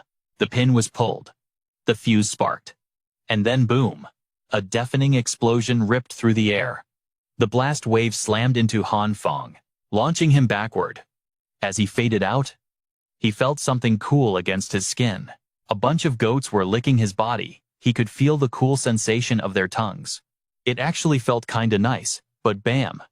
He snapped back to reality. He immediately saw a massive goat using its long tongue to touch him. Not just that, it wrapped around him in the blink of an eye. A strange blue light engulfed his whole body. Back in the real world, he was glowing with that same blue light, and it was already healing his wounds. That military truck actually survived the explosion. Taivo let out a sigh of relief inside. Lucky this beast has serious horsepower, otherwise they would have been toast. But right then, a red glow suddenly flashed on the car window. A hand punched straight through the glass. In a split second, half the car got obliterated by that red light. Taivo saw him and instantly raged out. He pointed his gun and screamed, "You little punk!" Han Phong stared right down the barrel. But his eyes, they looked dead empty. He just reached out and grabbed the gun. That red light swarmed the gun, instantly spreading to the guy's clothes too. Everything the light touched just corroded away. Seeing things go south, Hue yelled out, "Bail out now," but Taivo's clothes were already stripped clean. He was shaking uncontrollably from the cold. He couldn't take it and gritted his teeth. So cold. "Help me." Suddenly, he spotted someone and gasped, "Tai Van." Tai Van rushed over with a baton. Looking worried, brother. Then he charged at Han Phong to attack. He kept screaming, "You bastard!" Han Phong just side-eyed him. The second the baton came down, he caught it with one hand. The red light started swallowing Tai Van's weapon. Hue was running up ahead. His face looked grim as he gritted his teeth. "Hurry up and get back up down here." Han Phong dealt with the baton, then just breezed past him toward the car in front. He walked right up to it. The people inside were shaking with fear. "He is here, run him over." But he didn't seem to hear a word they said. He just kept walking forward and slapped both hands on the car. Instantly a purple light covered the vehicle. The metal started melting down fast. The guys inside screamed in terror, "The car is melting, get out now." But it was too late. The car crushed them into the ground. Screams of horror echoed everywhere. Right then, a bullet grazed his face. Blood started to drip, but that blue light healed it up in a second. Seeing that the enemy squad freaked out, "No way. The bullets aren't working." Han Phong charged straight at them, but he only made it a few steps. Gunshots rang out non-stop. The special forces were unloading on him. They were trying to protect that guy named Tuong. Chin Hao noticed the situation. He wanted to jump in and help, but the special ops guys wouldn't let up on him. They kept attacking him relentlessly. He dodged and thought to himself, "What is that bastard Tuong planning?" Meanwhile, back at Han Fong's side, with the special forces suppressing him, he was forced to step back. But a purple light flared up in his hand. Without hesitating, he slammed it into the ground. The soldiers felt the ground shift beneath them. While they were still confused, Han Phong dashed right in front of them, grabbing two black gun barrels. He snapped the guns in half with his bare hands, and that wasn't all. The broken pieces in his hands suddenly turned into soft putty. Like twisting vines, those two soldiers saw it and couldn't stop shaking in pure terror. Too bad he didn't give a damn. He just lashed out with that thing in his hand. Those guys just stood there frozen. Before they could even react, slash. That thing sliced right through their throats. Just like that, dead. After taking them out, Han Phong couldn't help but gasp for air. But he didn't notice. Tai Van was creeping up right behind him. He swung that iron pipe hard. No time to react. Bam, knocked to the ground. Out cold instantly. Tai Van smirked and scoffed. "You asked for this. You freak." He raised that pipe to smash his skull in. But before he could land the hit, POW, someone punched him right in the face. It was Chin Hao. He was still dragging an unconscious Spec Ops soldier. He reached down to pull Han Phong up, looking suspicious. "Is he out cold? You went totally berserk back there. Did you lose control or something?" While he was wondering, noise came from the other side. He dragged them away fast. Hue's squad had caught up. He glanced at everyone and said, "Everyone watch out. Let's link up with those three soldiers first." But not long after, he saw the two soldiers lying in a pool of blood. Stone, cold, dead. Someone asked, "Where's the last one?" Another guy shook his head. "Can't find him. Probably didn't make it." Tai Vo already froze to death. Only Tai Van and the crew in the car made it out. Someone asked Hue, What now? He thought for a second then spoke. The soldiers are all dead. We don't know where the main base is. Mission failed. They had to go back empty-handed. Later on, inside a room with a warm, crackling fire, Phong suddenly woke up screaming. Grenade, but when he calmed down and looked around, he frowned and muttered. I'm not dead. Where the hell is this? A deep voice spoke up. You back to normal? Yet he jumped, turned around and asked. Normal? What do you mean weren't we in the basement? Why are we here, and where are my wounds? Chin Hao replied coldly. If you don't know, how should I know? But about Tuong's plan. I've got some leads. Actually, let him tell you. He pointed to that Spec Ops soldier, tied to a chair. He glared at the guy and ordered. You said the base sent you to make a deal with Tuong Hak Hu. Deal for what? The soldier was shaking. Weapons and food in exchange for the people here. Hearing this, Phong asked suspiciously. Trade them over there for what? That guy answered. To help build the base. Phong frowned harder as he listened. In this apocalypse, instead of cutting down the population, you're expanding the workforce. Don't take us for idiots and try to play us. Don't mess with us. The guy looked at him in fear. Stuttering. It's all to rebuild civilization, to save humanity. Basically, we're not doing anything wrong. But the second he finished, crack, Chin Hao snapped one of his fingers. He scoffed. If you fail the mission, what happens then? The guy was sweating bullets from the pain. He gritted his teeth. The base will send more people. Chin Hao leaned right into his ear and whispered coldly. Will they send people with superpowers immediately? The guy's face went pale with panic. He avoided the man's gaze, shaking his head. Superpowers? What are you talking about? I don't get it. Phong furrowed his brows, deep in thought. Judging by this soldier's attitude, I can't rule out the possibility that the base has superpowered people. But looking at what the base is actually doing, if there are superpowered individuals, it's more likely they're enemies. Still, this Chin Hao guy is absolute savage. He killed him without a second thought. Phong frowned at him and asked, was it really necessary to kill him right now? He refused to explain, simply asking in a cold tone. Do you actually believe that's saving people garbage? He spouted.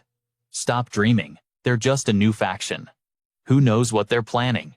Right now, we either wipe them out, or we leave and find a new shelter. Hearing this, Phong just nodded. I'll go discuss it with everyone. After leaving Chin Hao's room, Phong carefully made his way to his destination.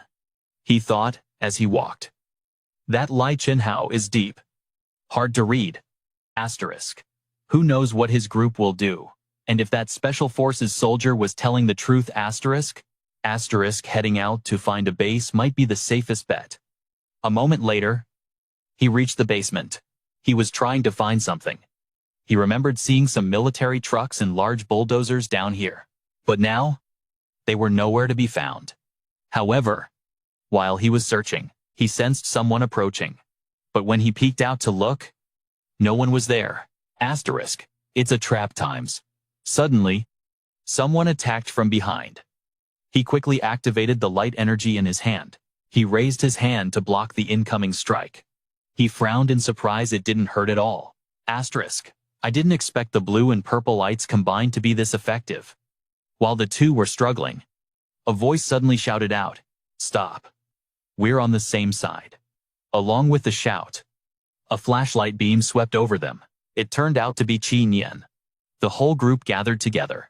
Phong explained everything to them. That's the situation. So I came back here to find a way out of the residential area. Hearing this, Tung Gia was furious.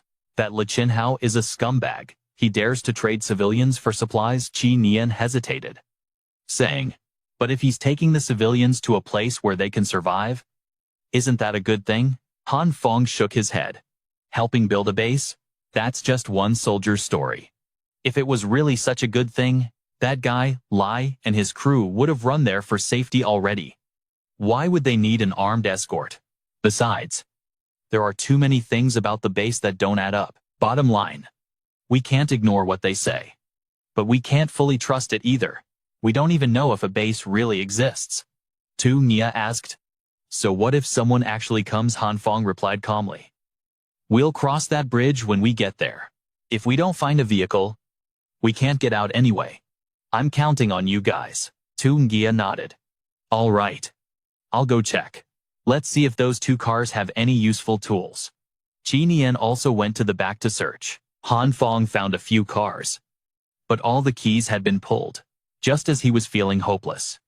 Tu Nigaya's surprised voice rang out. Hey kid. Get over here. Holy crap. Look at all these weapons. Han Phong ran over immediately. Sure enough, he saw a truck loaded with weapons. He signaled to Tu Nia. Call the middle school kid over to pack all this up. We'll definitely need it. Tu Ngia nodded. Good idea. Han Phong examined the vehicle in front of him. It had been melted down like this. Maybe he was seeing things. Tu Nia was about to call out to the little evil king, when he saw the two girls standing in front of a massive curtain. He muttered suspiciously. What are those two doing? Han Phong looked over too. Thought for a second, and suggested they go check it out. The four of them gathered quickly, staring at the thing in front of him.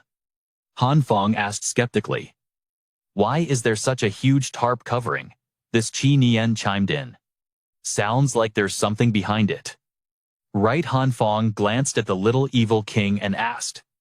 Got a brighter flashlight? The little girl nodded slightly, and pulled a flashlight out of her spatial inventory.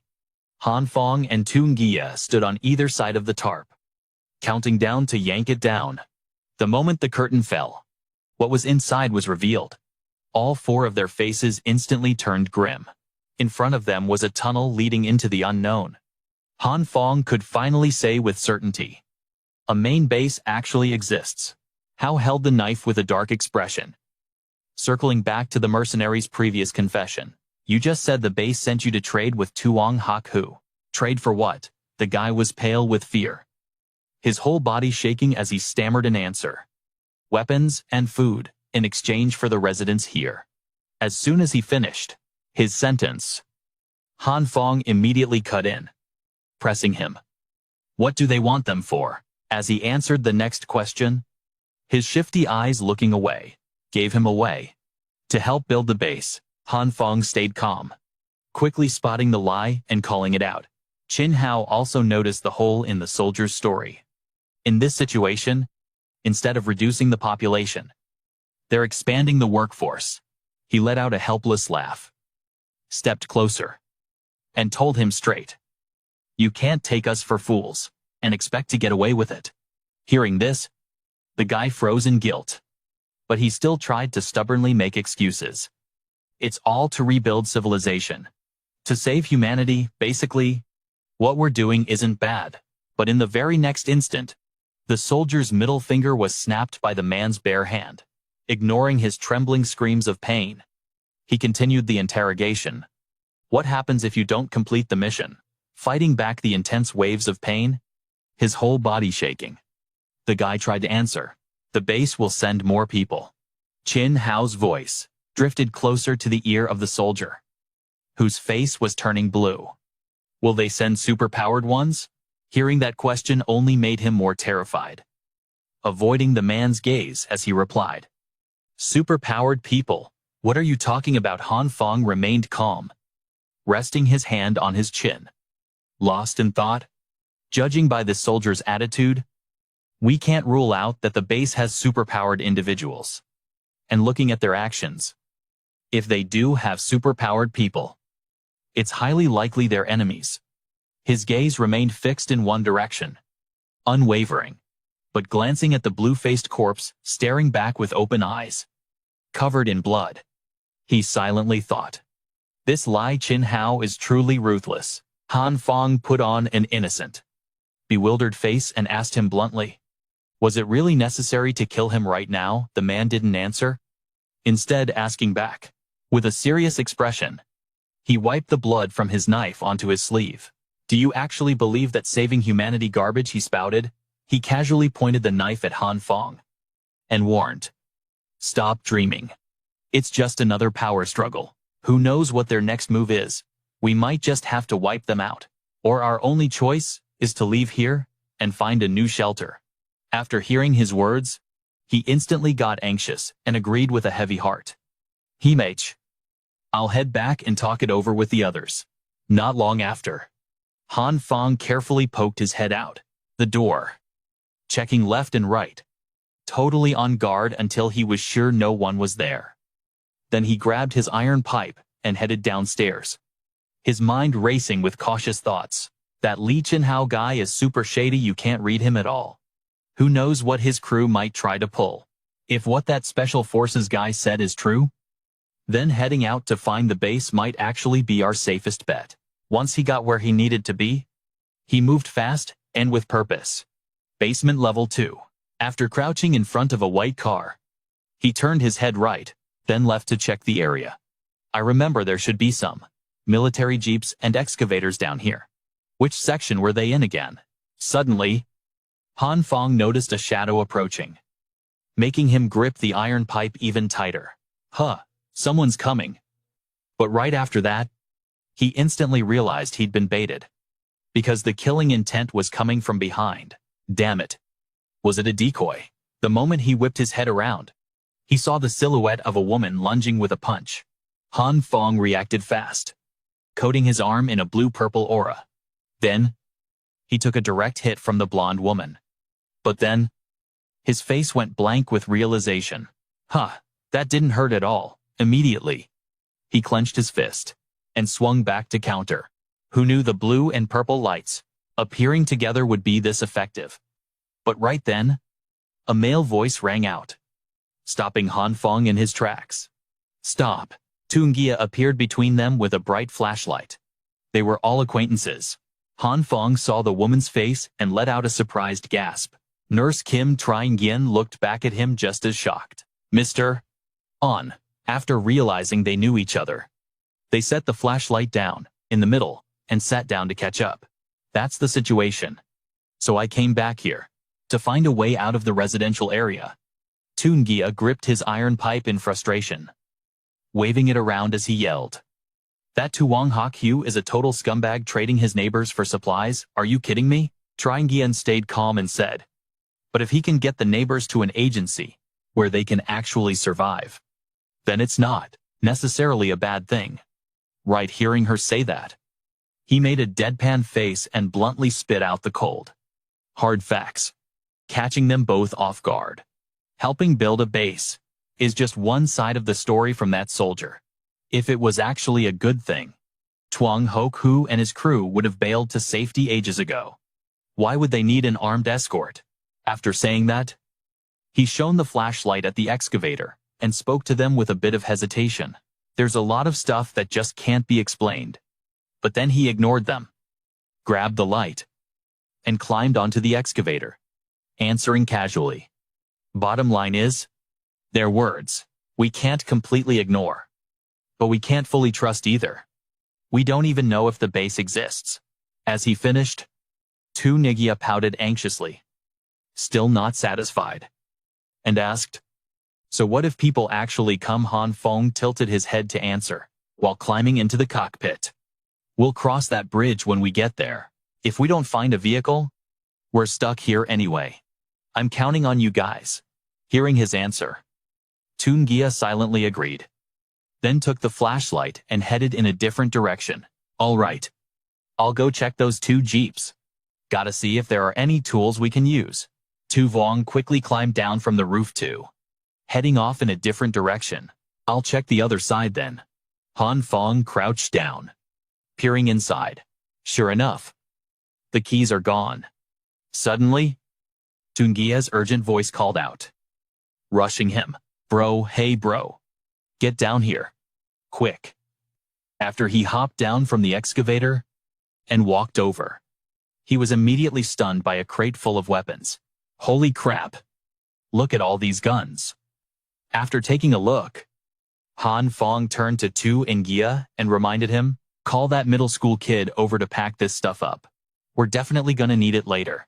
He nodded in agreement, praising the idea. Good thinking. Han Phong shined his flashlight on the weapons in the car, thinking to himself, this car, it's melted down like this. Could I have done this back then? Meanwhile, he turned and shouted to the two girls. Hey, kiddo, come here for a sec. Tungia didn't get a response from them, which made him curious. What are those two doing? Phong noticed as well and went over to check it out. Looking at the huge curtain hanging up high, he wondered, why is there such a massive piece of cloth here? Yen stared blankly at the curtain. Did something just make a sound behind there? Phong shined his flashlight forward and turned to ask the little girl. Got a high-power flashlight. The girl quickly opened her dimensional space and replied, Yup. Tunya grabbed the curtain with one hand, coordinating with the others to count down 3, 2, 1. Let's pull it down together. Phong calmly started the count. 3, 2, 1. As soon as they hit the final number, the curtain came tearing down. His jaw dropped in shock. Hesitating. This is even little Tu Vuong's glasses flashed with surprise. Yen stared straight ahead, completely dazed and speechless. Phong looked up, hesitating. They stared into the strange cave, glowing with a soft blue light behind the curtain. This confirms it. There really might be a base here. Phong seriously observed the cave in front of them. To secretly dig a tunnel this massive under a residential area, these people are definitely not amateurs. His thoughts drifted back to the soldier he saw earlier. If what that soldier said was just the tip of the iceberg, then this residential area isn't safe at all. Suddenly, Tungia called out, pointing his flashlight in another direction. Hey everyone. Come check this out. He joined him to look at the steel pipes in front of them, quickly realizing what they were, but they didn't notice little Tu Vuong wandering deeper inside. Looks like this is the residential drainage system. The little girl thought she wouldn't be caught, but she was immediately stopped when he grabbed her by the cowlick on her head. Phong held onto her hair and warned her. It's too dangerous. Don't go in there. Seeing that, Tungia spoke up to stop him. Bro. Hey, cut it out. But the girl just calmly agreed with a nonchalant. Phong shined his light into the tunnel. Let's go. We should head back for now. After gathering some useful tools, he asked them, aside from this stuff, do you guys think we need to prep anything else? He calmly looked at them, asking questions to ensure they had everything covered. Oh, that's right. Give me some more vegetable seeds and a piece of raw pork. Oh, and weapons too. This should be enough for now. Done. Tu Vuong handed the weapons to Tungia, then turned to ask Phong if he needed anything else. Hearing that, he looked up while packing and replied, that should be enough. We're just scouting this time. If things get dicey, we retreat immediately. He looked at the little girl with happy, proud eyes, praising her in his heart. This kid is getting more obedient by the day. With my powers leveled up, I can snag the exact item I need from my dimensional space without even sweating it. Before he and Tungia took off, he made sure to warn the two girls one last time. This room is totally hidden. Nobody's gonna find this place anytime soon. Just stay put and wait for us. I've already reinforced the walls and the door. Even if someone spots you, there's no way they're breaking in quickly. The two girls still insisted on standing by the door to see them off for a bit, but he kept looking back as he walked, reminding them that staying out in the open wasn't safe. Get back inside. Quick. The little girl completely ignored Yen's worried face. Instead, she spoke up with total confidence. Don't worry. Then she pushed up her glasses, acting all cool and authoritative. I guarantee the tyrant's eye will protect its faithful believer, leaving the other girl shifting from worry to pure confusion, staring at her blankly. Just like that, Phong and Tunya groped their way down the stairs without any trouble. Looking at the situation, the threat we're facing isn't just Tuong Hak Hu. It could also come from that tunnel. The parking lot was silent, except for the sound of their footsteps and the beams from their headlamps cutting through the dark. The residential area isn't safe anymore. We might as well see if we can find another survival spot through this tunnel. After walking for a while, They stood before a massive cave entrance. Anyway, let's just go check it out. As they went deeper, Tungia looked at the ice ahead and complained. I thought it'd be warmer underground. But turns out it's just as freezing as up there. He gripped his shovel and poked at the layer of ice. The ground is completely frozen. I have no clue how they even built anything here. Shivering and hugging himself, he suggested they keep moving. The deeper they went into the cave, the rougher the path got because of a slope. 15 minutes later, the two of them were still determined to crawl through the tunnel. 30 minutes later, looking at the path ahead, he whispered in awe. This place is seriously a maze. Everything is connected. Finally, they found a way up through a manhole. 1 hour later, Tungia used both hands to try and twist the manhole cover, then reported to him standing below. The cover seems packed down by snow. It's not budging at all, so they moved on to another spot, accompanied by Tungia's whining. We've been going in circles down here so long. I can't even tell which way is north anymore. Which way now? He remained calm and pointed straight ahead, based on the water pipes. This direction looks more like the residential area. Let's go this way. Just like that. They followed the pipes into smaller passageways. Suddenly, Tungia shouted in surprise. Look at this. A huge map appeared right in front of them. Sewer system blueprint. Tungia carefully checked their position and muttered to himself.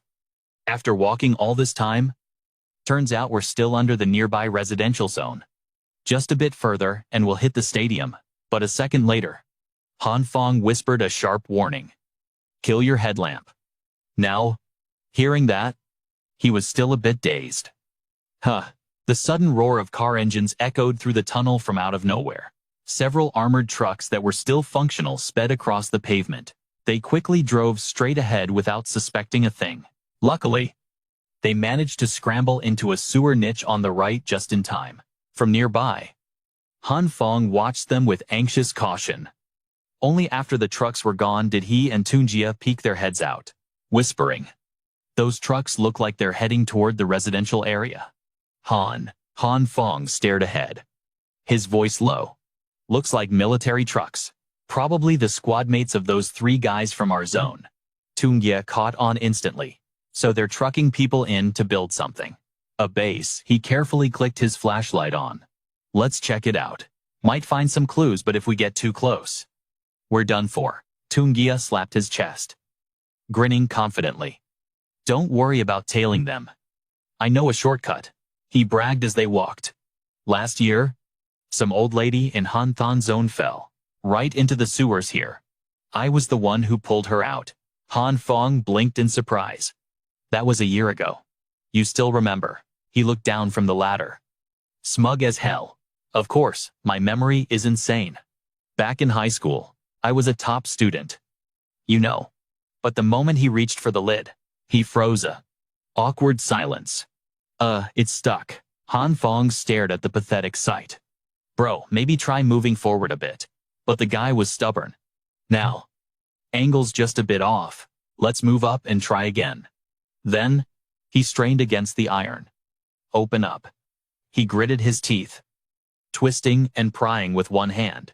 He groaned, putting every ounce of strength into lifting that lid. Phong watched the struggle, shaking his head with a smirk. He teased. Yo, big bro. That's the 3rd spot. You sure you got this? Finally, a lid gave way. He practically wept with joy. Yes, got it. Before climbing out, Tungia spun around, scanning every angle for enemies. Then, he scrambled up to the surface. He pulled Phong up, gloating. See, told you. This place. I know it like the back of my hand. Now, let's find Mr. Vuong's grandson. Hanthon residential zone. Underground parking. Suddenly, Phong raised a hand, whispering, Halt. Tungia got the message and nodded furiously. They crouched low, moving like ghosts, silent. Then Phong saw it. A corpse. Bloody. Eyeless. Lying right in front of them. Looks like a massacre happened here. They quickly dove behind a pickup truck, peeking out. They saw a group digging a massive tunnel. just like the one they passed earlier. One soldier snapped. Damn it. Tunnel ain't even done, and they drag us to this construction site. This hellhole haven't had a decent meal in ages. Another guy groaned, who asked us to be the raid team. Han Fong's face hardened as he pieced it together. Looks like the military has this whole zone under control. Suddenly, the ground started shaking. Is the earth shaking? At that exact moment, Tu Nia pointed forward, shouting, "Bro, look at that." The diggers scrambled, running for their lives as the soldiers barked orders. "Get back, it's breaking through." The wall cracked open, right in front of a man. Boom. Massive explosion. Debris flew everywhere. Through the dust, murderous eyes and blue gas appeared. A massive dude swings his fist, totally shattering the wall in one blow. Tungia gasps in shock. Holy crap. Is that giant guy a human or a ghost? He stares blankly at the guy, thinking, no wonder. A huge tunnel like this popped up in our neighborhood without anyone noticing. Staring at the deadly mob right in front of him. A wave of anxiety shoots through his body. It's way too dangerous here. If we get caught, we're dead meat. After crushing the wall, the big guy turns to the soldier next to him. Hey, where are my snacks? Gone. Obviously. Why are you even asking? The soldier snaps back impatiently. The tunnel isn't even cleared yet. Where am I supposed to get snacks? But that answer just made the big guy grind his teeth in rage, veins popping out on his face. Then he starts throwing a tantrum, smashing the ground hard enough to shock everyone there. I wanna eat. Han Phong and Tungia watch the dangerous scene unfold. They're terrified. Cut it out. You damn fatty. He quickly waves his hand, signaling him to turn back. Whispering softly, retreat. The two of them start sneaking, crawling inch by inch to slip away. But just their luck. Tungia breathes in a cloud of dust. After that, wall smashing earlier, a reflex itch tickles his nose, making him let out a loud sneeze. And just like that, Han Fong's calm composure shatters in a split second. Their cover is blown, and the other soldiers spot them, shouting loud. Orders received, get those two. Now he runs, grimacing, trying to tell the boy running right behind him. Little bro, I'm sorry I couldn't hold it in. The situation is critical. Han Phong frantically urges him from behind. Cut the crap and run. Both of them sprint for their lives. They glance back at the gap between them. That giant guy is catching up fast. The big guy slams a massive fist into the ground, shattering their escape route ahead. Nowhere left to run. Momentum sends them both crashing painfully to the ground. As soon as he stands up, Han Phong makes a call. Bro, you go first. I'll hold him off. Tungia agrees instantly. Yeah. Got it. The moment the timing is right, Han Phong unleashes a purple light, spinning around. Now, he blankets the broken path in front of him with that purple glow. Seeing the slimy purple light on the ground, the big guy gets scared and hesitates to step down. But the moment he puts his full weight on it, the floor sinks deep like quicksand. He stares at the hand skillfully controlling the ability, trembling with rage. You brat. Are you an ability user too? If I get my hands on you. As the blue light spreads across the path, he screams in pain. My leg. He tries to push his right hand hard against the ground, cracking it open. But then, at his command, the ground slowly sinks and reforms. This makes the big guy even madder, screaming at the top of his lungs. You bastard, I'm gonna kill you. His whole body trembles. He struggles to force his body up out of the ground. Han Phong stares at him, terrified. Not good. He's about to break free. Tungia hasn't gone far. He turns back, worried sick. This looks bad. Little bro is in trouble. Just then, two handy wooden sticks nearby catch his eye. Fighting through the exhaustion, he kept his eyes locked straight ahead, watching that thing's every move. Looks like he's finally getting weaker. Just a little more and I could have trapped him for good. But then Tungia just flashed right past me.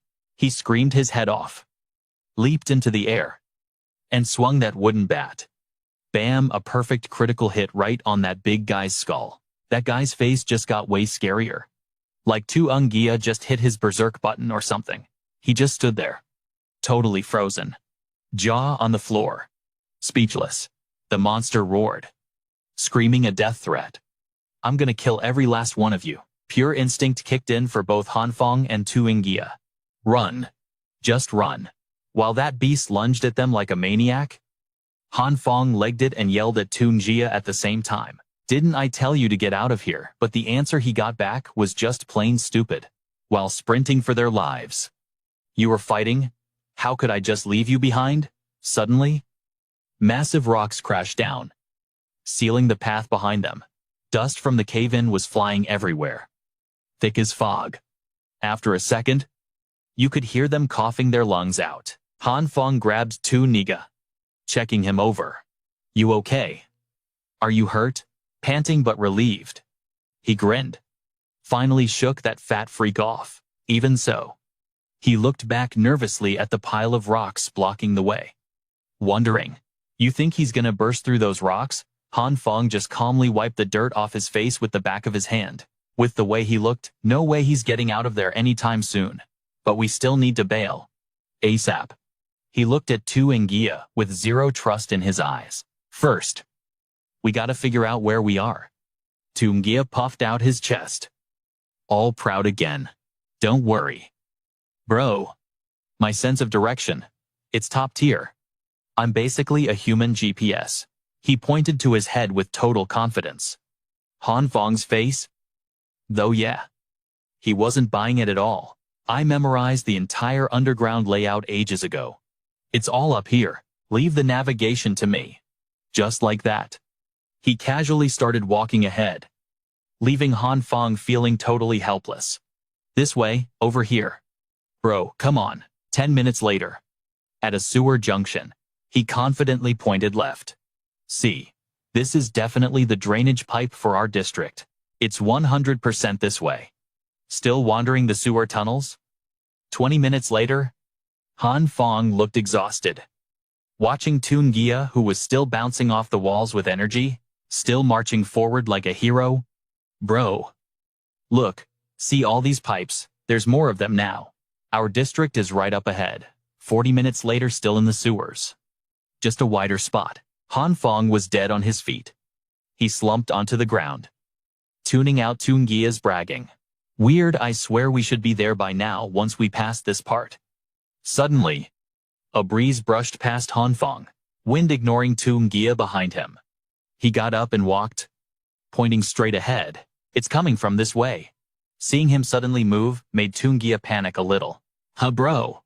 Where are you going? But a second later, his jaw dropped again. Is this walking with purpose? Phong explained as he moved. The wind, it's blowing down from up there. They both craned their necks to look up at a steep rocky slope. Plus, there's light ahead. I think this leads straight to the surface. Seeing a glimmer of hope, Tuungia instantly got his mojo back. Well, what are we waiting for? They decided to start climbing up. As they climbed, Tuungia called down to Phong. Watch your step. Bro, it's super slippery. When they reached the top, he was ecstatic. Bruh. Look, the snow's letting up. Phong looked out, stunned by the view. Is this what it looks like out here now? He scanned the horizon. The entire city was completely frozen over in thick ice. With zero hesitation and absolutely no fear, Tuungia just dove straight into the snow. Tuungia turned back, yelling urgently. The snow's packed tight down here. Get down here. Bro, fast. But he just stared at a building way off in the distance and told Tuungia, wait. That skyscraper looks like the summit tower. He calmly pointed in a totally different direction, leaving Tuungia totally shook. The summit tower is within a range of tower, 5 kilometers north of our complex. Which meant he already realized they were going the wrong way. Basically, we've been going the complete opposite direction from the Happy Community complex. Phong pointed at a small rock and said, Happy Community is inside the 3rd Ring Road, south of Han Shuyan City. Artisan, but right now, we're almost at the northern 4th Ring Road. We're way off. with his headlamp beaming. Han Phong poked at the sharp rock and said, "The way things are looking, the only way back to the complex is on foot. We have to cross the high ground over at Tin Sun area to loop back around." Han Phong looked over at Toon Gia. "At this rate, I don't think we'll make it there today." But Toon Gia, still super optimistic, he gave a thumbs up and grinned. "Relax. Little bro, once we hit Tin Sun, I've got connections everywhere. I'll treat you to a good time. We'll rest up, then hit the road again." Saying that, he marched ahead, stumbling through the deep snow. Toon Gia bragged, "I used to walk these icy roads all the time. It's not as bad as you think." He didn't get far before face planting. Oof! Han Phong looked at him and let out a helpless laugh. Han Phong rushed over to help him up. "Bro, let's just take it slow. This snow feels pretty slippery." Han Phong gazed at the city, buried in white, thinking, "The snow's getting heavier. We need to find shelter for the night." Fast, the blizzard raged on. Han Phong and Toon Gia kept trudging through the thick whiteout, side by side, fighting the storm. Toon Gia called out, "Hey kid, just 3 more kilometers to Tin Sun." Han Phong leaned on his walking stick. "Just gotta push for another hour, and we'll be there." Shivering, he exhaled a long, foggy breath. Trembling, Han Phong looked at Toon Gia. "It's coming down harder now. We have to move, or we're literally going to freeze to death." Toon Gia hugged himself, icicles forming on his nose. He stammered, No way. Right, we prepared for everything." Suddenly, they froze in their tracks. Something ahead caught their eyes. 2 people, frozen solid, right in the middle of the storm. Han Phong and Toon Gia slowly approached the ice sculptures that used to be human, checking the gear scattered on the ground. They guessed.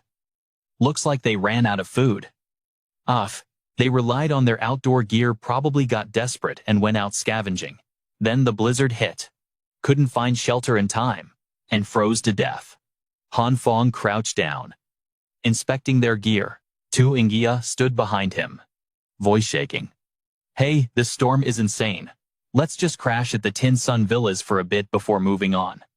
"Okay," he continued, desperate. "Seriously, if we don't, we're gonna end up just like them." Han Phong stood up, agreed. "Let's move. Now." Having decided, Han Phong and Toon Gia turned around and headed the other way. Scene shifts to an abandoned mansion. Han Phong and Toon Gia stood on the high ground. Looking down, they walked together on the path leading straight to that villa. Han Phong said, "This Tin Sun villa area, it didn't get swallowed by the snowstorm? Wonder what kind of people are inside." Suddenly, 2 silhouettes emerged from the blizzard.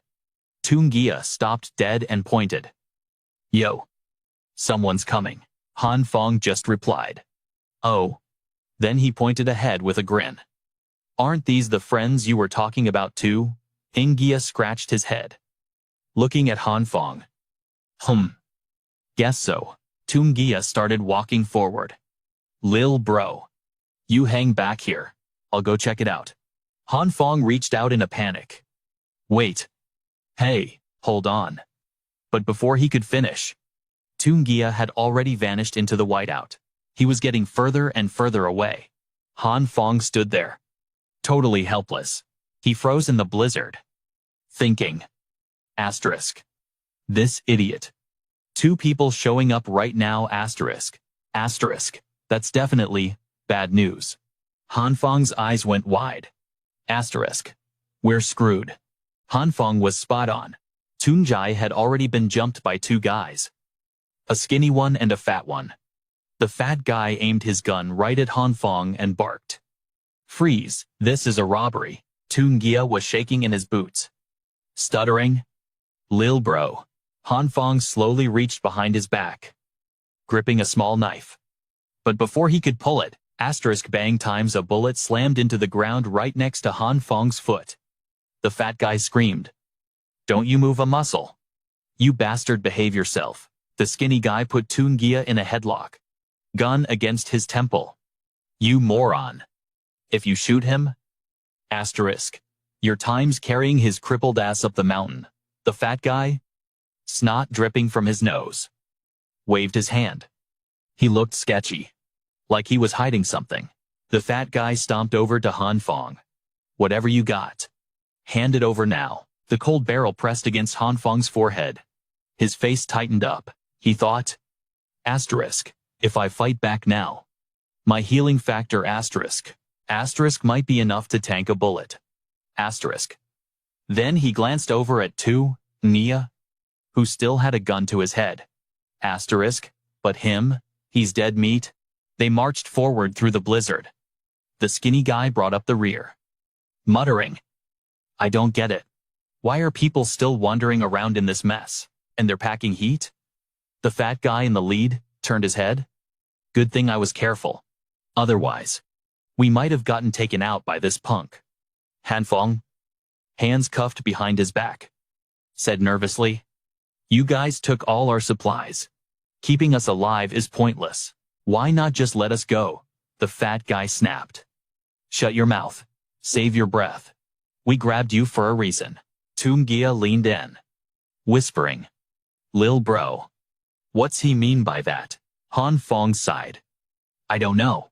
He looked at Gia and lowered his voice. Maybe they want to keep us as backup rations. Gia looked at him in pure horror. Dude, don't scare me like that. Gia instantly fell into a pit of despair. Meanwhile, Han Phong stayed calm, analyzing. Asterisk. But actually, this place is perfect. Before long, they'd covered a lot of ground. Han Phong looked out over the city, thinking. Asterisk. You can see the entire urban district of Han Suyen City from here. The fat guy pulled out a small remote and clicked a button. The security gate buzzed open instantly. Han Phong watched, amazed. Asterisk. No way they still have power. Wait a second. Asterisk. The whole city's blacked out. They must have a generator or something running this place. Han Phong and Gia walked in, checking out the villas as they moved. Han Phong thought, looks like these villas were just finished or something. They both stopped dead in their tracks, totally shocked by what was right in front of them. Standing there was a half-finished house, surrounded by construction tools. Han Phong thought, so it's still a construction site. How could just the two of them handle this? Han Phong smirked, a plan forming in his head. If I can take them out and claim this spot with my powers and that high school girl, we could turn this place into a real fortress. Just as he was daydreaming, the skinny thug smacked him upside the head. He barked. What the hell are you grinning at? Idiot. He pointed at two shovels stuck in the snow and yelled, hurry up and dig this out for me. The fat guy pointed and laughed. Once you're done digging, we won't just let you go. We'll even give you some supplies. Han Phong and Gia looked at the two thieves with eyes full of suspicion and asked, for real? The skinny thief held his gun tight and said, of course it's real. But don't try anything funny, or I won't show any mercy. The skinny guy walked away, adding, Sutu, you watch them. I'm gonna go rest for a bit. Sutu replied. You got it. Ah bro. Sutu watched him go inside, then turned back, muttering a curse under his breath. Damn it. Keeping all the comfort for himself and just bossing me around. Then he looked at Han Phong and Gia and yelled, hey you bastards. Get to work, or I'll shoot both of you right now. Gia quickly spoke up. Big brother. We're handcuffed though. Sutu angrily pointed his gun straight at Gia and Han Phong, shouting, just do it, shut the hell up. The shovel pierced the thick layer of snow. In the freezing blizzard, Han Phong and Gia, with their hands cuffed, still had to struggle with the shovels to dig a snow pit. Meanwhile, Sutu just sat in a corner watching. Gia stole a glance at Han Phong and whispered, hey kid, once we're done, will they really let us go? Han Phong replied with a totally fed-up look. Who knows? Just dig for now. Then, his attention was caught by a high pile of snow over there. That's, looking closer. It was the bodies of unlucky victims buried in the snow. It looked absolutely gruesome. Han Phong pointed at the mountain-high snow pile and said, hey brother Lai. Look over there. Tu Ngia asked. Huh? What is it? Then he realized and screamed. Those are dead bodies. Han Phong quickly covered his mouth and whispered. Shh, keep it down. Don't yell. Tu Ngia looked at Han Phong nervously. Kid, what's going on here? Did they kill all these people? Han Phong held Tu Ngia down in the pit and whispered. Most likely. So we can't just sit here and wait to die. Or we'll end up in that pile too. Han Phong whispered in Tu Ngia's ear. Brother Lai. I have a plan. Suddenly, they both started screaming. Screw you. Screw you. It startled Su Tu, who was dozing off, making him jump up. Tu Ngia pointed down and yelled, I already shoveled there. Why are you digging right next to me? Han Phong retorted. So what I do what I want. Su Tu walked over, pointing his gun down at them. Just dig. What's all the noise? Han Phong said. You tell him something. I helped him shovel the dirt. But he's still blaming me. Tu Ngia shot back. I was the one digging. This brat is talking nonsense. Han Phong stared at Tu Ngia. Hey, you wanna fight? Tu Ngia replied without fear. You think I'm scared of you? Seeing this, Su Tu dropped his guard and turned his back to walk away. Talk? You guys can argue all you want.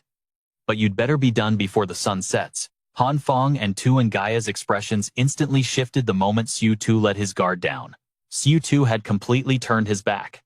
He waved the gun in his hand dismissively and said, If you don't finish by the deadline, I'm gonna blow your brains out. He had no clue a shovel was silently creeping up behind him. Asterisk wham times. A loud thud echoed. Inside the house, that skinny bandit was chilling, lying on the chair by the fireplace reading a book. God knows what he was reading, but judging by that perverted look of pure bliss on his face, it definitely wasn't anything wholesome. He was drooling and giggling like a creep. Totally relaxed. Suddenly, a light shone right onto his face, forcing him to look up. Han Phong and Tu Ngia had broken out of their cuffs. Han Phong pointed his gun straight at the bandit's face. He said, Having fun. Huh. Moments later, both bandits were handcuffed by Han Phong and Tu Ngia. They were kneeling on the ground. A bit later, after hearing the whole story, the two bandits spoke up. Han Phong asked, So, you guys are only here to collect a debt? Tu Ngia glared at them furiously and shouted, Did you scumbags kill those people outside?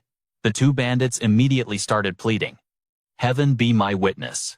It had nothing to do with us, that's right. We don't know anything.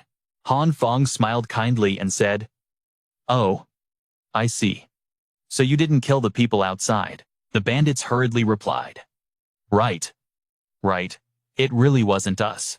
How could we ever do something like that? Han Phong tucked his gun into his pocket and spoke. Seems like you guys aren't exactly dangerous criminals. Are you? Han Phong continued. If that's the case, you can go. The two bandits were overjoyed to hear that. Tu Ngia stood next to him and whispered, Bro, you actually believe them. You're really letting them walk. Han Fong's expression suddenly darkened. He flashed a cunning smile and replied, Of course. He let the bandits go, just like he said. But first, he stripped them of every piece of warm clothing they had. The two bandits were miserable, stumbling outside in nothing but their shorts. Stuttering. Cold, it's so cold times. Brr. Asterisk. Han Phong stood at the window, watching them out there. He waved and called out, Hurry home and put some clothes on, or you'll catch a cold. Tu Ngia stood beside him, thinking, You're the real devil here. Tu Ngia stood behind Han Phong and asked, So, what should we do next? Han Phong lowered his gun and replied, Do you even have to ask? We need to get back as soon as possible. I originally planned to go into the tunnel to scout before dawn, but this mess delayed us for way too long. Han Phong thought about the unexpected events in the neighborhood and said, I don't know what the situation is like back at the base right now. Hopefully, they're all safe and sound. Outside, the blizzard showed no signs of stopping. Inside Hanchuan City, Tri Nian, Tin Hao, and the envoy of the Wicked Eye Lord. All three were sitting on the couch. Trying Yin turned to the envoy of the Wicked Eye Lord and said, "They've been in there for so long and still haven't come back. Do you think something happened?" The envoy of the Wicked Eye Lord replied, "Do not worry. Phong is the apostle, personally chosen by the Wicked Eye Lord himself. He cannot die so easily." Chen Hao Si Hill and said, "Right now, instead of worrying about them, we should be worrying about our own situation. Honestly, being a little anxious isn't wrong at all." Chen Hao recalled the image of a massive army appearing, led by a huge commander, and said, after Phong went inside, an army marched out of the cave. Among them was a terrifying guy. He could control the earth. Then the old man kept talking about how shady this army is. Daring Hawk Huu seems to be tight with that squad. So right now, everyone in the complex is obeying them without question. No one dares to defy them. Qing Hao held a cigarette, smirked, and said, "We've basically become public enemy number one for the whole complex now, so I need to get a clear read on the situation. Probably right now. Tung Hawk Hu is rallying everyone to hunt us down." He put the cigarette in his mouth and flicked his lighter, continuing, "Those residents are such morons. Do they seriously think the military actually came here to save them? I bet they won't even know they've been sold out until they're dead." The little girl, envoy of the Wicked Eye, was typing on her laptop and suddenly shivered, saying, "Real or fake? It doesn't matter anymore. Even if they have doubts, they can't do anything about it. Choosing to obey just gives them a higher survival rate. That's all." The Wicked Lord nodded and said, "Humans are just that kind of creature." Then she closed her eyes and went to sleep. Snore. Tree Yin took a thick blanket and draped it over the girl's shoulders, saying, "Tutu. Sleeping without a blanket like that, you'll catch a cold if you're not careful." Qin Hao stood up from his chair. He walked over, glanced back at the Wicked Lord and Tree Yin, and thought to himself, "These two useless flower vases are such a burden." He shoved his hands in his pockets and walked to the window, looking outside. He thought, choosing to obey. Times. Then, he remembered his past. When he was a fighter in a match, taking hits from an opponent, it looked like he was on the ropes, only able to defend. The man standing below the ring kept screaming, "Dodge it, you son of a bitch. What did I teach you? I didn't teach you to stand there and get your ass beat." Despite the yelling, Qin Hao kept getting pummeled. He cried out in pain. Arg, face covered in bruises. Qin Hao hit the canvas. The referee stepped in between them and started the countdown. That man just kept shouting, "Get up and keep fighting. I put so much effort into you. Do you want to go back to your old life? Stand up, you don't have the right to stay down." Back in reality, Qin Hao annoyingly crushed his cigarette against the window. He turned around, walked away, and said, "Hey, get ready to move. They're checking every single house. Staying in one place for too long is dangerous." As soon as he finished speaking, a loud noise blasted from outside the door. The iron door was smashed open. Freezing air rushed into the room, stunning all three of them. The Wicked Lord woke up too. Jin Hao stared at the broken door and said, "Found us that fast?" Huff. A sleepy Wicked Lord rubbed her eyes and mumbled, "Is it dinner time yet?" From outside, a massive fat guy walked in with a vile look on his face and said, "I smell fresh meat.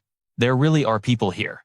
Scene changed to another location, where barrels of fuel were stacked up, along with the voice of an inspector. Looks good." He stood there taking notes and ordered his subordinates, "Pack up the rest of this stuff." They immediately obeyed and got to work. Meanwhile, in a room with a fireplace, a subordinate's voice reported, "Commander, head count complete. Total of 97 refugees. 126 boxes of emergency rations." The commander replied, "Excellent. Load them all onto the trucks and take them to the base." The subordinate saluted. "Yes." Sir? Then he faced forward and continued. All right. Continue your story. The 3 members of the advance team we sent out. Let's head there first. Where are they right now? Hue sat there, frozen in fear, and stammered. This really has nothing to do with me. They were wiped out by a guy named Phong. Hearing that, the commander's eyes went wide, totally in disbelief. What kind of monster could take down 3 special forces soldiers? Even if you're lying, you gotta come up with a better story than that. Hue threw his hands up to explain. He has superpowers. Seriously? A bunch of us saw him melt metal with this crazy purple light. He stood up, trying to plead his case. I did exactly what you said and prepped a ton of sausages. All of that stuff was made using human, but before he could finish, the commander raised a hand. Shh, he looked over and warned coldly. Some things are better left unsaid. Hue started sweating, frowned, and replied, Look, I've got nowhere else to go. I'm screwed if I leave. So I have zero reason to lie to you. The commander stood up and patted his shoulder reassuringly. You've provided us with plenty of these emergency rations. So you're basically one of us now. Besides, I don't just kill my own men for no reason. Then he frowned, gripping Hue's shoulder hard, and warned. I'm sending a squad to find Phong. Then we'll confront him face to face to clear this up. For your sake. I hope you're not lying. Cut to the room where everyone was hiding. That fat soldier. Bow bow. Smashed through the door. He sat there drooling and groaned. I smell fresh meat, living people. I knew someone was here. Then, he pointed a finger into the room and asked like a confused kid. Which one of you guys is Phong, Little Evil King, also known as Thu? Got grabbed by her hood and yanked back by Chin Hao. The uncle stepped in front of Nurse Kim and warned. Stay back, there's something seriously wrong with this guy. Chin Hao glanced over and thought. He just smashed through a door that Phong reinforced. This Bao Bao guy, his aura. His breathing, he's like a wild beast. He's definitely not human. With years of combat experience. The uncle realized, this guy is lethal. We need to run. Now, he swung his elbow hard to smash the glass window behind them. But the impact was so hard, it sent a shockwave through his arm, nearly cracking his bone. Chin Hao clutched his arm in pain and gasped. Why the hell is the glass so hard? Thu stood next to him and replied. Phong reinforced the windows too, realizing they were trapped. The uncle turned back to face the door and told the girls. I'll hold him off, you two find a way to run. Meanwhile, Nurse Kim stepped toward the giant soldier and spoke softly. There's nobody named Phong here. Maybe you've got the wrong room. Chin Hao looked at her, speechless. But surprisingly, it actually worked. Bao Bao turned to leave and mumbled. Oh, wrong place. Sorry to bother you. Nurse Kim let out a huge sigh of relief. Behind her, Chin Hao and Thu stared blankly. Totally stunned, the giant soldier stepped out into the hall, glanced at the room number 1804, and muttered, It is 1804. I didn't go to the wrong place. Then Bao Bao spun around, heading back inside, his eyes glowing a deadly red as he roared in fury. You liars! He slammed his hand onto the floor with massive force and screamed. If Phong doesn't come out, you're all dead. Right then. Chin Hao shoved the window open, letting the cold wind rush in. The uncle grabbed both girls by the back of their shirts and yelled, Let's go. Then he used every ounce of his strength to hurl them out the window, leaving himself trapped inside the room. The two girls hung suspended in the air outside the window. Nurse Kim stared back at the massive shadow looming behind her. Chin Hao screamed out, Brother lie. Inside the room, Bao Bao raised his massive arms and roared. I hate liars the most. The shockwave from his smash inside the room blasted outwards. The two girls were about to free fall. The scene shifts to the villa area where Phong and Tungia had found earlier. Right now, the two of them were skiing away from the area. looking totally effortless. Their feet strapped securely onto the boards, to make sure they wouldn't slip off. Han Phong glided like a pro athlete, and praised Brother Lai. I can't believe you actually thought of making snowboards. I really underestimated you. Pro. Feeling proud. Toomgia laughed loud and started bragging. I used to negotiate billion-dollar contracts and took clients to ski resorts all the time. Time flew by. And finally, the two of them arrived back at the happiness complex. They walked silently, leaving footprints in the snow. Han Phong turned to Brother Lai and said, "We're finally back. Let's find a window and sneak in."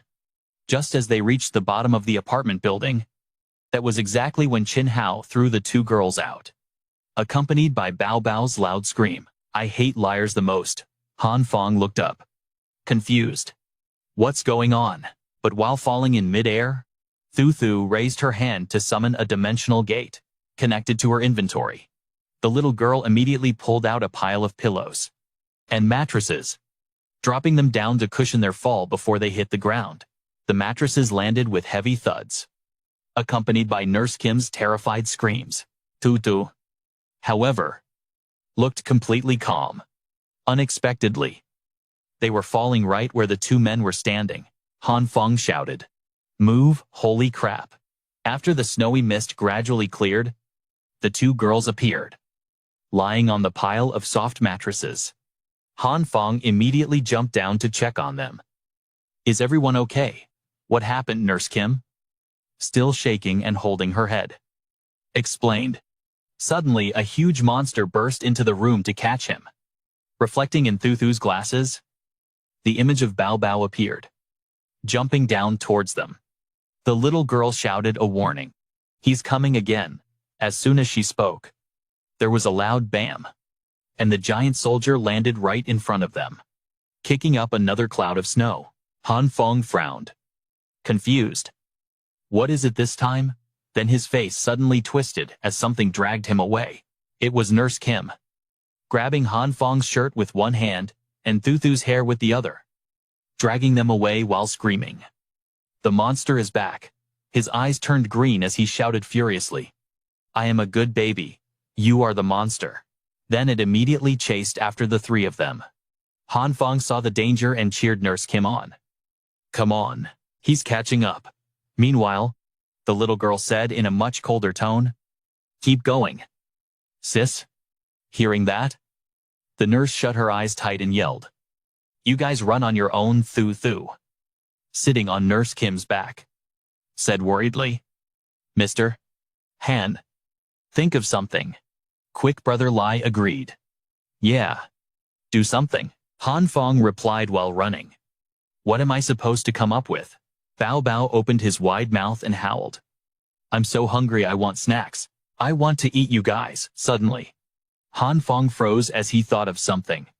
And thought, that's it.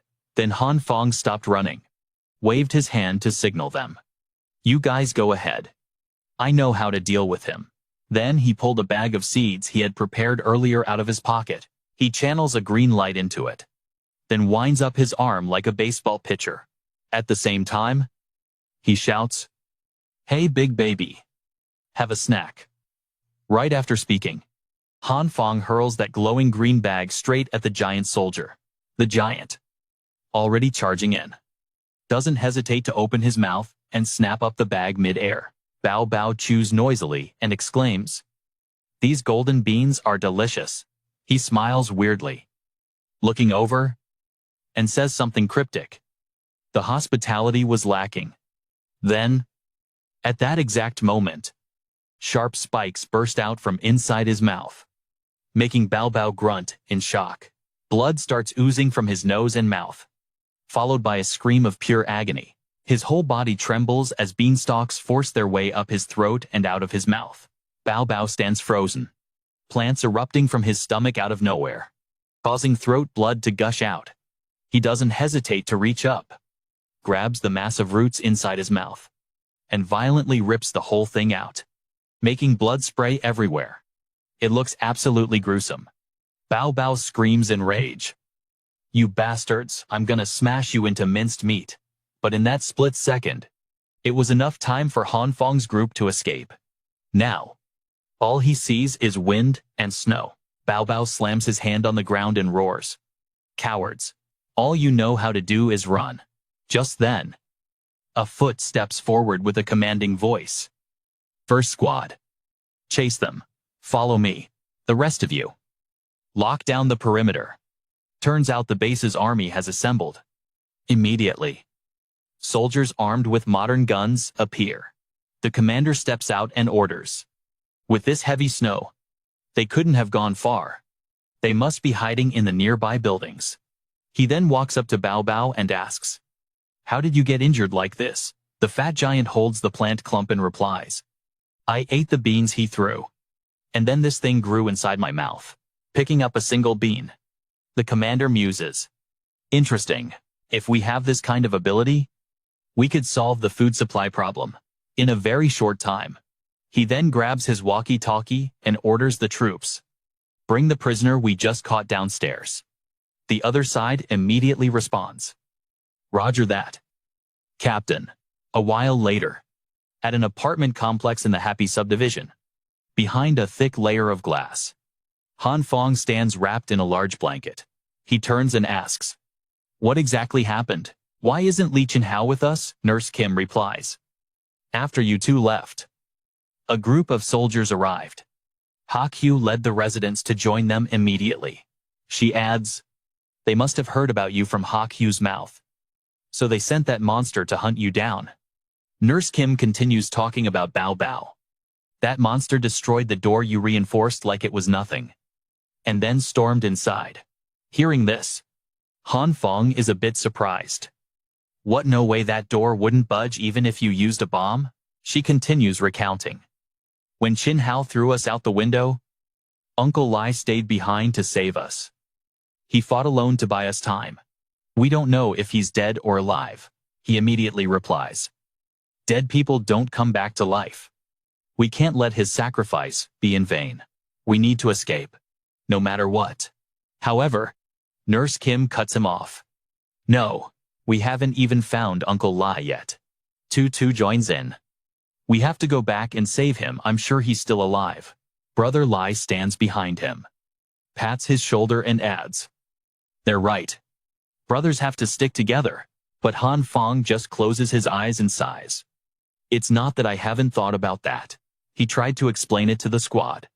But going up against a monster like that, making it out alive would be a total miracle. Meanwhile, over at the military side, Chin Hao, his arm bandaged up, was being dragged over by two soldiers. One of them shouted, "Captain, target secured." The commander grabbed a megaphone and started yapping immediately. "Mr. Han Phong Yo. Mr. Han Phong, we found this injured guy. Looks like he's a buddy of yours. We patched him up and treated his wounds already." He kept spewing sweet lies to bait him out. "I know you're nearby. We don't mean any harm. What happened before? Just a big misunderstanding." Hearing that, Nurse Kim freaked out and tried to bolt. "Uncle's actually alive. I gotta save him." Han Phong stopped her cold. "Chill, he's playing us. Go out there now and you're dead meat." Li panicked. "You're a girl. How are you this strong?" He stood by the window, peering down. Thu spoke to the group inside. "But that guy down there, it really is Uncle." The commander kept trying to sweet-talk him. "Mr. Han Phong, our organization needs talent like you. Just say yes. And your wife, kids, and bros will all get VIP treatment."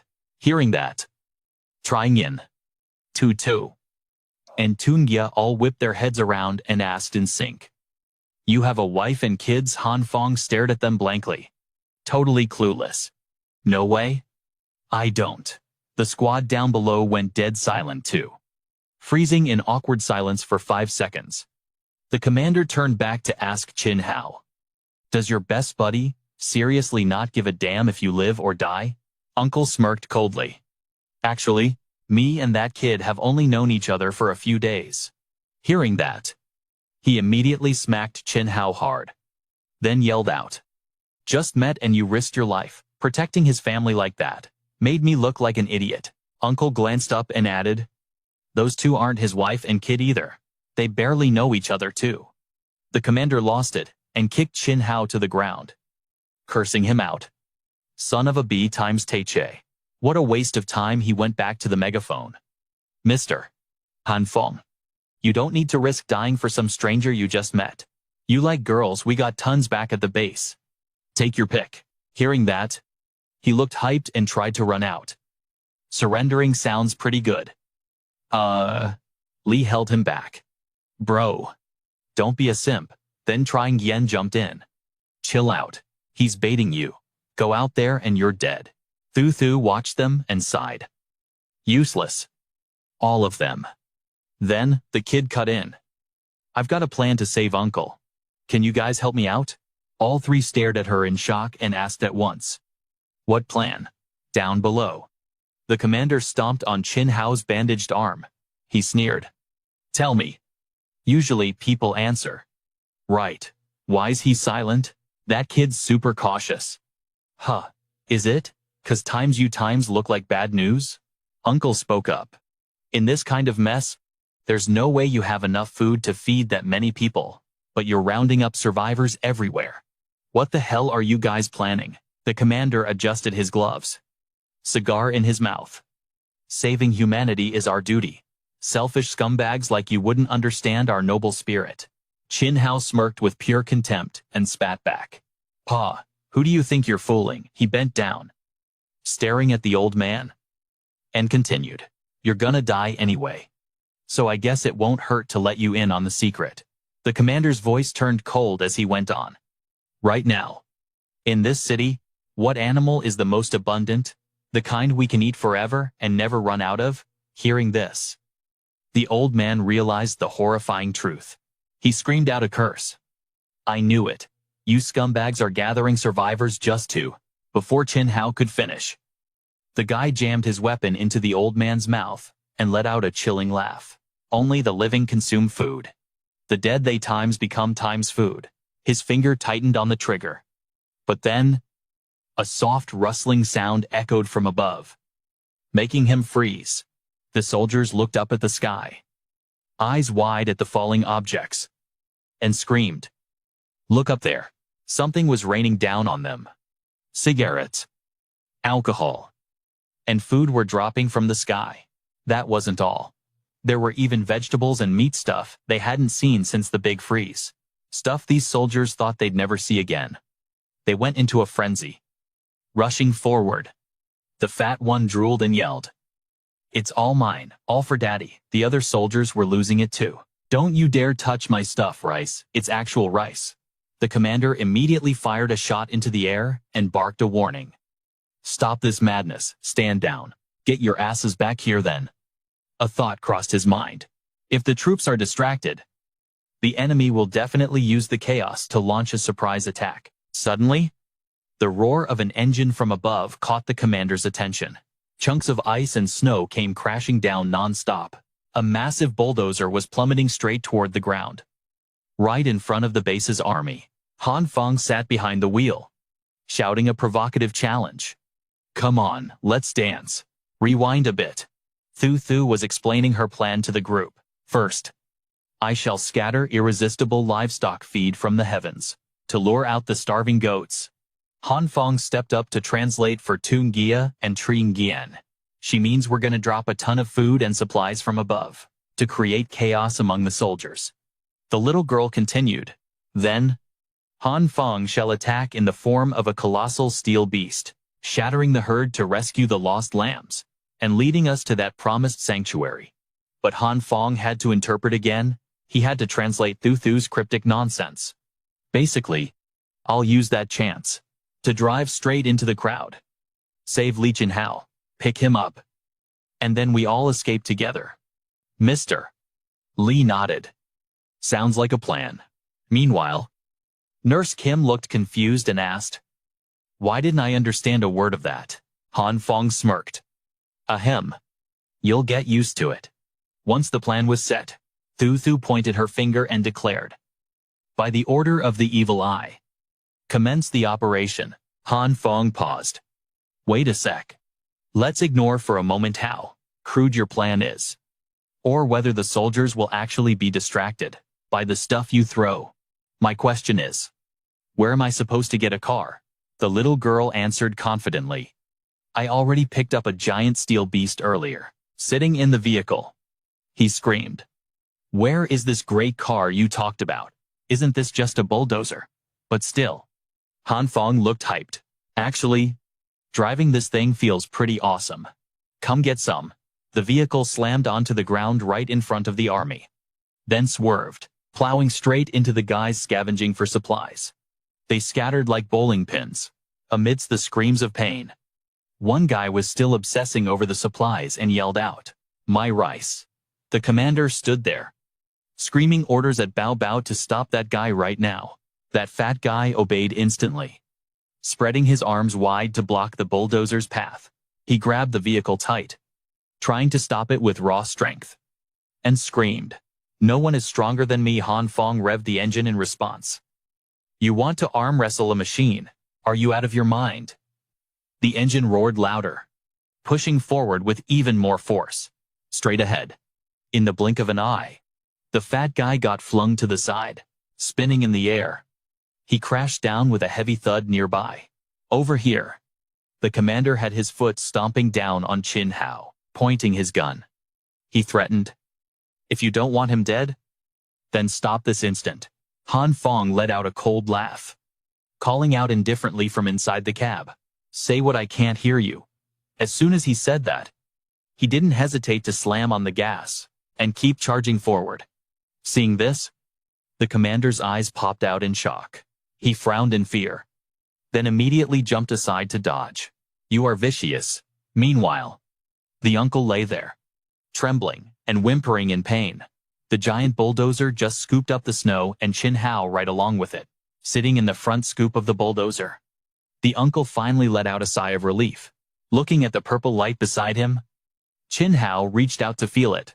It feels soft. Inside the cab, Han Phong shouted, "Uncle, hold on tight. I'm speeding up." Chin Hao panicked and asked, "Where are you going?" The bulldozer smashed right through several apartment buildings, then stopped in front of a room. Han Phong opened the door and yelled, "I'm here to pick you guys up." From the window, the team jumped onto the roof of the vehicle, one by one in response. "We're here." At the same time, a hail of bullets struck the back of the bulldozer. Chin Hao looked back at the two cars behind and shouted, "They're on our tail, back there." The commander sat in his car, barking orders at his subordinates. "Fire, open fire." He turned to the driver and yelled, "Chase them, don't let them get away." But the driver replied, "Captain, the snow is too thick. The tires are slipping. We can't go any faster." The commander slammed his hand down in anger, cursing, "Damn it, where did they get a bulldozer that huge? Even our base barely has any of those." The driver turned and said, "Captain, that looks like the vehicle from our Vanguard team, doesn't it?" Hearing that, his face turned purple with rage. Veins bulged on his face. He was speechless for a second, then screamed his order, "Whatever it takes. Don't lose them. You have to find them."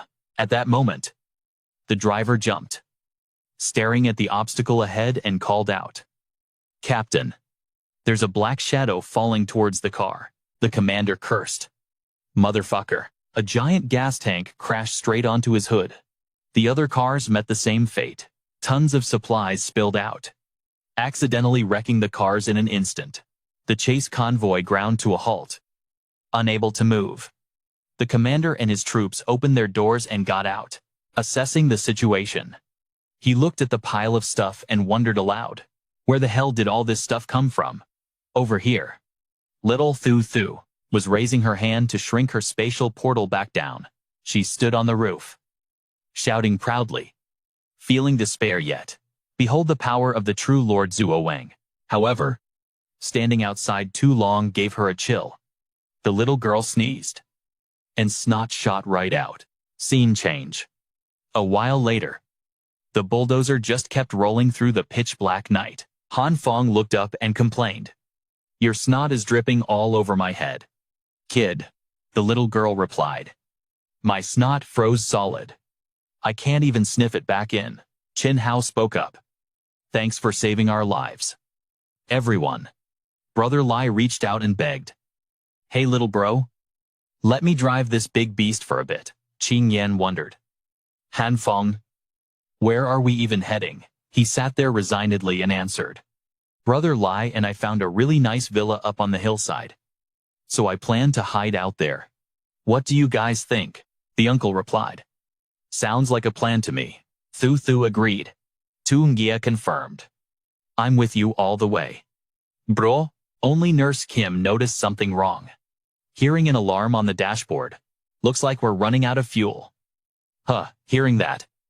The whole group panicked and screamed. Say what? The vehicle shuddered a few times and was about to stall. Han Phong tilted his head back and asked Thu Thu. Do you have any oil? Accidentally, he caught a glimpse of Qing Gen's chest, standing in front of the kid. Hearing that, she immediately pulled stuff out of her space and said, Got it right here. In front of everyone now were several cans of cooking oil, 5 liters of golden goodness. The vehicle stalled completely. Han Phong shouted loudly. I wasn't talking about cooking oil. I need diesel. Back inside the vehicle.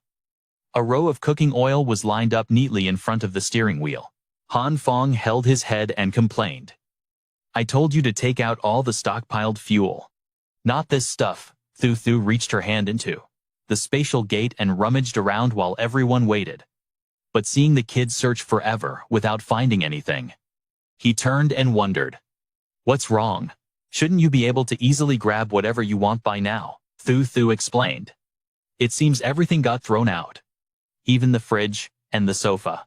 The generator is gone too. This news hit them like a thunderbolt. The whole group looked at the kid in shock. Han Phong grimaced and asked, The fuel I stockpiled for a whole year got thrown out too. Thu Thu pulled out a canister and replied, There's still a little natural gas left. He held his head helplessly. If you can start the vehicle with that, I'll call you daddy. The kid continued to pull out a bucket, filled with failed crafting items that Han Phong kept as a charcoal substitute. Then told him, Everything you hoarded is still here. He picked up a lump and sighed. What good is this pile of trash? But right at that moment, Han Phong looked at the thing in his hand and his eyes lit up with an idea. He thought to himself, when plants form a strange substance similar to coal, it becomes flammable. Han Phong recalled and deduced. Then, that strange black liquid transformed from meat should be flammable too. Right. Then he turned and demanded. Two. Hurry up. Get me a bucket and a piece of meat. A moment later, the iron bucket was placed in front of Han Phong. He channeled blue light into the meat and thought. Successfully making the meat bigger is really hard. But intentionally failing is way easier. Immediately after, he smiled. The meat in his hand was corrupted by the blue light. Just like that. Turning into a black liquid dripping into the bucket. A while later, he had successfully made nearly a bucket of solution. Everyone backed away holding their noses. Then Qin Hao asked, Bro, what did you make?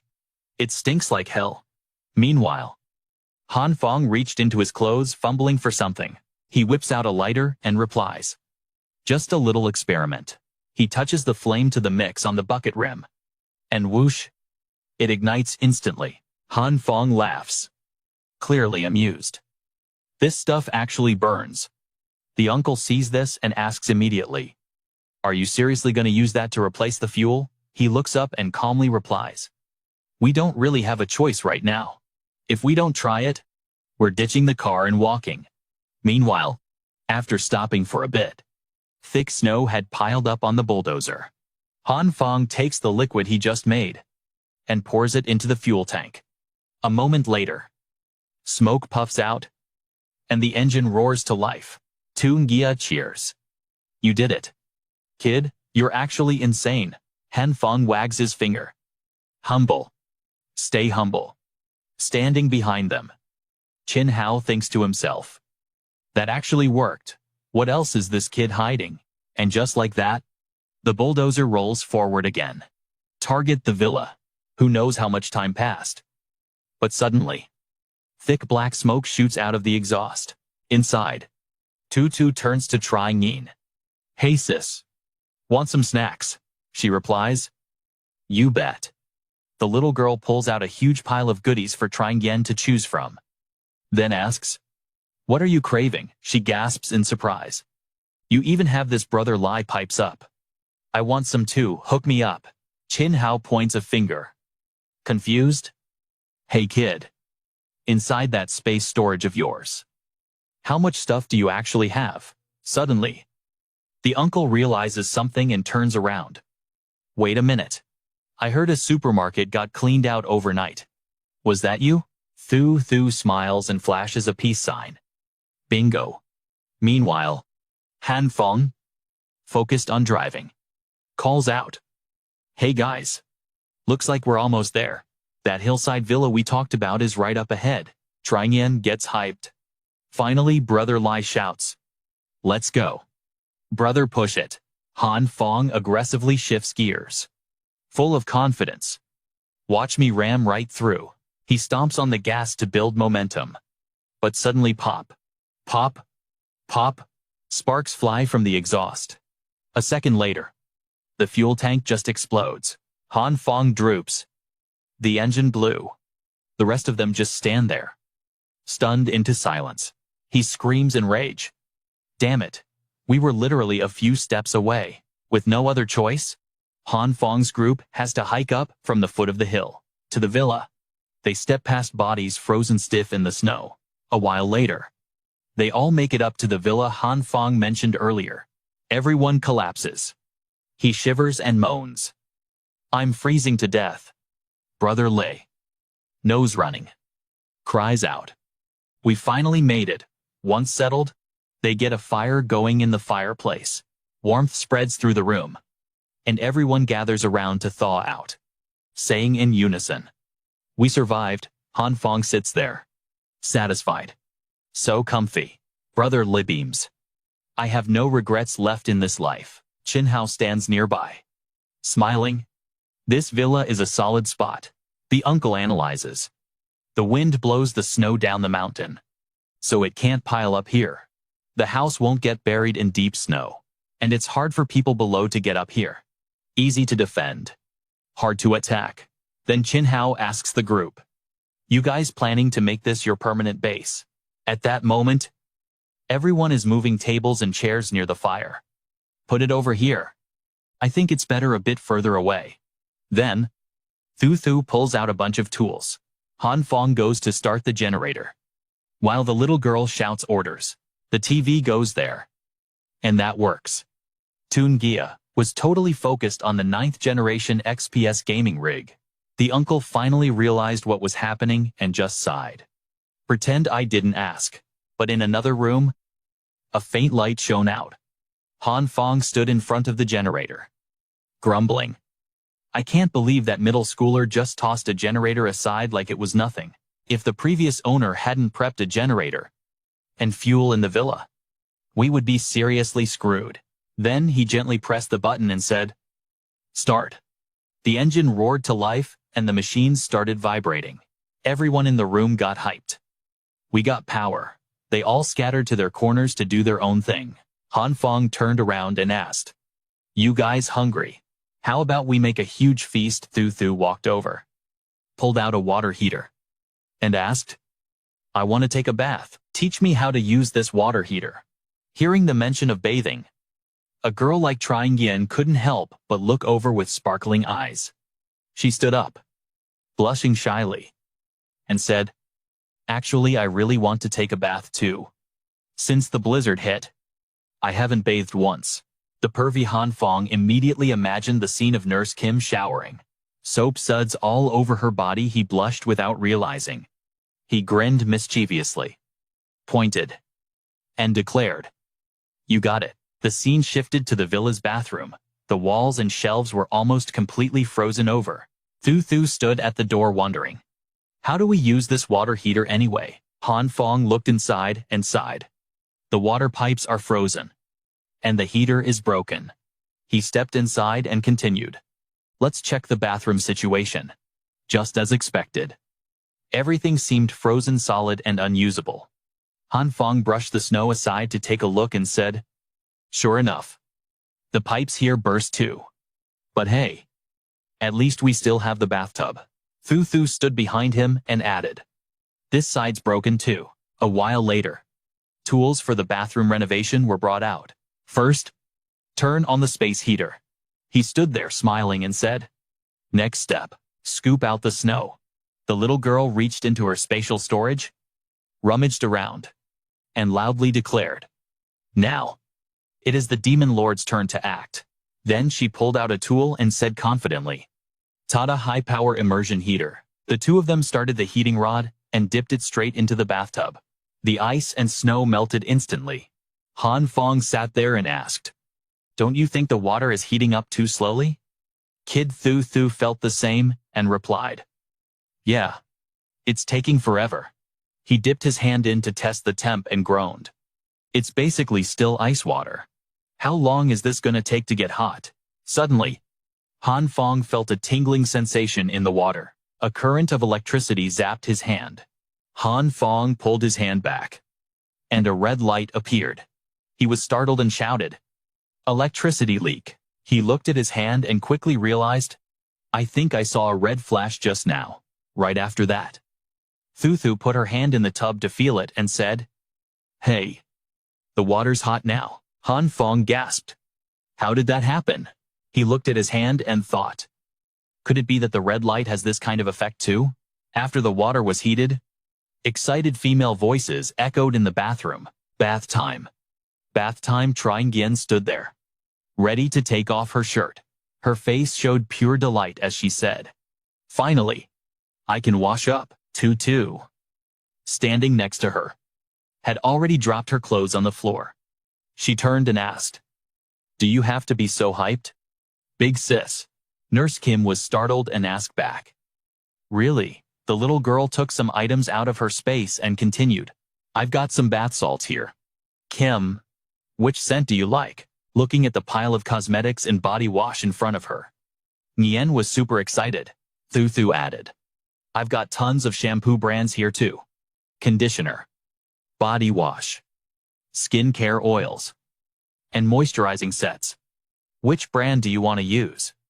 Kim, Nurse Kim immediately hugged the kid tight against her chest and exclaimed, Tutu, I freaking love you. A while later, the two of them just sat soaking in the tub.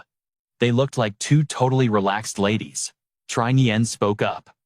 This feels amazing. The kid just said one word. Heaven. She turned to look at the girl and asked, Tutu, you're so tiny and cute. Aren't you? The kid replied. Don't treat me like a kid. I'm 21 years old. You know. Hearing that, Nurse Kim unconsciously smiled and replied, Only 21. Huh. Then you're still a little kiddo. Then, realizing something was wrong, she jumped. She propped herself up on the edge of the tub, leaned over, and asked again. 21 years old. Thu immediately replied, The power of the evil eye preserves my youth forever. Hearing that, Nguyen looked over and repeated, Preserves your youth forever. She added, Don't mess with me. With a face like a kid. There is no way you're that age. I seriously can't see it at all. Phong, who was standing outside eavesdropping, blushed, thinking, a 21-year-old high schooler. That's just insane. Suddenly, Brother Lai waved his hand and asked, Hey bro, what are you doing over there? Come play a game. He hurriedly turned around, playing innocent, and cleared his throat. Tungia stepped closer and whispered, You were trying to peep on them, weren't you? Phong hurriedly dodged, replying, No way, I was just passing by. He looked towards the door and continued, Bro, that is not cool. A real man watches openly and proudly. Let me show you how it's done. Phong hurriedly stopped him. Brother Lai, I want to play games. Let's go play right now. Back in the living room, Brother Lai shouted, Cover me. Bro, Han Phong mashed the buttons and replied, All right. All right. I'm coming. Wild demon dance die. Chin Hao sat there watching them and asked, In a situation like this, how can you two still be in the mood to play video games? He replied, We've got food, drinks, and even electricity. So why not relax and game a little? Tungia turned back and goaded him. Hey, old man. Why don't you come play a round too? Han Phong continued. We're gonna be living here for a long time. If we don't find some entertainment, we'll just die of boredom. Right. What about you? Uncle, are you staying here? Or are you going to look for your people? Hearing that, the uncle's gaze faltered slightly, and he furrowed his brows. With mixed feelings, the boy continued, I know you're not just some ordinary person. But as for me, I just want to live my own life. As long as you don't drag us into your business, you can stay here as long as you like. Brother Lai chimed in. Stop talking. Bro, I'm about to get slaughtered over here. Then Han Phong calmly turned back to the game. I'm coming to save you. Chin Hao rubbed his chin thoughtfully and said, Now, I can tell you boys my true identity. Actually, my area of expertise is investigating people with special abilities. I think that you. Han Phong immediately held up his hand to cut him off. Stop. Just stop. I don't want to know who you are. I already told you not to drag me into your mess. The two of them just stared at each other in silence. Meanwhile, Tungia kept screaming. Help me. Bro, save me. Bro. Seeming to understand the boy's mindset, Jin Hao Sihid closed his eyes and replied, I get it. The uncle stood up, his body trembling slightly as he walked away and continued.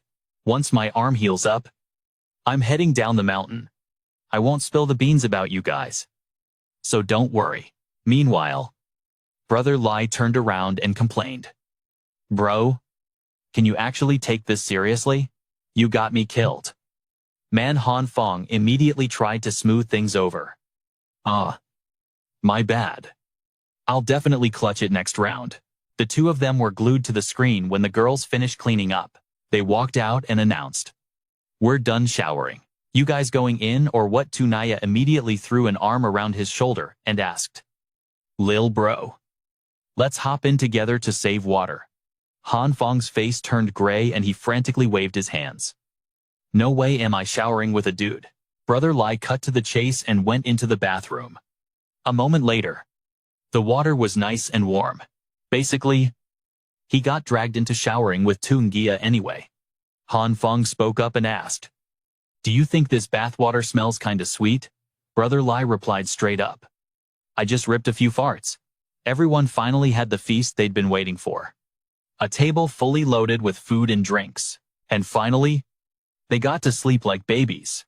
Over the next few days, Han Phong reinforced the walls, the roof, and the villa's fence using his powers. But he also took the liberty of renovating the top floor of the villa, turning it into a sauna room. Now Han Phong could enjoy a steam bath while easily keeping an eye on the situation down the mountain. Suddenly, a figure appeared in his binoculars. He shouted out, Someone's climbing up here. Then the guy just collapsed face first, probably because of the freezing temps outside. A bit later, they brought him inside the villa. The man was laid on the sofa, shivering. Han Phong turned to ask Brother Li, Do you really know this guy? He answered, He's with Boss Liu. Didn't you meet him already? Lil bro? He asked back innocently. Boss Liu? Which Boss Liu? Brother Lai. The big bro who helped you get that gun? Remember? Han Phong suddenly remembered that fierce-looking tattooed uncle and asked. That was Boss Liu. The man lying there finally woke up, clutching his head as he sat up. Am I still alive? Where is this? Brother Lai's voice rang out. Brother Kwang. You awake? He started and gasped. Big mouth Lai. Why the hell are you here? Tungia waved his hands to calm him. Brother Kwang. Chill. Just chill out a sec. Then Kwang turned to look at the boy and asked loudly. And you're that kid who bought the gun? He raised his hand in greeting and introduced himself. Hello, Brother Kwang. Name's Han Phong. Brother Lai sat down on the chair and asked. Brother Kwang. What happened? He replied. A few days ago, our office got raided by a group of soldiers. Countless brothers were killed or injured, and Boss Lu Tu Nia shot up from his seat and asked frantically. What? What happened to Boss Liu? What the hell is going on? A Kwang sat there and recounted. Boss Liu listened to Brother Han Fong's advice. So he stocked up a massive amount of supplies beforehand. This didn't just help them survive the crisis, but also saved hundreds of residents. But a few days ago, a squad of soldiers suddenly stormed in. They didn't just loot the supplies. They slaughtered civilians indiscriminately. To protect everyone, Boss Liu led a group in a suicide mission to fight back. So many brothers went down. Boss Liu took a bullet to the leg and got captured by those soldiers. In the end, everyone split up and agreed to meet at another location, where Boss Liu had stashed more supplies. He concluded that this spot is actually a villa inside this whole complex. Han Phong heard this and thought to himself, no wonder he showed up at the foot of the mountain. Turns out he came here to link up with his squad. Tuan Gia jumped up, all anxious. Brother Kwang, Boss Liu is still alive. Right, he replied. Pretty sure that's the case. Those guys clearly want to take Boss Liu alive. Brother Lai grinned when he heard that. Thank God. Boss Liu made it. His whole body was shaking as he continued. If it wasn't for Boss Liu, I would have been dead meat long ago. Tungia boldly grabbed his arm and demanded. Brother Kwang, take me to find Boss Liu. Let's go save him together. Kwang yanked his arm back. Big mouth Lai. Are you insane? He added. Do you have any clue how many guys and guns they've got over there? No. Right, just the two of us. How are we supposed to save Boss Liu? We'd be screwed. Brother Lai threw an arm around him, rambling on. Brother Kwang, get a grip. As long as there's a sliver of hope, we can't give up. Li Tu Nia, will fight by your side forever. Kwang thought to himself. If you want to die, kid, don't drag me down with you. Tin Hao, who had been listening the whole time, finally spoke up. Are you guys talking about Boss Liu from Tuan Gia Hall? Brother Lai looked over and asked. Brother Chin Hao. You know Boss Liu too, the older man nodded. Back in the day, I was fighting in an underground boxing ring. It was Boss Liu who saved me and gave me my freedom back. Chin Hao looked at his bandaged arm and continued. If you're going to save him, count me in. The uncle ripped off his bandages and declared boldly. I've got quite a few brothers in the city. If I can reach them, they'll come to help. Hearing this, Kwang shot up. Wait. Are you the crazy mad dog from the underground ring? Tum Gia chimed in. Crazy mad dog? No way. You're actually the crazy mad dog. The legend with a 30-win streak. Han Phong spurred out his drink laughing. Crazy mad dog. Huh? Chin Hao raised a hand. That was just my nickname back when I boxed. Don't mention it. Brother Lai was buzzing with excitement behind him. With Crazy Mad Dog helping us, Boss Liu is saved. Brother Chin Hao is a real one. The uncle stepped forward to introduce himself. My name is Li. Chin Hao. Stop calling me by that nickname. Kwang shook his hand. Yes. Yes. Big Brother Lai. Han Phong sat there deep in thought. For real, is this Boss Liu guy really that benevolent? Everyone wants to go save him. If I don't go, it might look bad, but his eyes showed he was still weighing his options carefully. However, this is way too dangerous. My little life is still more important. So, Han Phong pointed at himself and spoke up. Looks like I'm being hunted down too. So I'm sitting this one out. Hearing that, Tungia turned and asked. Little bro, you're not coming with us. He replied. I can't go. But to help save Boss Liu, I can support you guys with supplies. Han Phong put his arms around the two of them, pulled them aside, and whispered. Hey, brothers, I've got something important to tell you. In his head, he thought, I definitely have to remind them to keep the secret about me and that high school girl. A short while later, at the dining table, he said politely, Brother Kwang, take your time. There's plenty of noodles left. He slurped and replied, Thanks, brother. Han Phong calculated. The food today can't be too gourmet. Or Brother Kwang will get suspicious. Then he took him to a room. Brother Kwang, this is the bedroom I prepared for you. Kwang replied the same as before. Thanks, brother. Han Phong only put the most basic stuff in the bedroom. He couldn't risk making it look too fancy. Finally, the day had come for them to gear up and roll out to rescue Boss Lu. The table was absolutely stacked with guns, ammo, and backpacks full of supplies. Kwang sighed in admiration.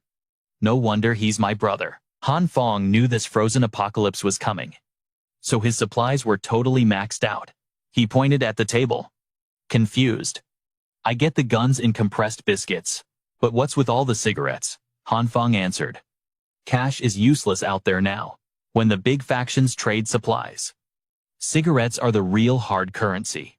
Then the three of them went outside, using skis to navigate the snow. Jing Hao led the way, waving goodbye. Brother Han Phong, catch you later. Brother Lai beamed beside him. Little bro, I'll definitely make it back. Kwang bowed deeply. Thank you. Brother Han, and you too. Sister-in-law, our Tungia Hall will definitely repay your kindness. Sister Nian turned and asked, Mr. Han, do you have a wife? He replied, No. She wondered. Then why did he just call me sister-in-law? Thu Thu stood nearby and explained. He meant you.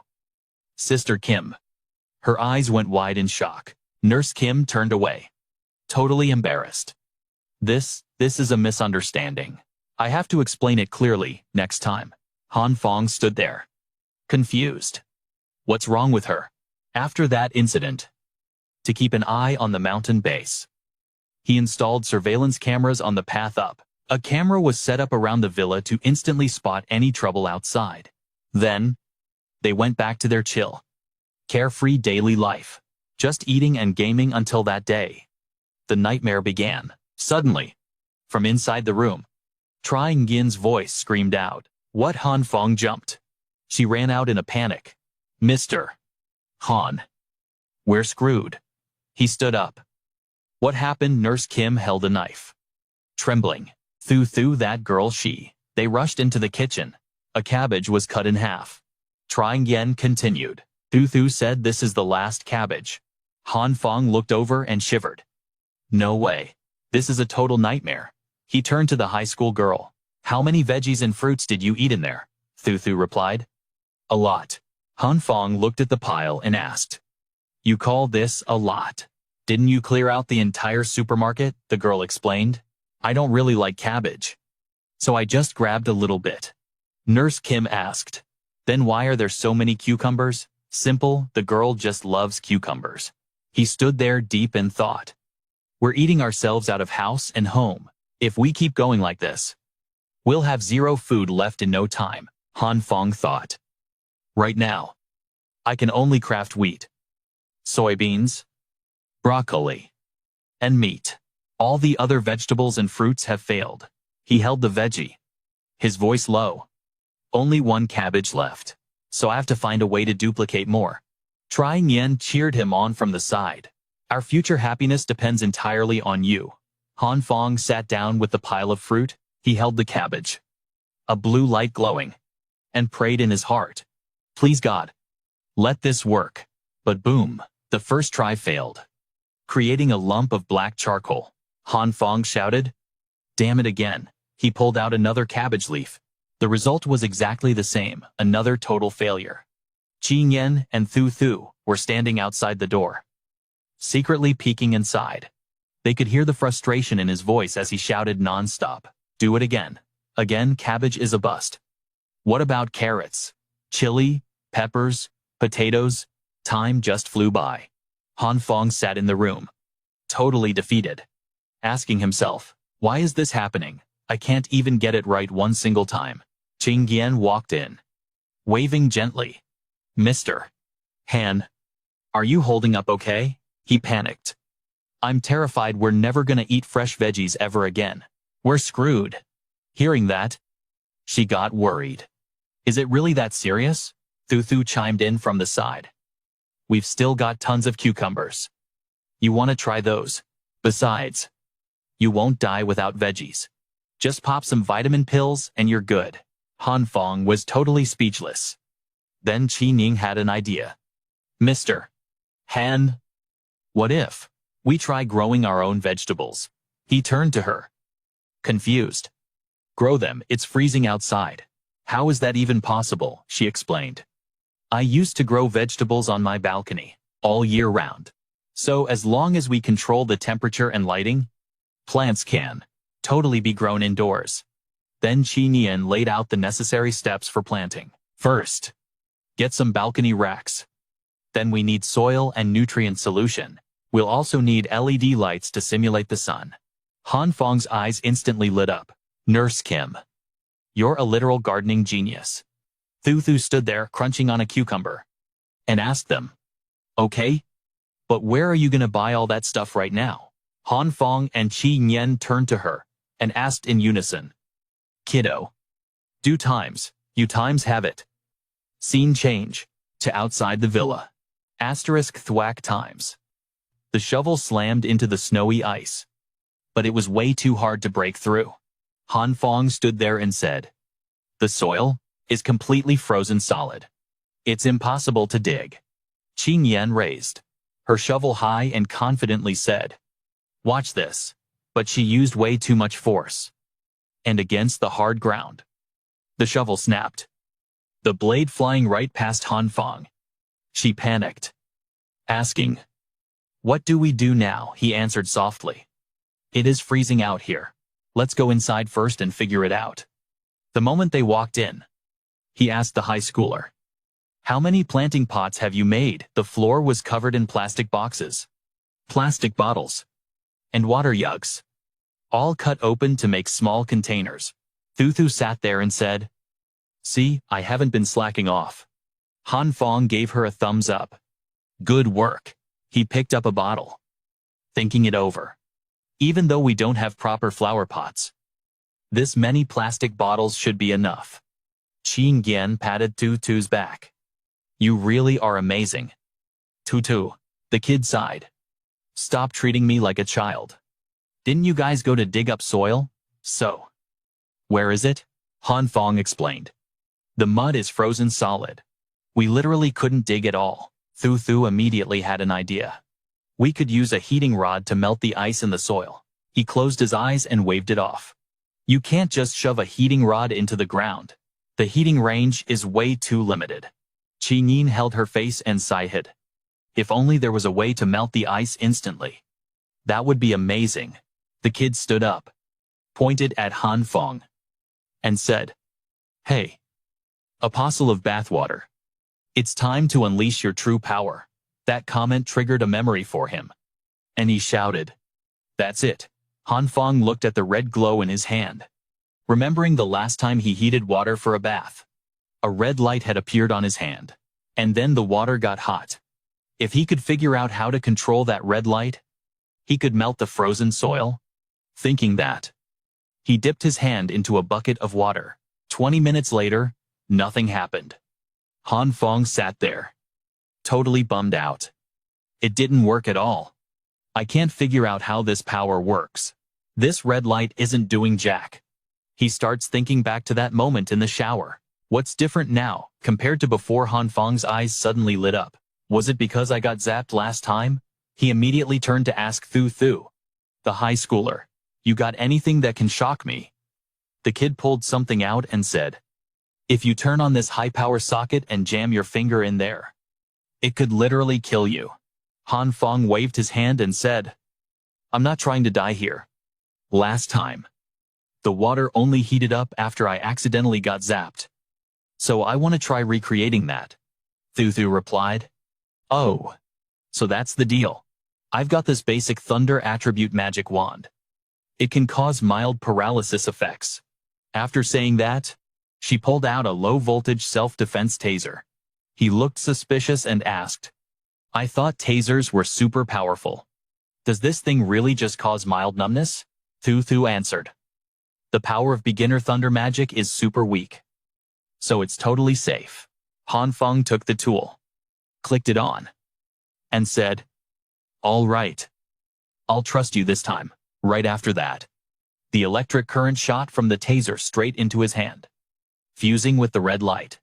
Fong's whole body started shaking, tilting his head back and screaming in a distorted voice, "Holy Mother of God!" But it seemed to work.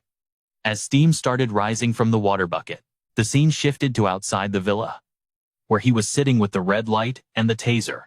Phong flipped the switch, watched the sparks fly, and muttered to himself, "I have no clue how the physics work, but as long as it gets the job done, I'm good." Once the electricity hit his hand, a loud grunt echoed through the air. A moment later, the ice and snow beneath Phong just melted away and got blasted upwards. He reached down, retracted the red light, and grabbed a handful. Then Phong excitedly raised his hand. "I got dirt." And just like the plan laid out, empty bottles were filled with soil. He happily said, "Finally, the containers and soil for planting veggies are ready." Thu took out her stash and asked, "I've got tons of seeds. Which ones are you planning to plant?" Phong replied, "We're planting everything." Obviously, Qingyan stopped him. "Hold on a second. The temperature inside isn't high enough, so we can't grow that many types of vegetables," she added. "These specific veggies don't need high heat, so let's try planting them first," he exclaimed. "No wonder you're the farming expert." Later, inside a room, the lights were fully turned on to help with the farming. Phong stood there and said, "This basement has the best insulation.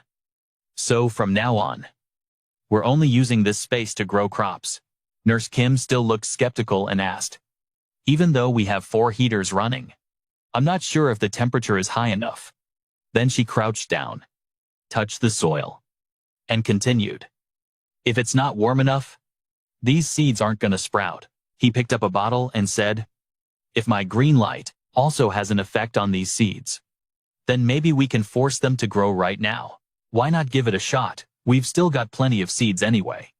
Then Phong shut his eyes tight, channeling his green energy into the soil, while muttering in his head, "Carefully control the flow of energy."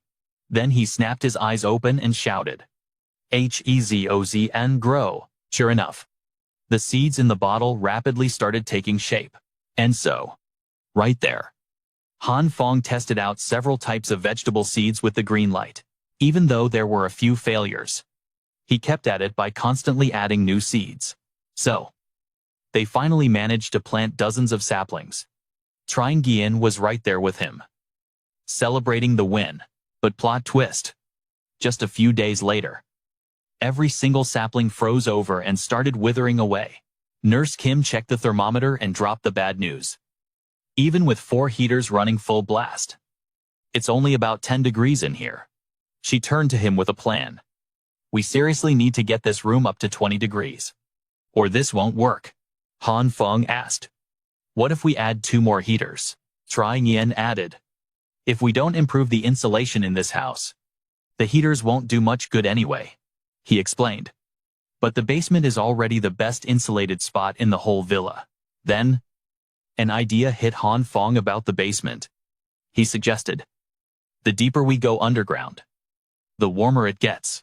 Can't we just dig a deeper basement?" Nurse Kim threw her hands up, totally hyped. "No problem. I got this. I'm pretty confident in my strength." "You know?" he asked. "You really planning to dig a cave by hand?" Then Phong pulled out his 2 energy sources and continued, "Let me test something out first. See if these lights work on rock. If not, we're stuck digging by hand." He already knew the blue and red lights didn't do jack to the rocks, but the purple light could soften them. So, he sat in the grow room and brought out that purple light. Even though the rock got soft like mud, it was still as tough as stone. Because of that, Han Phong had to mix all 3 colors and tweak the rhythm of the energy output. But nope, total failure. And it was always the same result. Plants turned into black solids. And meat turned into black slime. The rocks didn't change at all. Guess that's the difference between organic and inorganic matter. A few days later, while he was still fuming over all his fails, a miracle happened. Han Phong slammed his hand on the ground in rage and yelled. Damn it. He was shocked when the rock crumbled right in his hand. Who would have thought that once the light's intensity goes past a certain limit, it can totally shatter rock?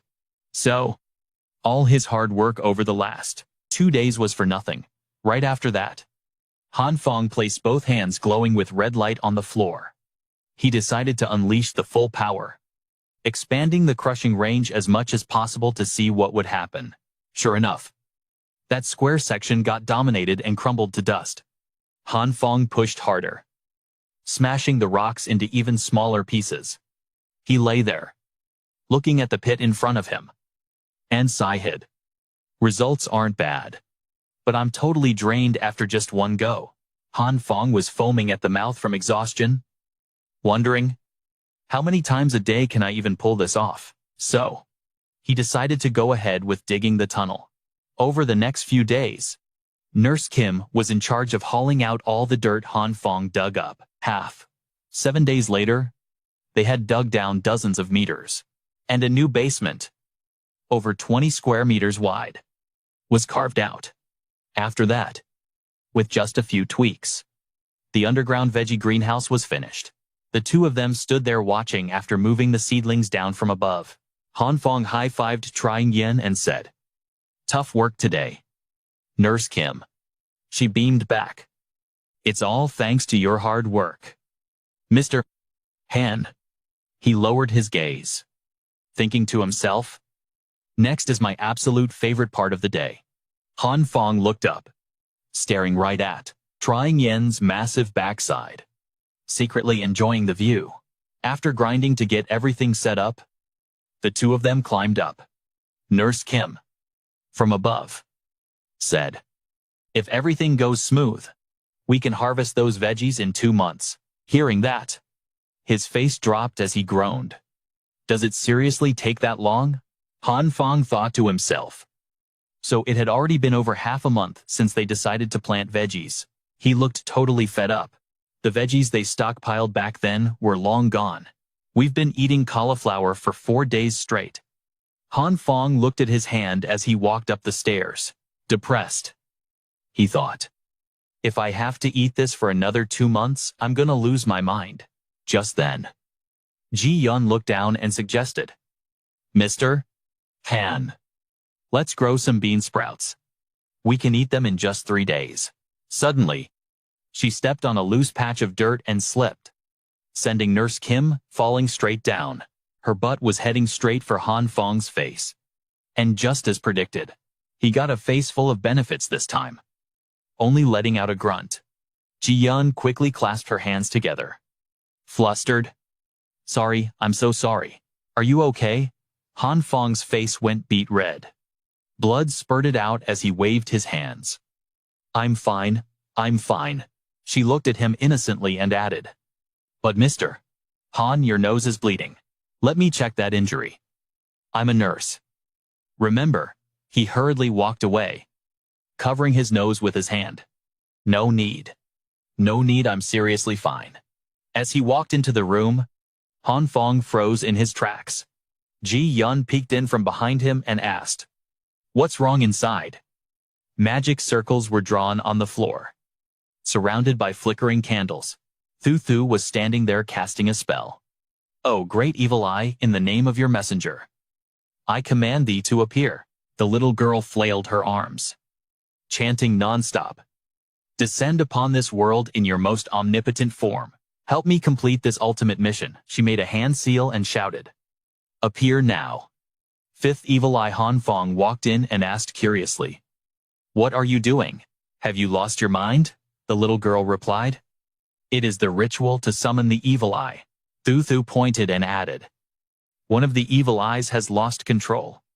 so I must summon a replacement. He looked at the laptop screen and said, "Oh, it's just a camera. The surveillance at the foot of the mountain is glitching." Scared the hell out of me. This mountainside villa had a steep drop on one side, and the road up the mountain on the other. So, by installing a camera on the road up, they could spot anyone coming up the mountain. Right then, Phong and Ji Yun were sliding down to the lower level. The only problem was the constant strong winds and heavy snow. The cameras glitched out easily, so he had to climb a ladder to fix the surveillance feed. Phong tightened a screw and groaned. When is this damn weather gonna end? As soon as the words left his mouth, a strange sound echoed from the forest. Phong snapped his head around. Huh? What was that noise? He stared intensely into the pitch-black night, but there was no response. Ji Yun called out, "Mr. Han, is something wrong?" Phong replied, "I'm not sure." A patch of white mist appeared on the mountain across from them. After fixing the camera, he told Nurse Kim, "There's definitely someone on that peak. It might be dangerous around here. Let's head back." Now, the next morning. At first, Phong didn't care about what was happening in the mountains. He just wanted to get those veggies growing as soon as possible. As soon as he woke up, he went down to the basement to transfer energy into the seedlings. Phong mumbled as he worked, using energy to stimulate the seeds, to make them sprout faster. Let's see. However, the results weren't what he hoped for, just as I thought. It didn't work. The energy rhythm I found isn't compatible, he decided. Looks like I have to figure this out from scratch. 30 minutes later, Phong was still grinding away, trying to speed up the plant's growth. He tore at his hair and groaned. No way, this is impossible. Why is it like this? Phong stared at the pile of dirt in front of him, wondering. The veggies wrapped in the green light in his hand were all dead. He scratched his head and looked ahead. The veggies over there that he hadn't touched had grown a ton. He looked at his hand, asking himself, could it be that just a faint green light is enough to boost plant growth? Reality proved Phong guess was right. If he shined the green light for more than 30 minutes, the veggies would stop growing. He couldn't force them to mature in one go. He had to use the green light daily. Luckily, the two girls came down to watch him, so it wasn't as boring. Just like that, 5 days passed. The first batch of veggies was ready for harvest. Phong cheered in excitement. My Napa cabbage is all grown up, over here.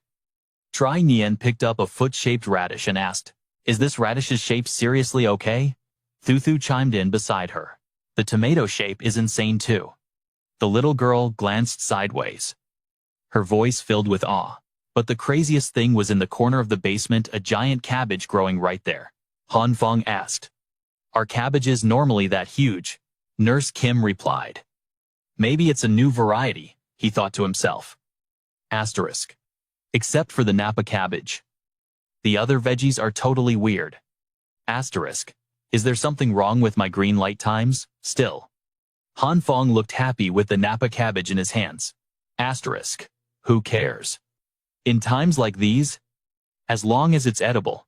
Asterisk. Tri Yen suggested, let's have pork rib radish soup and beef stir-fried with tomatoes today.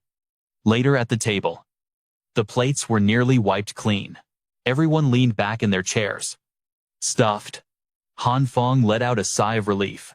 Working hard for half a month was totally worth it. Thu spoke up. "I want strawberries and cantaloupe. Grow some fruit." "Will ya?" He reached out and pinched her cheek. Thu added, "Humans take vitamin pills, but I need fresh strawberries and cantaloupe." Tri Yen pointed at the big bowl of veggies and asked, "There's still a ton of cabbage left. Is no one eating anymore?" Phong turned away, answering, "I'm sick of it." The little girl did the same. "I don't like cabbage either." He remembered his cousin, Brother Lai, and said, "God, if Brother Lai were here, it'd be great. He could polish this all off by himself." Phong closed his eyes tight. Brother Lai's group went down the mountain over half a month ago. I wonder how they are. The compressed biscuits we gave them must be long gone by now. Then he sighed and added, I hope they're safe. From the direction of the mountains, an explosion erupted, sending up a mushroom cloud of smoke and dust. Thuthu spoke up. The Demon King's roar is back. Trying Yen added. This is the 6th day we've heard that sound. What's happening over there? Han Phong said firmly. Whatever happens outside has nothing to do with us. He leaned back, a toothpick in his mouth, and continued. Besides, it's just one boom a day. No big deal. 3 days later, explosions rocked the outside world continuously, making the hills shake. Inside the villa, Han Phong couldn't take it anymore. Clutching his head and cursing. The villa was shaking too. He covered his face, fists clenched, complaining. That's dozens of times today. It just won't stop. Then the scene shifted outside. A ladder was propped up. Han Phong muttered to himself as he climbed. I seriously need to see what the hell is going on. He crawled onto the roof and pulled out his binoculars. Through the lenses, Han Phong saw thick columns of smoke rising into the air. They were coming from all over the hills. Seeing this, he couldn't help but wonder, what is all this? Right then, Han Phong was getting closer and observing the situation in this snowy landscape. He used his binoculars to scan the scene ahead. Who the heck is causing all this? He stared at the distant ice block, deep in thought. Making that much noise up on the mountain, isn't he afraid of giving away his position? Seeing this, he lowered his binoculars and muttered, even though it's pretty far off right now, if those explosions reach us later, we're gonna be in big trouble. He stood up to keep watching. I honestly don't know if this reinforced safe house can withstand an explosion with that kind of power. Han Phong stood there in the relentless blizzard and spoke up. Actually, these walls look way too low and thin. We need to beef them up. Right after that, he grabbed a shovel, went downstairs, and talked to the 2 girls. I don't know exactly what's going on out there, but I've decided we need to build our wall higher and thicker, just to make sure we don't get blown to bits. Hearing that, the girl in the witch hat looked confused and asked, what are you gonna use to build it? My inventory is totally out of cement. He grinned confidently and replied, heh, don't worry about it. Then he led them to the pile of rocks left over from digging the tunnel and said, don't we have plenty of materials right here? Immediately, he guided the 2 girls to help him. First, let's stack these rocks up. Then, he took the bucket of water the witch hat girl handed him and explained, then we pour water over it. Instantly, the water froze solid. Once the water freezes, boom, we've got ourselves a wall. Right. To prove how tough it was, he slammed his shovel against it a few times. It didn't even put a dent in the wall. The temperature is super low right now, so a wall made of ice mixed with rock is actually harder than concrete. Right after that, the 3 of them started building the ice wall. Then, the 3 of us gave it everything we had. To make the wall higher and thicker, they even scavenged stones from that abandoned house nearby. When we ran out of rocks, I even had to tear down the villa next door. After a while of hard labor, it was finally done. 3 days later, a massive ice wall stood completed. Han Phong looked incredibly confident and told the others, with an ice wall this thick, we can relax for a bit. Suddenly, an explosion shook the ground, terrifying everyone. Did the explosions actually reach us? Seeing this, he immediately climbed up to check the situation. As soon as he peeked over, Han Phong was so shocked, he gasped. What the? In front of him was a massive explosion, pitch black smoke. He instantly grabbed his binoculars to get a better look. Damn it. They really bombed all the way here. Suddenly, Han Phong froze. Completely stunned, he couldn't believe his eyes. Another terrifyingly huge explosion went off. It completely obliterated that villa, smashing it to smithereens. Suddenly, 2 rocks flew out. They slammed right into Han Phong's ice wall. A projectile with immense power was hurtling straight toward him. It whizzed right past Han Phong's head, leaving him in total shock. His face went blank, unable to believe it. Blood started trickling down from his ear. He immediately climbed down, terror still written all over his face. Thank God the wall was finished. If not, that would have been extremely dangerous. Then, he rushed in to warn the other two. Artillery fire, everyone. Get to the basement. Now. So the three of them hid in the basement, eating stored vegetables. We stayed underground for half a day. Only then did we return to the surface. The next day, just as I hopped in for a quick shower, the shelling started again. The following night, while I was washing up, another artillery barrage exploded nearby. Han Phong hurriedly grabbed a towel, wrapped it around himself, and shouted to the others, "Incoming fire. Get to the basement. Hurry." The next day, another shot slammed straight into the ice wall. On the morning of the third day, the villa next door got blown to bits, and a shell even slammed right into our wall. The very next day, Han Phong couldn't even finish his business before the shelling started up again. By the afternoon of day 4, just as he was getting ready to go, the explosions started again. The little girl in the witch hat really had to go too. She pinched her nose and complained, "Hurry up, I need to use the bathroom."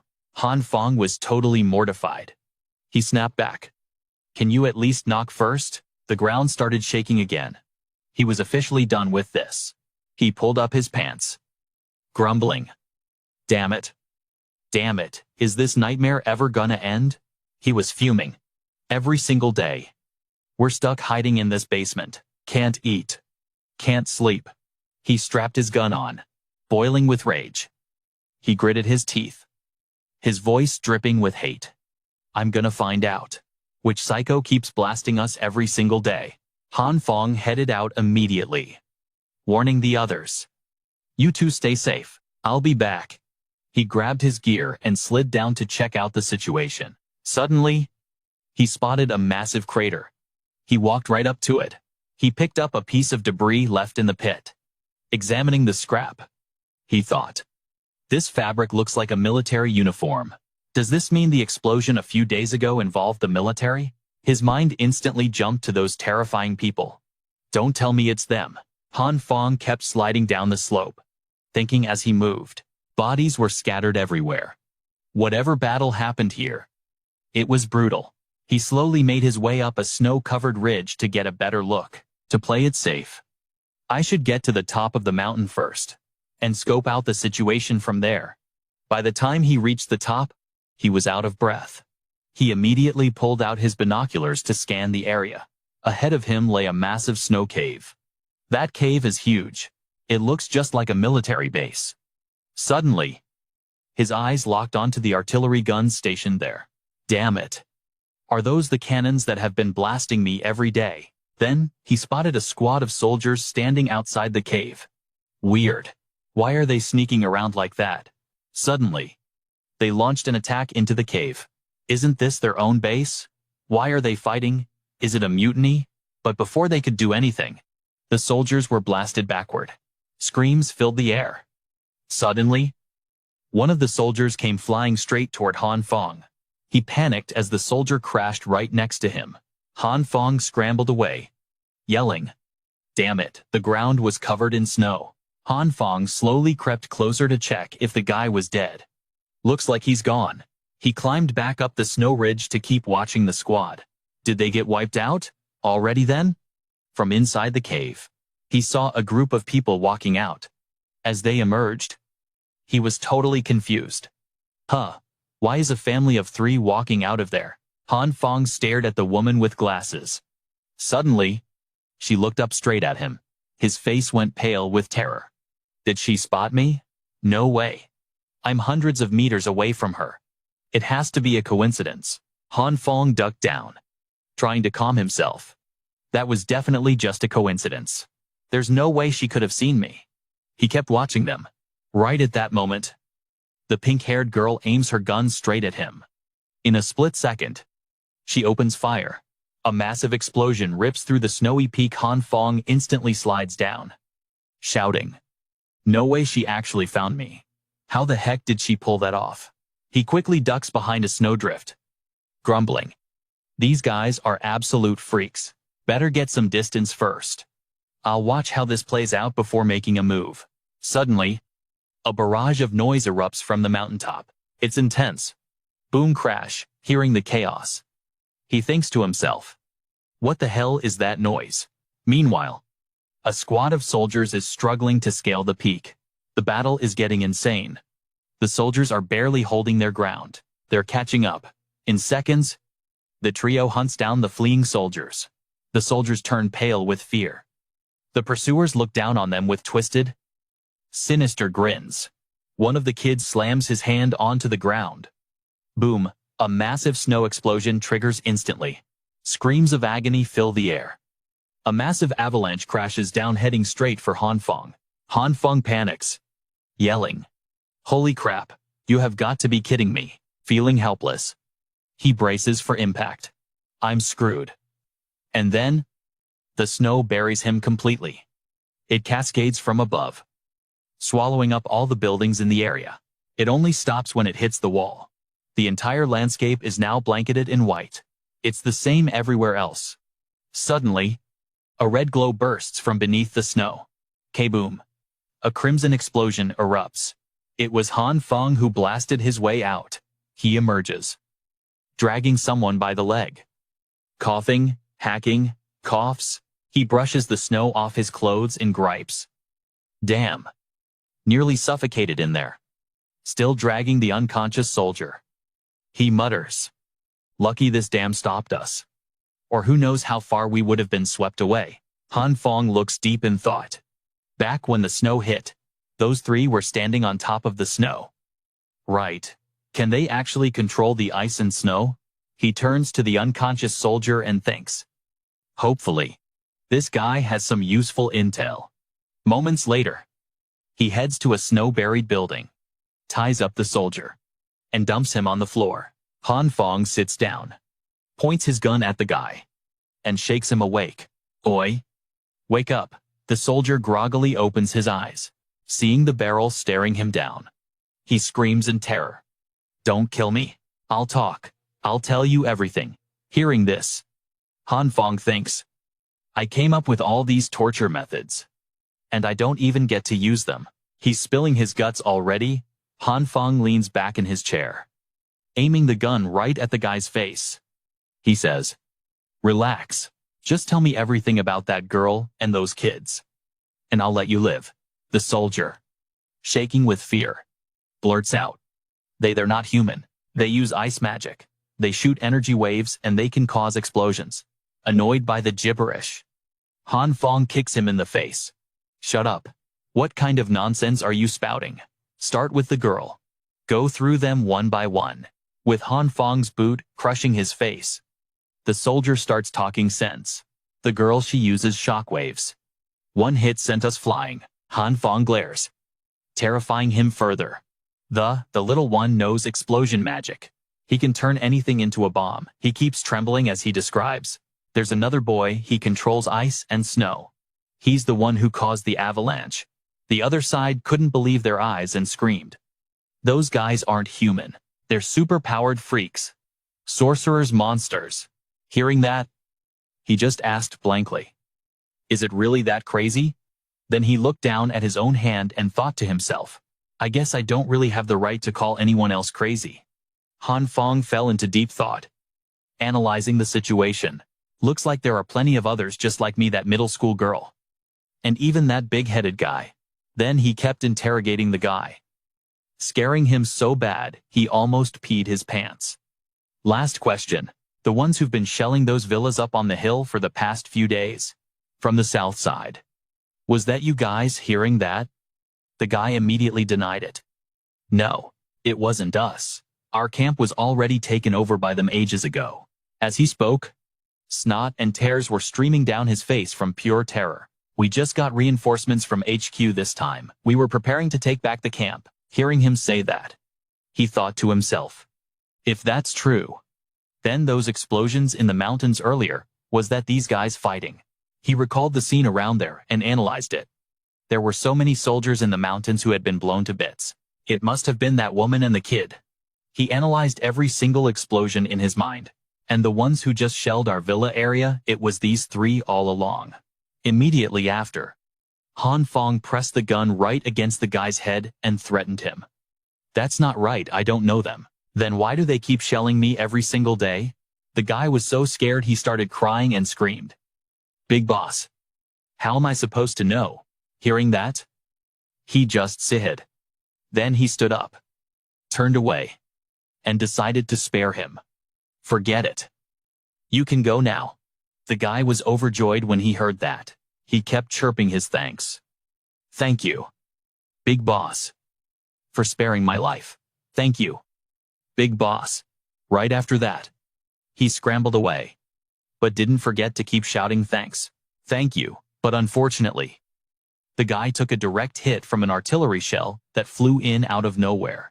Immediately after, multiple shells rained down on the snow pile. They fired at the buildings. But luckily, the structures didn't take any damage.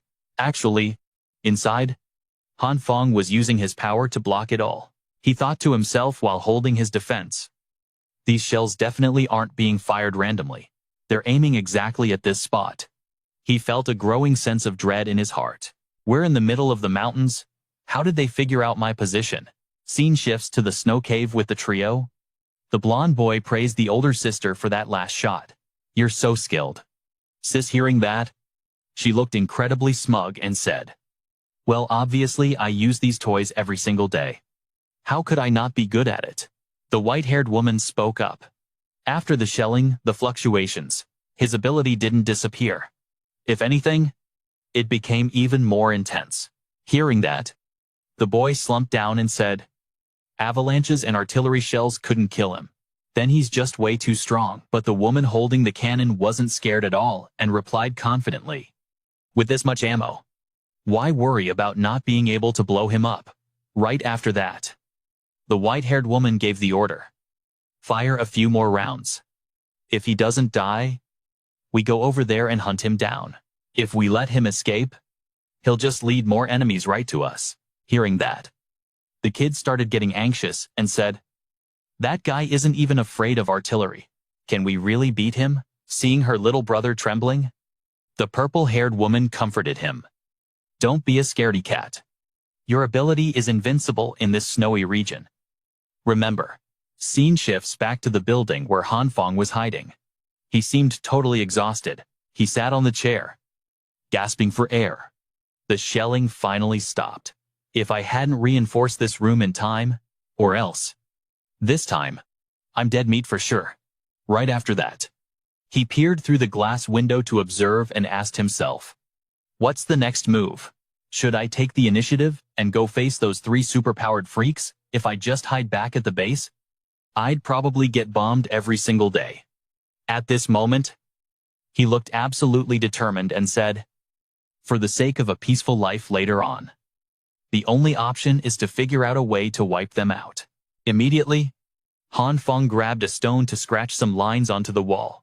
After a bit, he finished drawing the diagram and started deducing. In front of the dam is a snowfield, and on both sides are mountains. His eyes focused on the 3 powers, as he analyzed.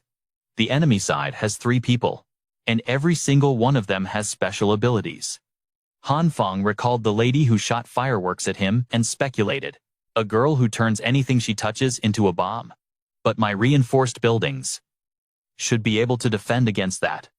Then, he continued analyzing the air power of the other one. In that group, there's a woman with extremely powerful air shockwaves. Plus, she can attack from a distance. This is super dangerous. Next, he analyzed the kid in the group. And the most dangerous one is definitely that brat, the one who can create snow waves and avalanches. Then he continued calculating the worst-case scenario. If he can control ice and snow from a distance, he could bury both me and the dam at the same time. Immediately, Phong got his hands on a gun. If I can use this rifle and hit the target from a long distance, that would be great. He took out the gun to aim and test it, but I'm not a pro sniper. If the distance is even a little too far, there's a high chance I won't hit anything. Phong felt a bit worried at this point. Even if they hide in the mountains on both sides of the dam, I wouldn't be able to spot them in time. He had quite a headache. unable to find a solution yet. Is there any other way to deal with those three? Phong started considering a plan. Maybe set traps on the path they have to take. But where exactly is the path they have to take? Especially since they have someone who controls ice and snow. Setting traps would be useless anyway. Right after that, he went outside to observe. Or, maybe I can lure them down to the dams downstream. And then open the floodgates. That way. There's no way they can escape. The snow outside was falling even heavier. He went out to calculate how to set the trap. But how can I get them? Down to the downstream of the dam. If I go to lure them, who's gonna be the one to open the valve? Then he observed the situation and thought.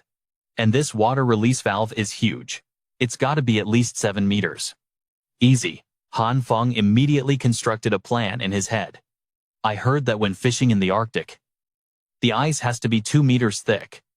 And the water level below the ice must be higher than the valve face. Right after that, he punched the ground hard and continued thinking. Just in case. I need to go down and check a bit. Then, a purple substance started flowing from Phong hand. If the discharge valve fails to release water at the critical moment, then I'm totally done for. He used his power to let it flow down into the ground from high to low. The purple mass had now flowed down to the rock surface below. After that, his purple power retracted, and a blue power source began to flow down there. Phong was extremely satisfied at this point and said, "Perfect. There's still water. I just need to drag them down here. And it's a guaranteed win." The snow started falling heavily now. The group of 3 began sliding down towards the location. Right then, the white-haired sister ordered. "Stop." The white-haired lady pointed at the house ahead and said, "He is in the second house on top of the dam." Hearing that, the purple-haired lady snapped, yelling, "Then, I'm gonna blast him with a cannon right now." The white-haired big sis steps in, stopping Win Gia and telling the kid to strike first. Wait for him to bolt. Then, he. You blast him. The girl pouts and goes. Fine. Whatever. The kid drops to the ground, touches the snow, and bam! A massive wave of snow rises up instantly. It triggers a full-blown avalanche. It's barreling straight toward Phong shelter. The avalanche crashes right into his hideout with massive force. But inside, Phong is using his powers to hold back the crushing snow. He grins a wicked smile and thinks, "Here they come." Finally, by now, snow has completely covered the window. Instantly, he clears the snow with a blast. Phong aims his gun, locking onto a target. "Let's see where you guys are hiding." He immediately scans for their location. Got him. He spots them. "Found you." Phong pulls the trigger without hesitation. A high-powered bullet rockets out of his shelter. It cuts through the air, sharp and deadly fast. It flies straight at the group. But when they see the shot coming, they don't even flinch. No way. They instantly create a protective circle, deflecting the bullet off course. Then, a barrage of bullets comes raining down on them. But the shield blocks every single one. The 3 of them slide down the slope. The white-haired girl calls out. "Looks like the avalanche couldn't crush his little hideout. It's all up to you now." He.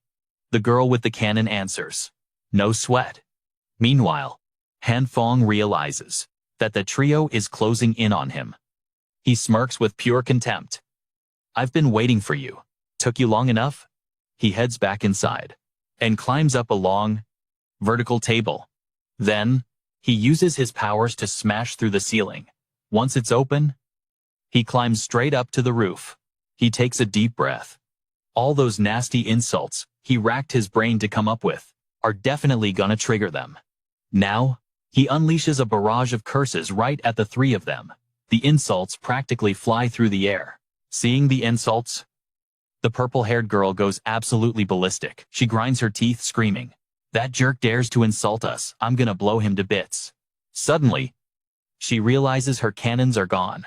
It was the white-haired big sis who swiped them. She speaks softly to the other 2. "Do you guys know what I hate the most?" Immediately, she grabs the cannon and starts firing wildly. "You're the whore. Your whole family are whores." She blasts shell after shell into his shelter. But Han Phong pops a parachute and bails out just in time. He doesn't forget to taunt them though. Haha. You ugly hag. Go wash your ass and wait for daddy to come back. Seeing him flee, the purple-haired girl screams. Sis, he's trying to run. The white-haired sister is fuming with rage. She drags the other two along. I'm gonna kill him, the boy agrees. Kill him. The purple-haired girl tries to calm her down. Sis. Wait, calm down. They jump down the hole to chase after Han Phong. Watching this from above, he uses his powers to flood the hole with water. He looks down calmly and says, "See you later." Folks, massive columns of water come crashing down. A pink light from the ability flashes above Han Phong. The roar of the rushing water echoes everywhere. Han Phong bursts away at full speed, not looking back for a second. Then let's add a few more. One by one, he unclogged the water pockets, letting them gush out violently. The second one, the third, then the fourth. Meanwhile, somewhere else, a massive explosion suddenly rocked the snowy ground. A crude path was quickly carved out on the white snow. In the distance, 3 silhouettes were getting closer. Now Thon was holding hands with Nguyen, Ngia, and Tu Hai. They were inside a bubble created by her ability. Moving along the path, Tu Hai pointed forward and yelled, "Found that bastard." The bubble suddenly stopped. Nguyen Ngia bowed his head, closed his eyes, and sent out his power to scan the area. Then he spoke up. "Something's wrong. There aren't any energy fluctuations here at all." Suddenly, a roaring sound from behind made Nguyen Ngia turn his head and mutter, "What's that noise?" He only saw a massive torrent of water pouring relentlessly down from above. The floodwater, carrying rocks big and small, was getting closer by the second. She screamed in shock.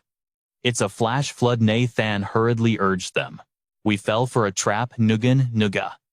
"Run now." Tu Hai, standing next to them, yelled frantically, "Hurry! Hurry up." Ngin Ngia nodded hastily, replying, "Yeah. Yeah." The boy quickly slammed both hands onto the snow.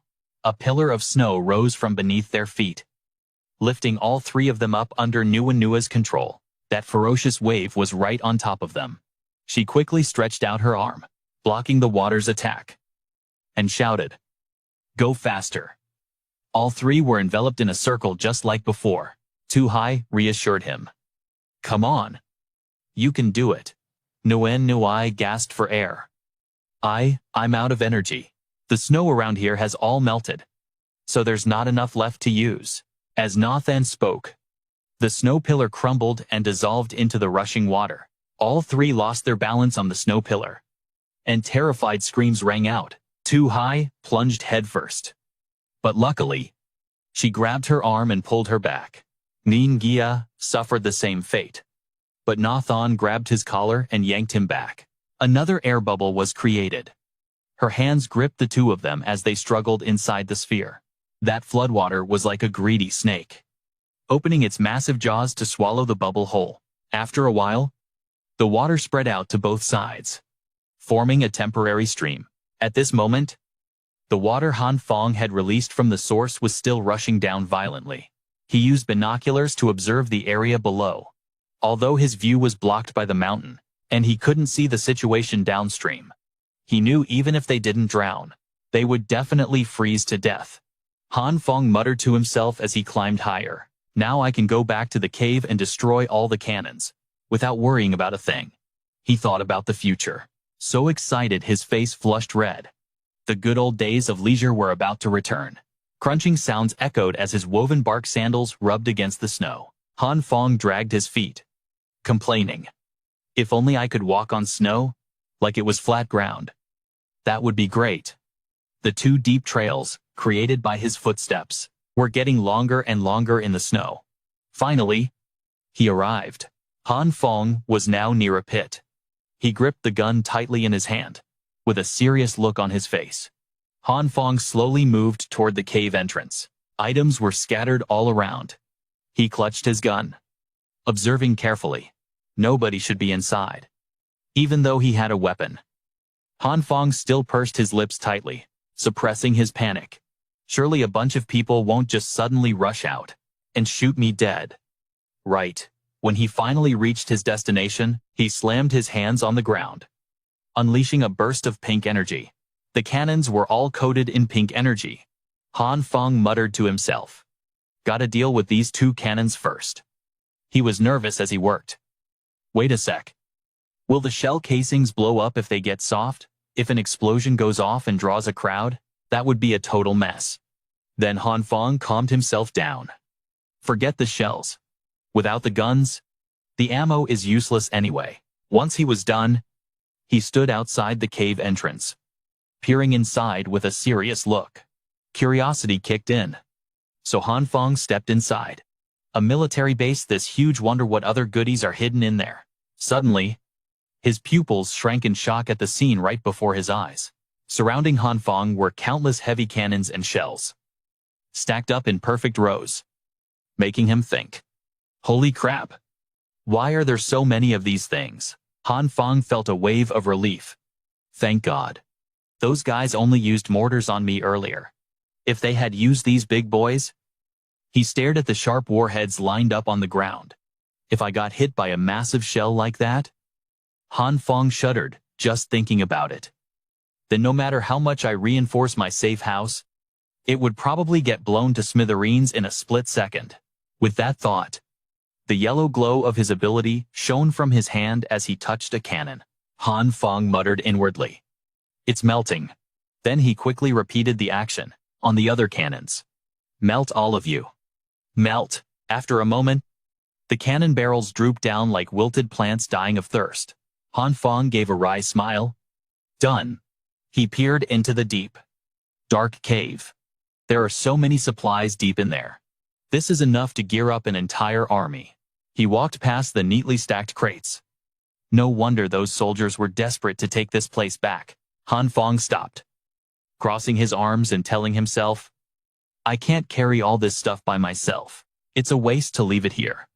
But if these weapons fall into the wrong hands, it's gonna be super dangerous. He slowly climbed back up to the cave entrance.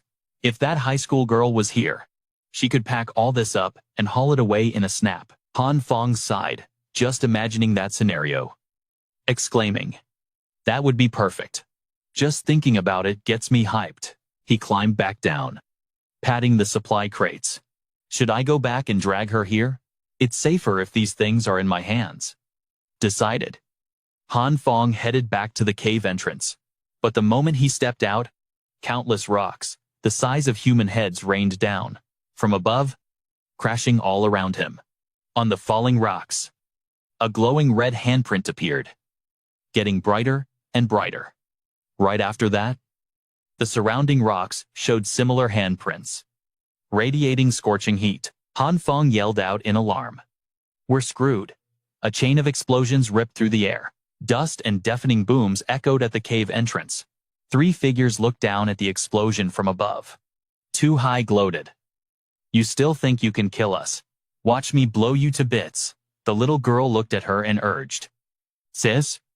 Check if he's dead yet? Nathan sensed for a moment. Then her eyes snapped open, gasping in surprise. Huh. Meanwhile, Phong was standing there calmly with his arms crossed, while 2 High hopped around excitedly between them. Sis, did he blow up? Did he blow up? He was so calm it was annoying.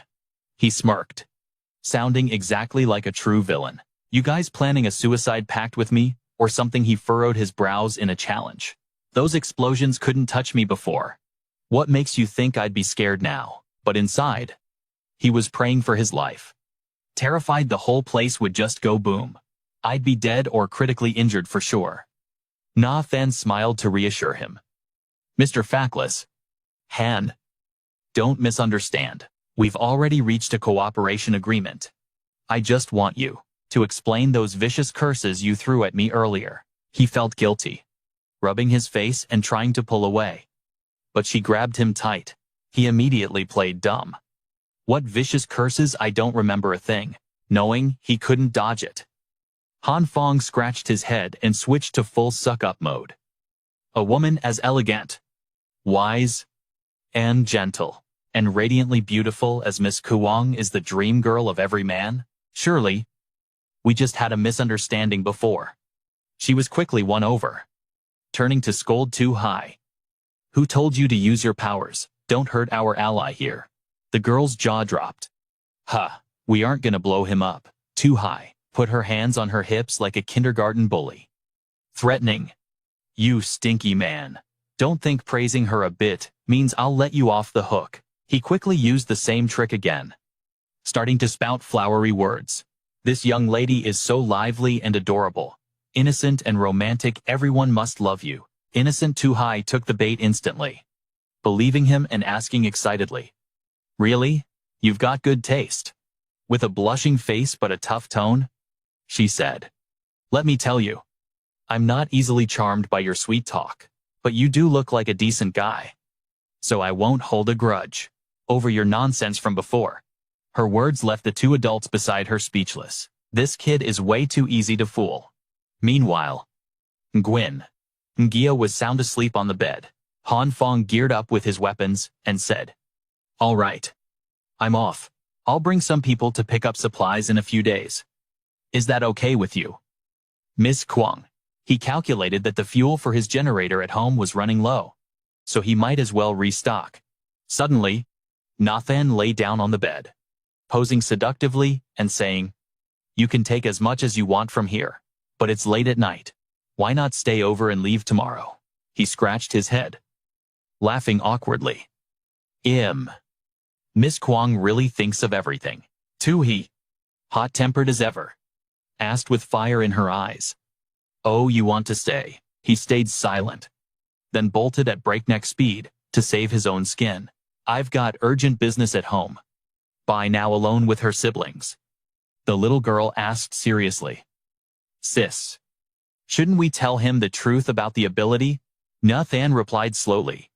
If we tell him now, how will we get him to come beg us later? She sharpened her tone, calling the boy on the bed. Nguyen. He's gone. Stop pretending to sleep. The boy jumped up, sighing in relief. I hate talking to strangers, she asked with concern. You used your ability so many times today? Any changes to your body? Too high quickly groped him. Let me see. Let me see. She shamelessly pulled Nguyen's pants down, exposing his pale butt. And she saw exactly what she needed to see. Too high giggled. Haha. It grew on your butt.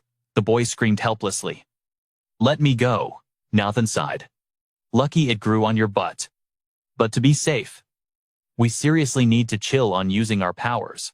The blizzard outside was insane. Phong barely took a few steps before stopping to complain. Tired, so tired. His heart suddenly pounded like crazy. He clutched his chest in agony and dropped to his knees. It hurts, I can't breathe. What the hell is happening? He suddenly froze. A thought flashed through his mind. I'm done for. I literally can't move another step. I remember there's a hidden security camera up ahead. Without hesitation, he stumbled toward it, waving his arms and screaming his lungs out. Help, is anyone there? The air remained thick and dead silent. Not a single sound answered him. On the surveillance screen, his image appeared crystal clear. But the room behind the camera was completely empty. The faint light flickered like it was coming from a ghost town. Sure enough, Nguyen must be fast asleep, sleeping like she'd already reincarnated into her next life ages ago. In the messy room, the little evil king was also lying motionless. Fong's whole body was trembling uncontrollably. It's this late, are they all asleep? I'm done for. I'm totally screwed. A sharp spasm seized his chest. His heart pounded like it was about to explode. He clutched his chest, gritting his teeth in agony. My chest hurts so bad. Then Phong collapsed, his whole body hitting the cold snow. His breath puffed out in white clouds, fading into the mist. Before falling into a coma, his blurry eyes caught a glimpse of a small dot of light. In his delirium, an image of Nguyen suddenly appeared. Hazy but familiar. Not sure how much time had passed. Phong suddenly jolted awake. He panicked and sat up in a warm bed. He tumbled right off the bed, Realizing he was buck naked, he stammered nonstop. What is going on? Why am I back here? Han Fong's face turned bright red as he frantically scrambled under the blanket. He pulled it all the way up to his neck. Why the heck aren't I wearing any clothes? Right next to him, Trying Gian was calmly wringing out a towel in a basin of hot water. Her expression didn't change a bit. Opposite them, the little evil king sat swinging her legs. Trying Yen explained. Last night, I suddenly got super hungry. So I went out to find some food and happened to see you on the security feed. After that, I went down the mountain and carried you back. She continued nonchalantly. To help you recover your body heat quickly, I had to take your clothes off. She asked curiously. Your body doesn't seem injured. So why did you faint at the foot of the mountain? He immediately answered. I remember my chest suddenly hurting really bad. Then, he briefly recounted what happened yesterday, telling them the whole story. After hearing the situation, Trying Yen said seriously. Maybe it's the cold weather. Plus you were overly exhausted, which led to chest pain. Meanwhile, the little evil king gave a thumbs up, expressing her admiration, as expected, of the one chosen by the evil beings. Taking on 3 people alone. That's insane. He grumbled in annoyance. Can you care a little bit about my times body instead? Suddenly, his face lit up with excitement. That's right. Come with me. Quick. Those 3 are still waiting for me to come back and move the supplies. The little girl spread her arms like she was possessed. Muttering, the great evil king is about to set out on a conquest again. Suddenly, Trying Yen spoke up, crushing their enthusiasm. No way, mister. Han must rest in bed right now. No intense exercise. And we need to check your heart daily, until your medical evaluation is stable. Choo-choo. Don't bother, mister. Han for the next few days either. Okay, just like that. Han Phong was given special care. Weighted on hand and foot, he lay on the bed, sighing with total satisfaction. For the next 5 days, under Nurse Kim's care, I basically recovered. Beside me, the little evil king sat casually munching on a watermelon, with juice on her hands and mouth working nonstop. She asked, You've been trying for days now, haven't you? Maybe the evil king abandoned you a long time ago. But right now, Han Phong was sitting cross-legged in the middle of the bed, eyes half closed, forming hand seals, focusing intensely like he was meditating. Don't disturb me. I need to focus my spirit just a little more. In just a moment, Han Phong was covered in beads of sweat. A strange image appeared in his mind. Trying Yen in a bizarre pose. So weird it made his brainwaves fluctuate wildly. I can sense Nurse Kim. What is she doing? That pose is so weird. Meanwhile, over in a different part of the villa, Nurse Kim was using the bathroom when she suddenly froze. Shivering. Huh, that's weird. Why do I feel like someone is staring right at me? Han Feng's face was twisted like he had just seen a ghost. He muttered to himself in awe. So that's how it works. It really is magical. Down at the snowy foot of the mountain, Inha Than's squad was waiting for someone. Sitting quietly in her wheelchair, she looked super disappointed and said, I thought he would be back sooner. Who knew we would be waiting 8 whole days? She frowned. Her voice filled with confusion, and he brought back 2 more ability users to High. Standing next to her, jumped. Her face went pale, shaking with rage. Say what? There are 3 ability users now. No way. Gwen Nagia was the only one keeping his cool. He said nonchalantly. We are not fighting anymore. So what are you scared of? As soon as he finished speaking, Han Feng's crew appeared right in front of them.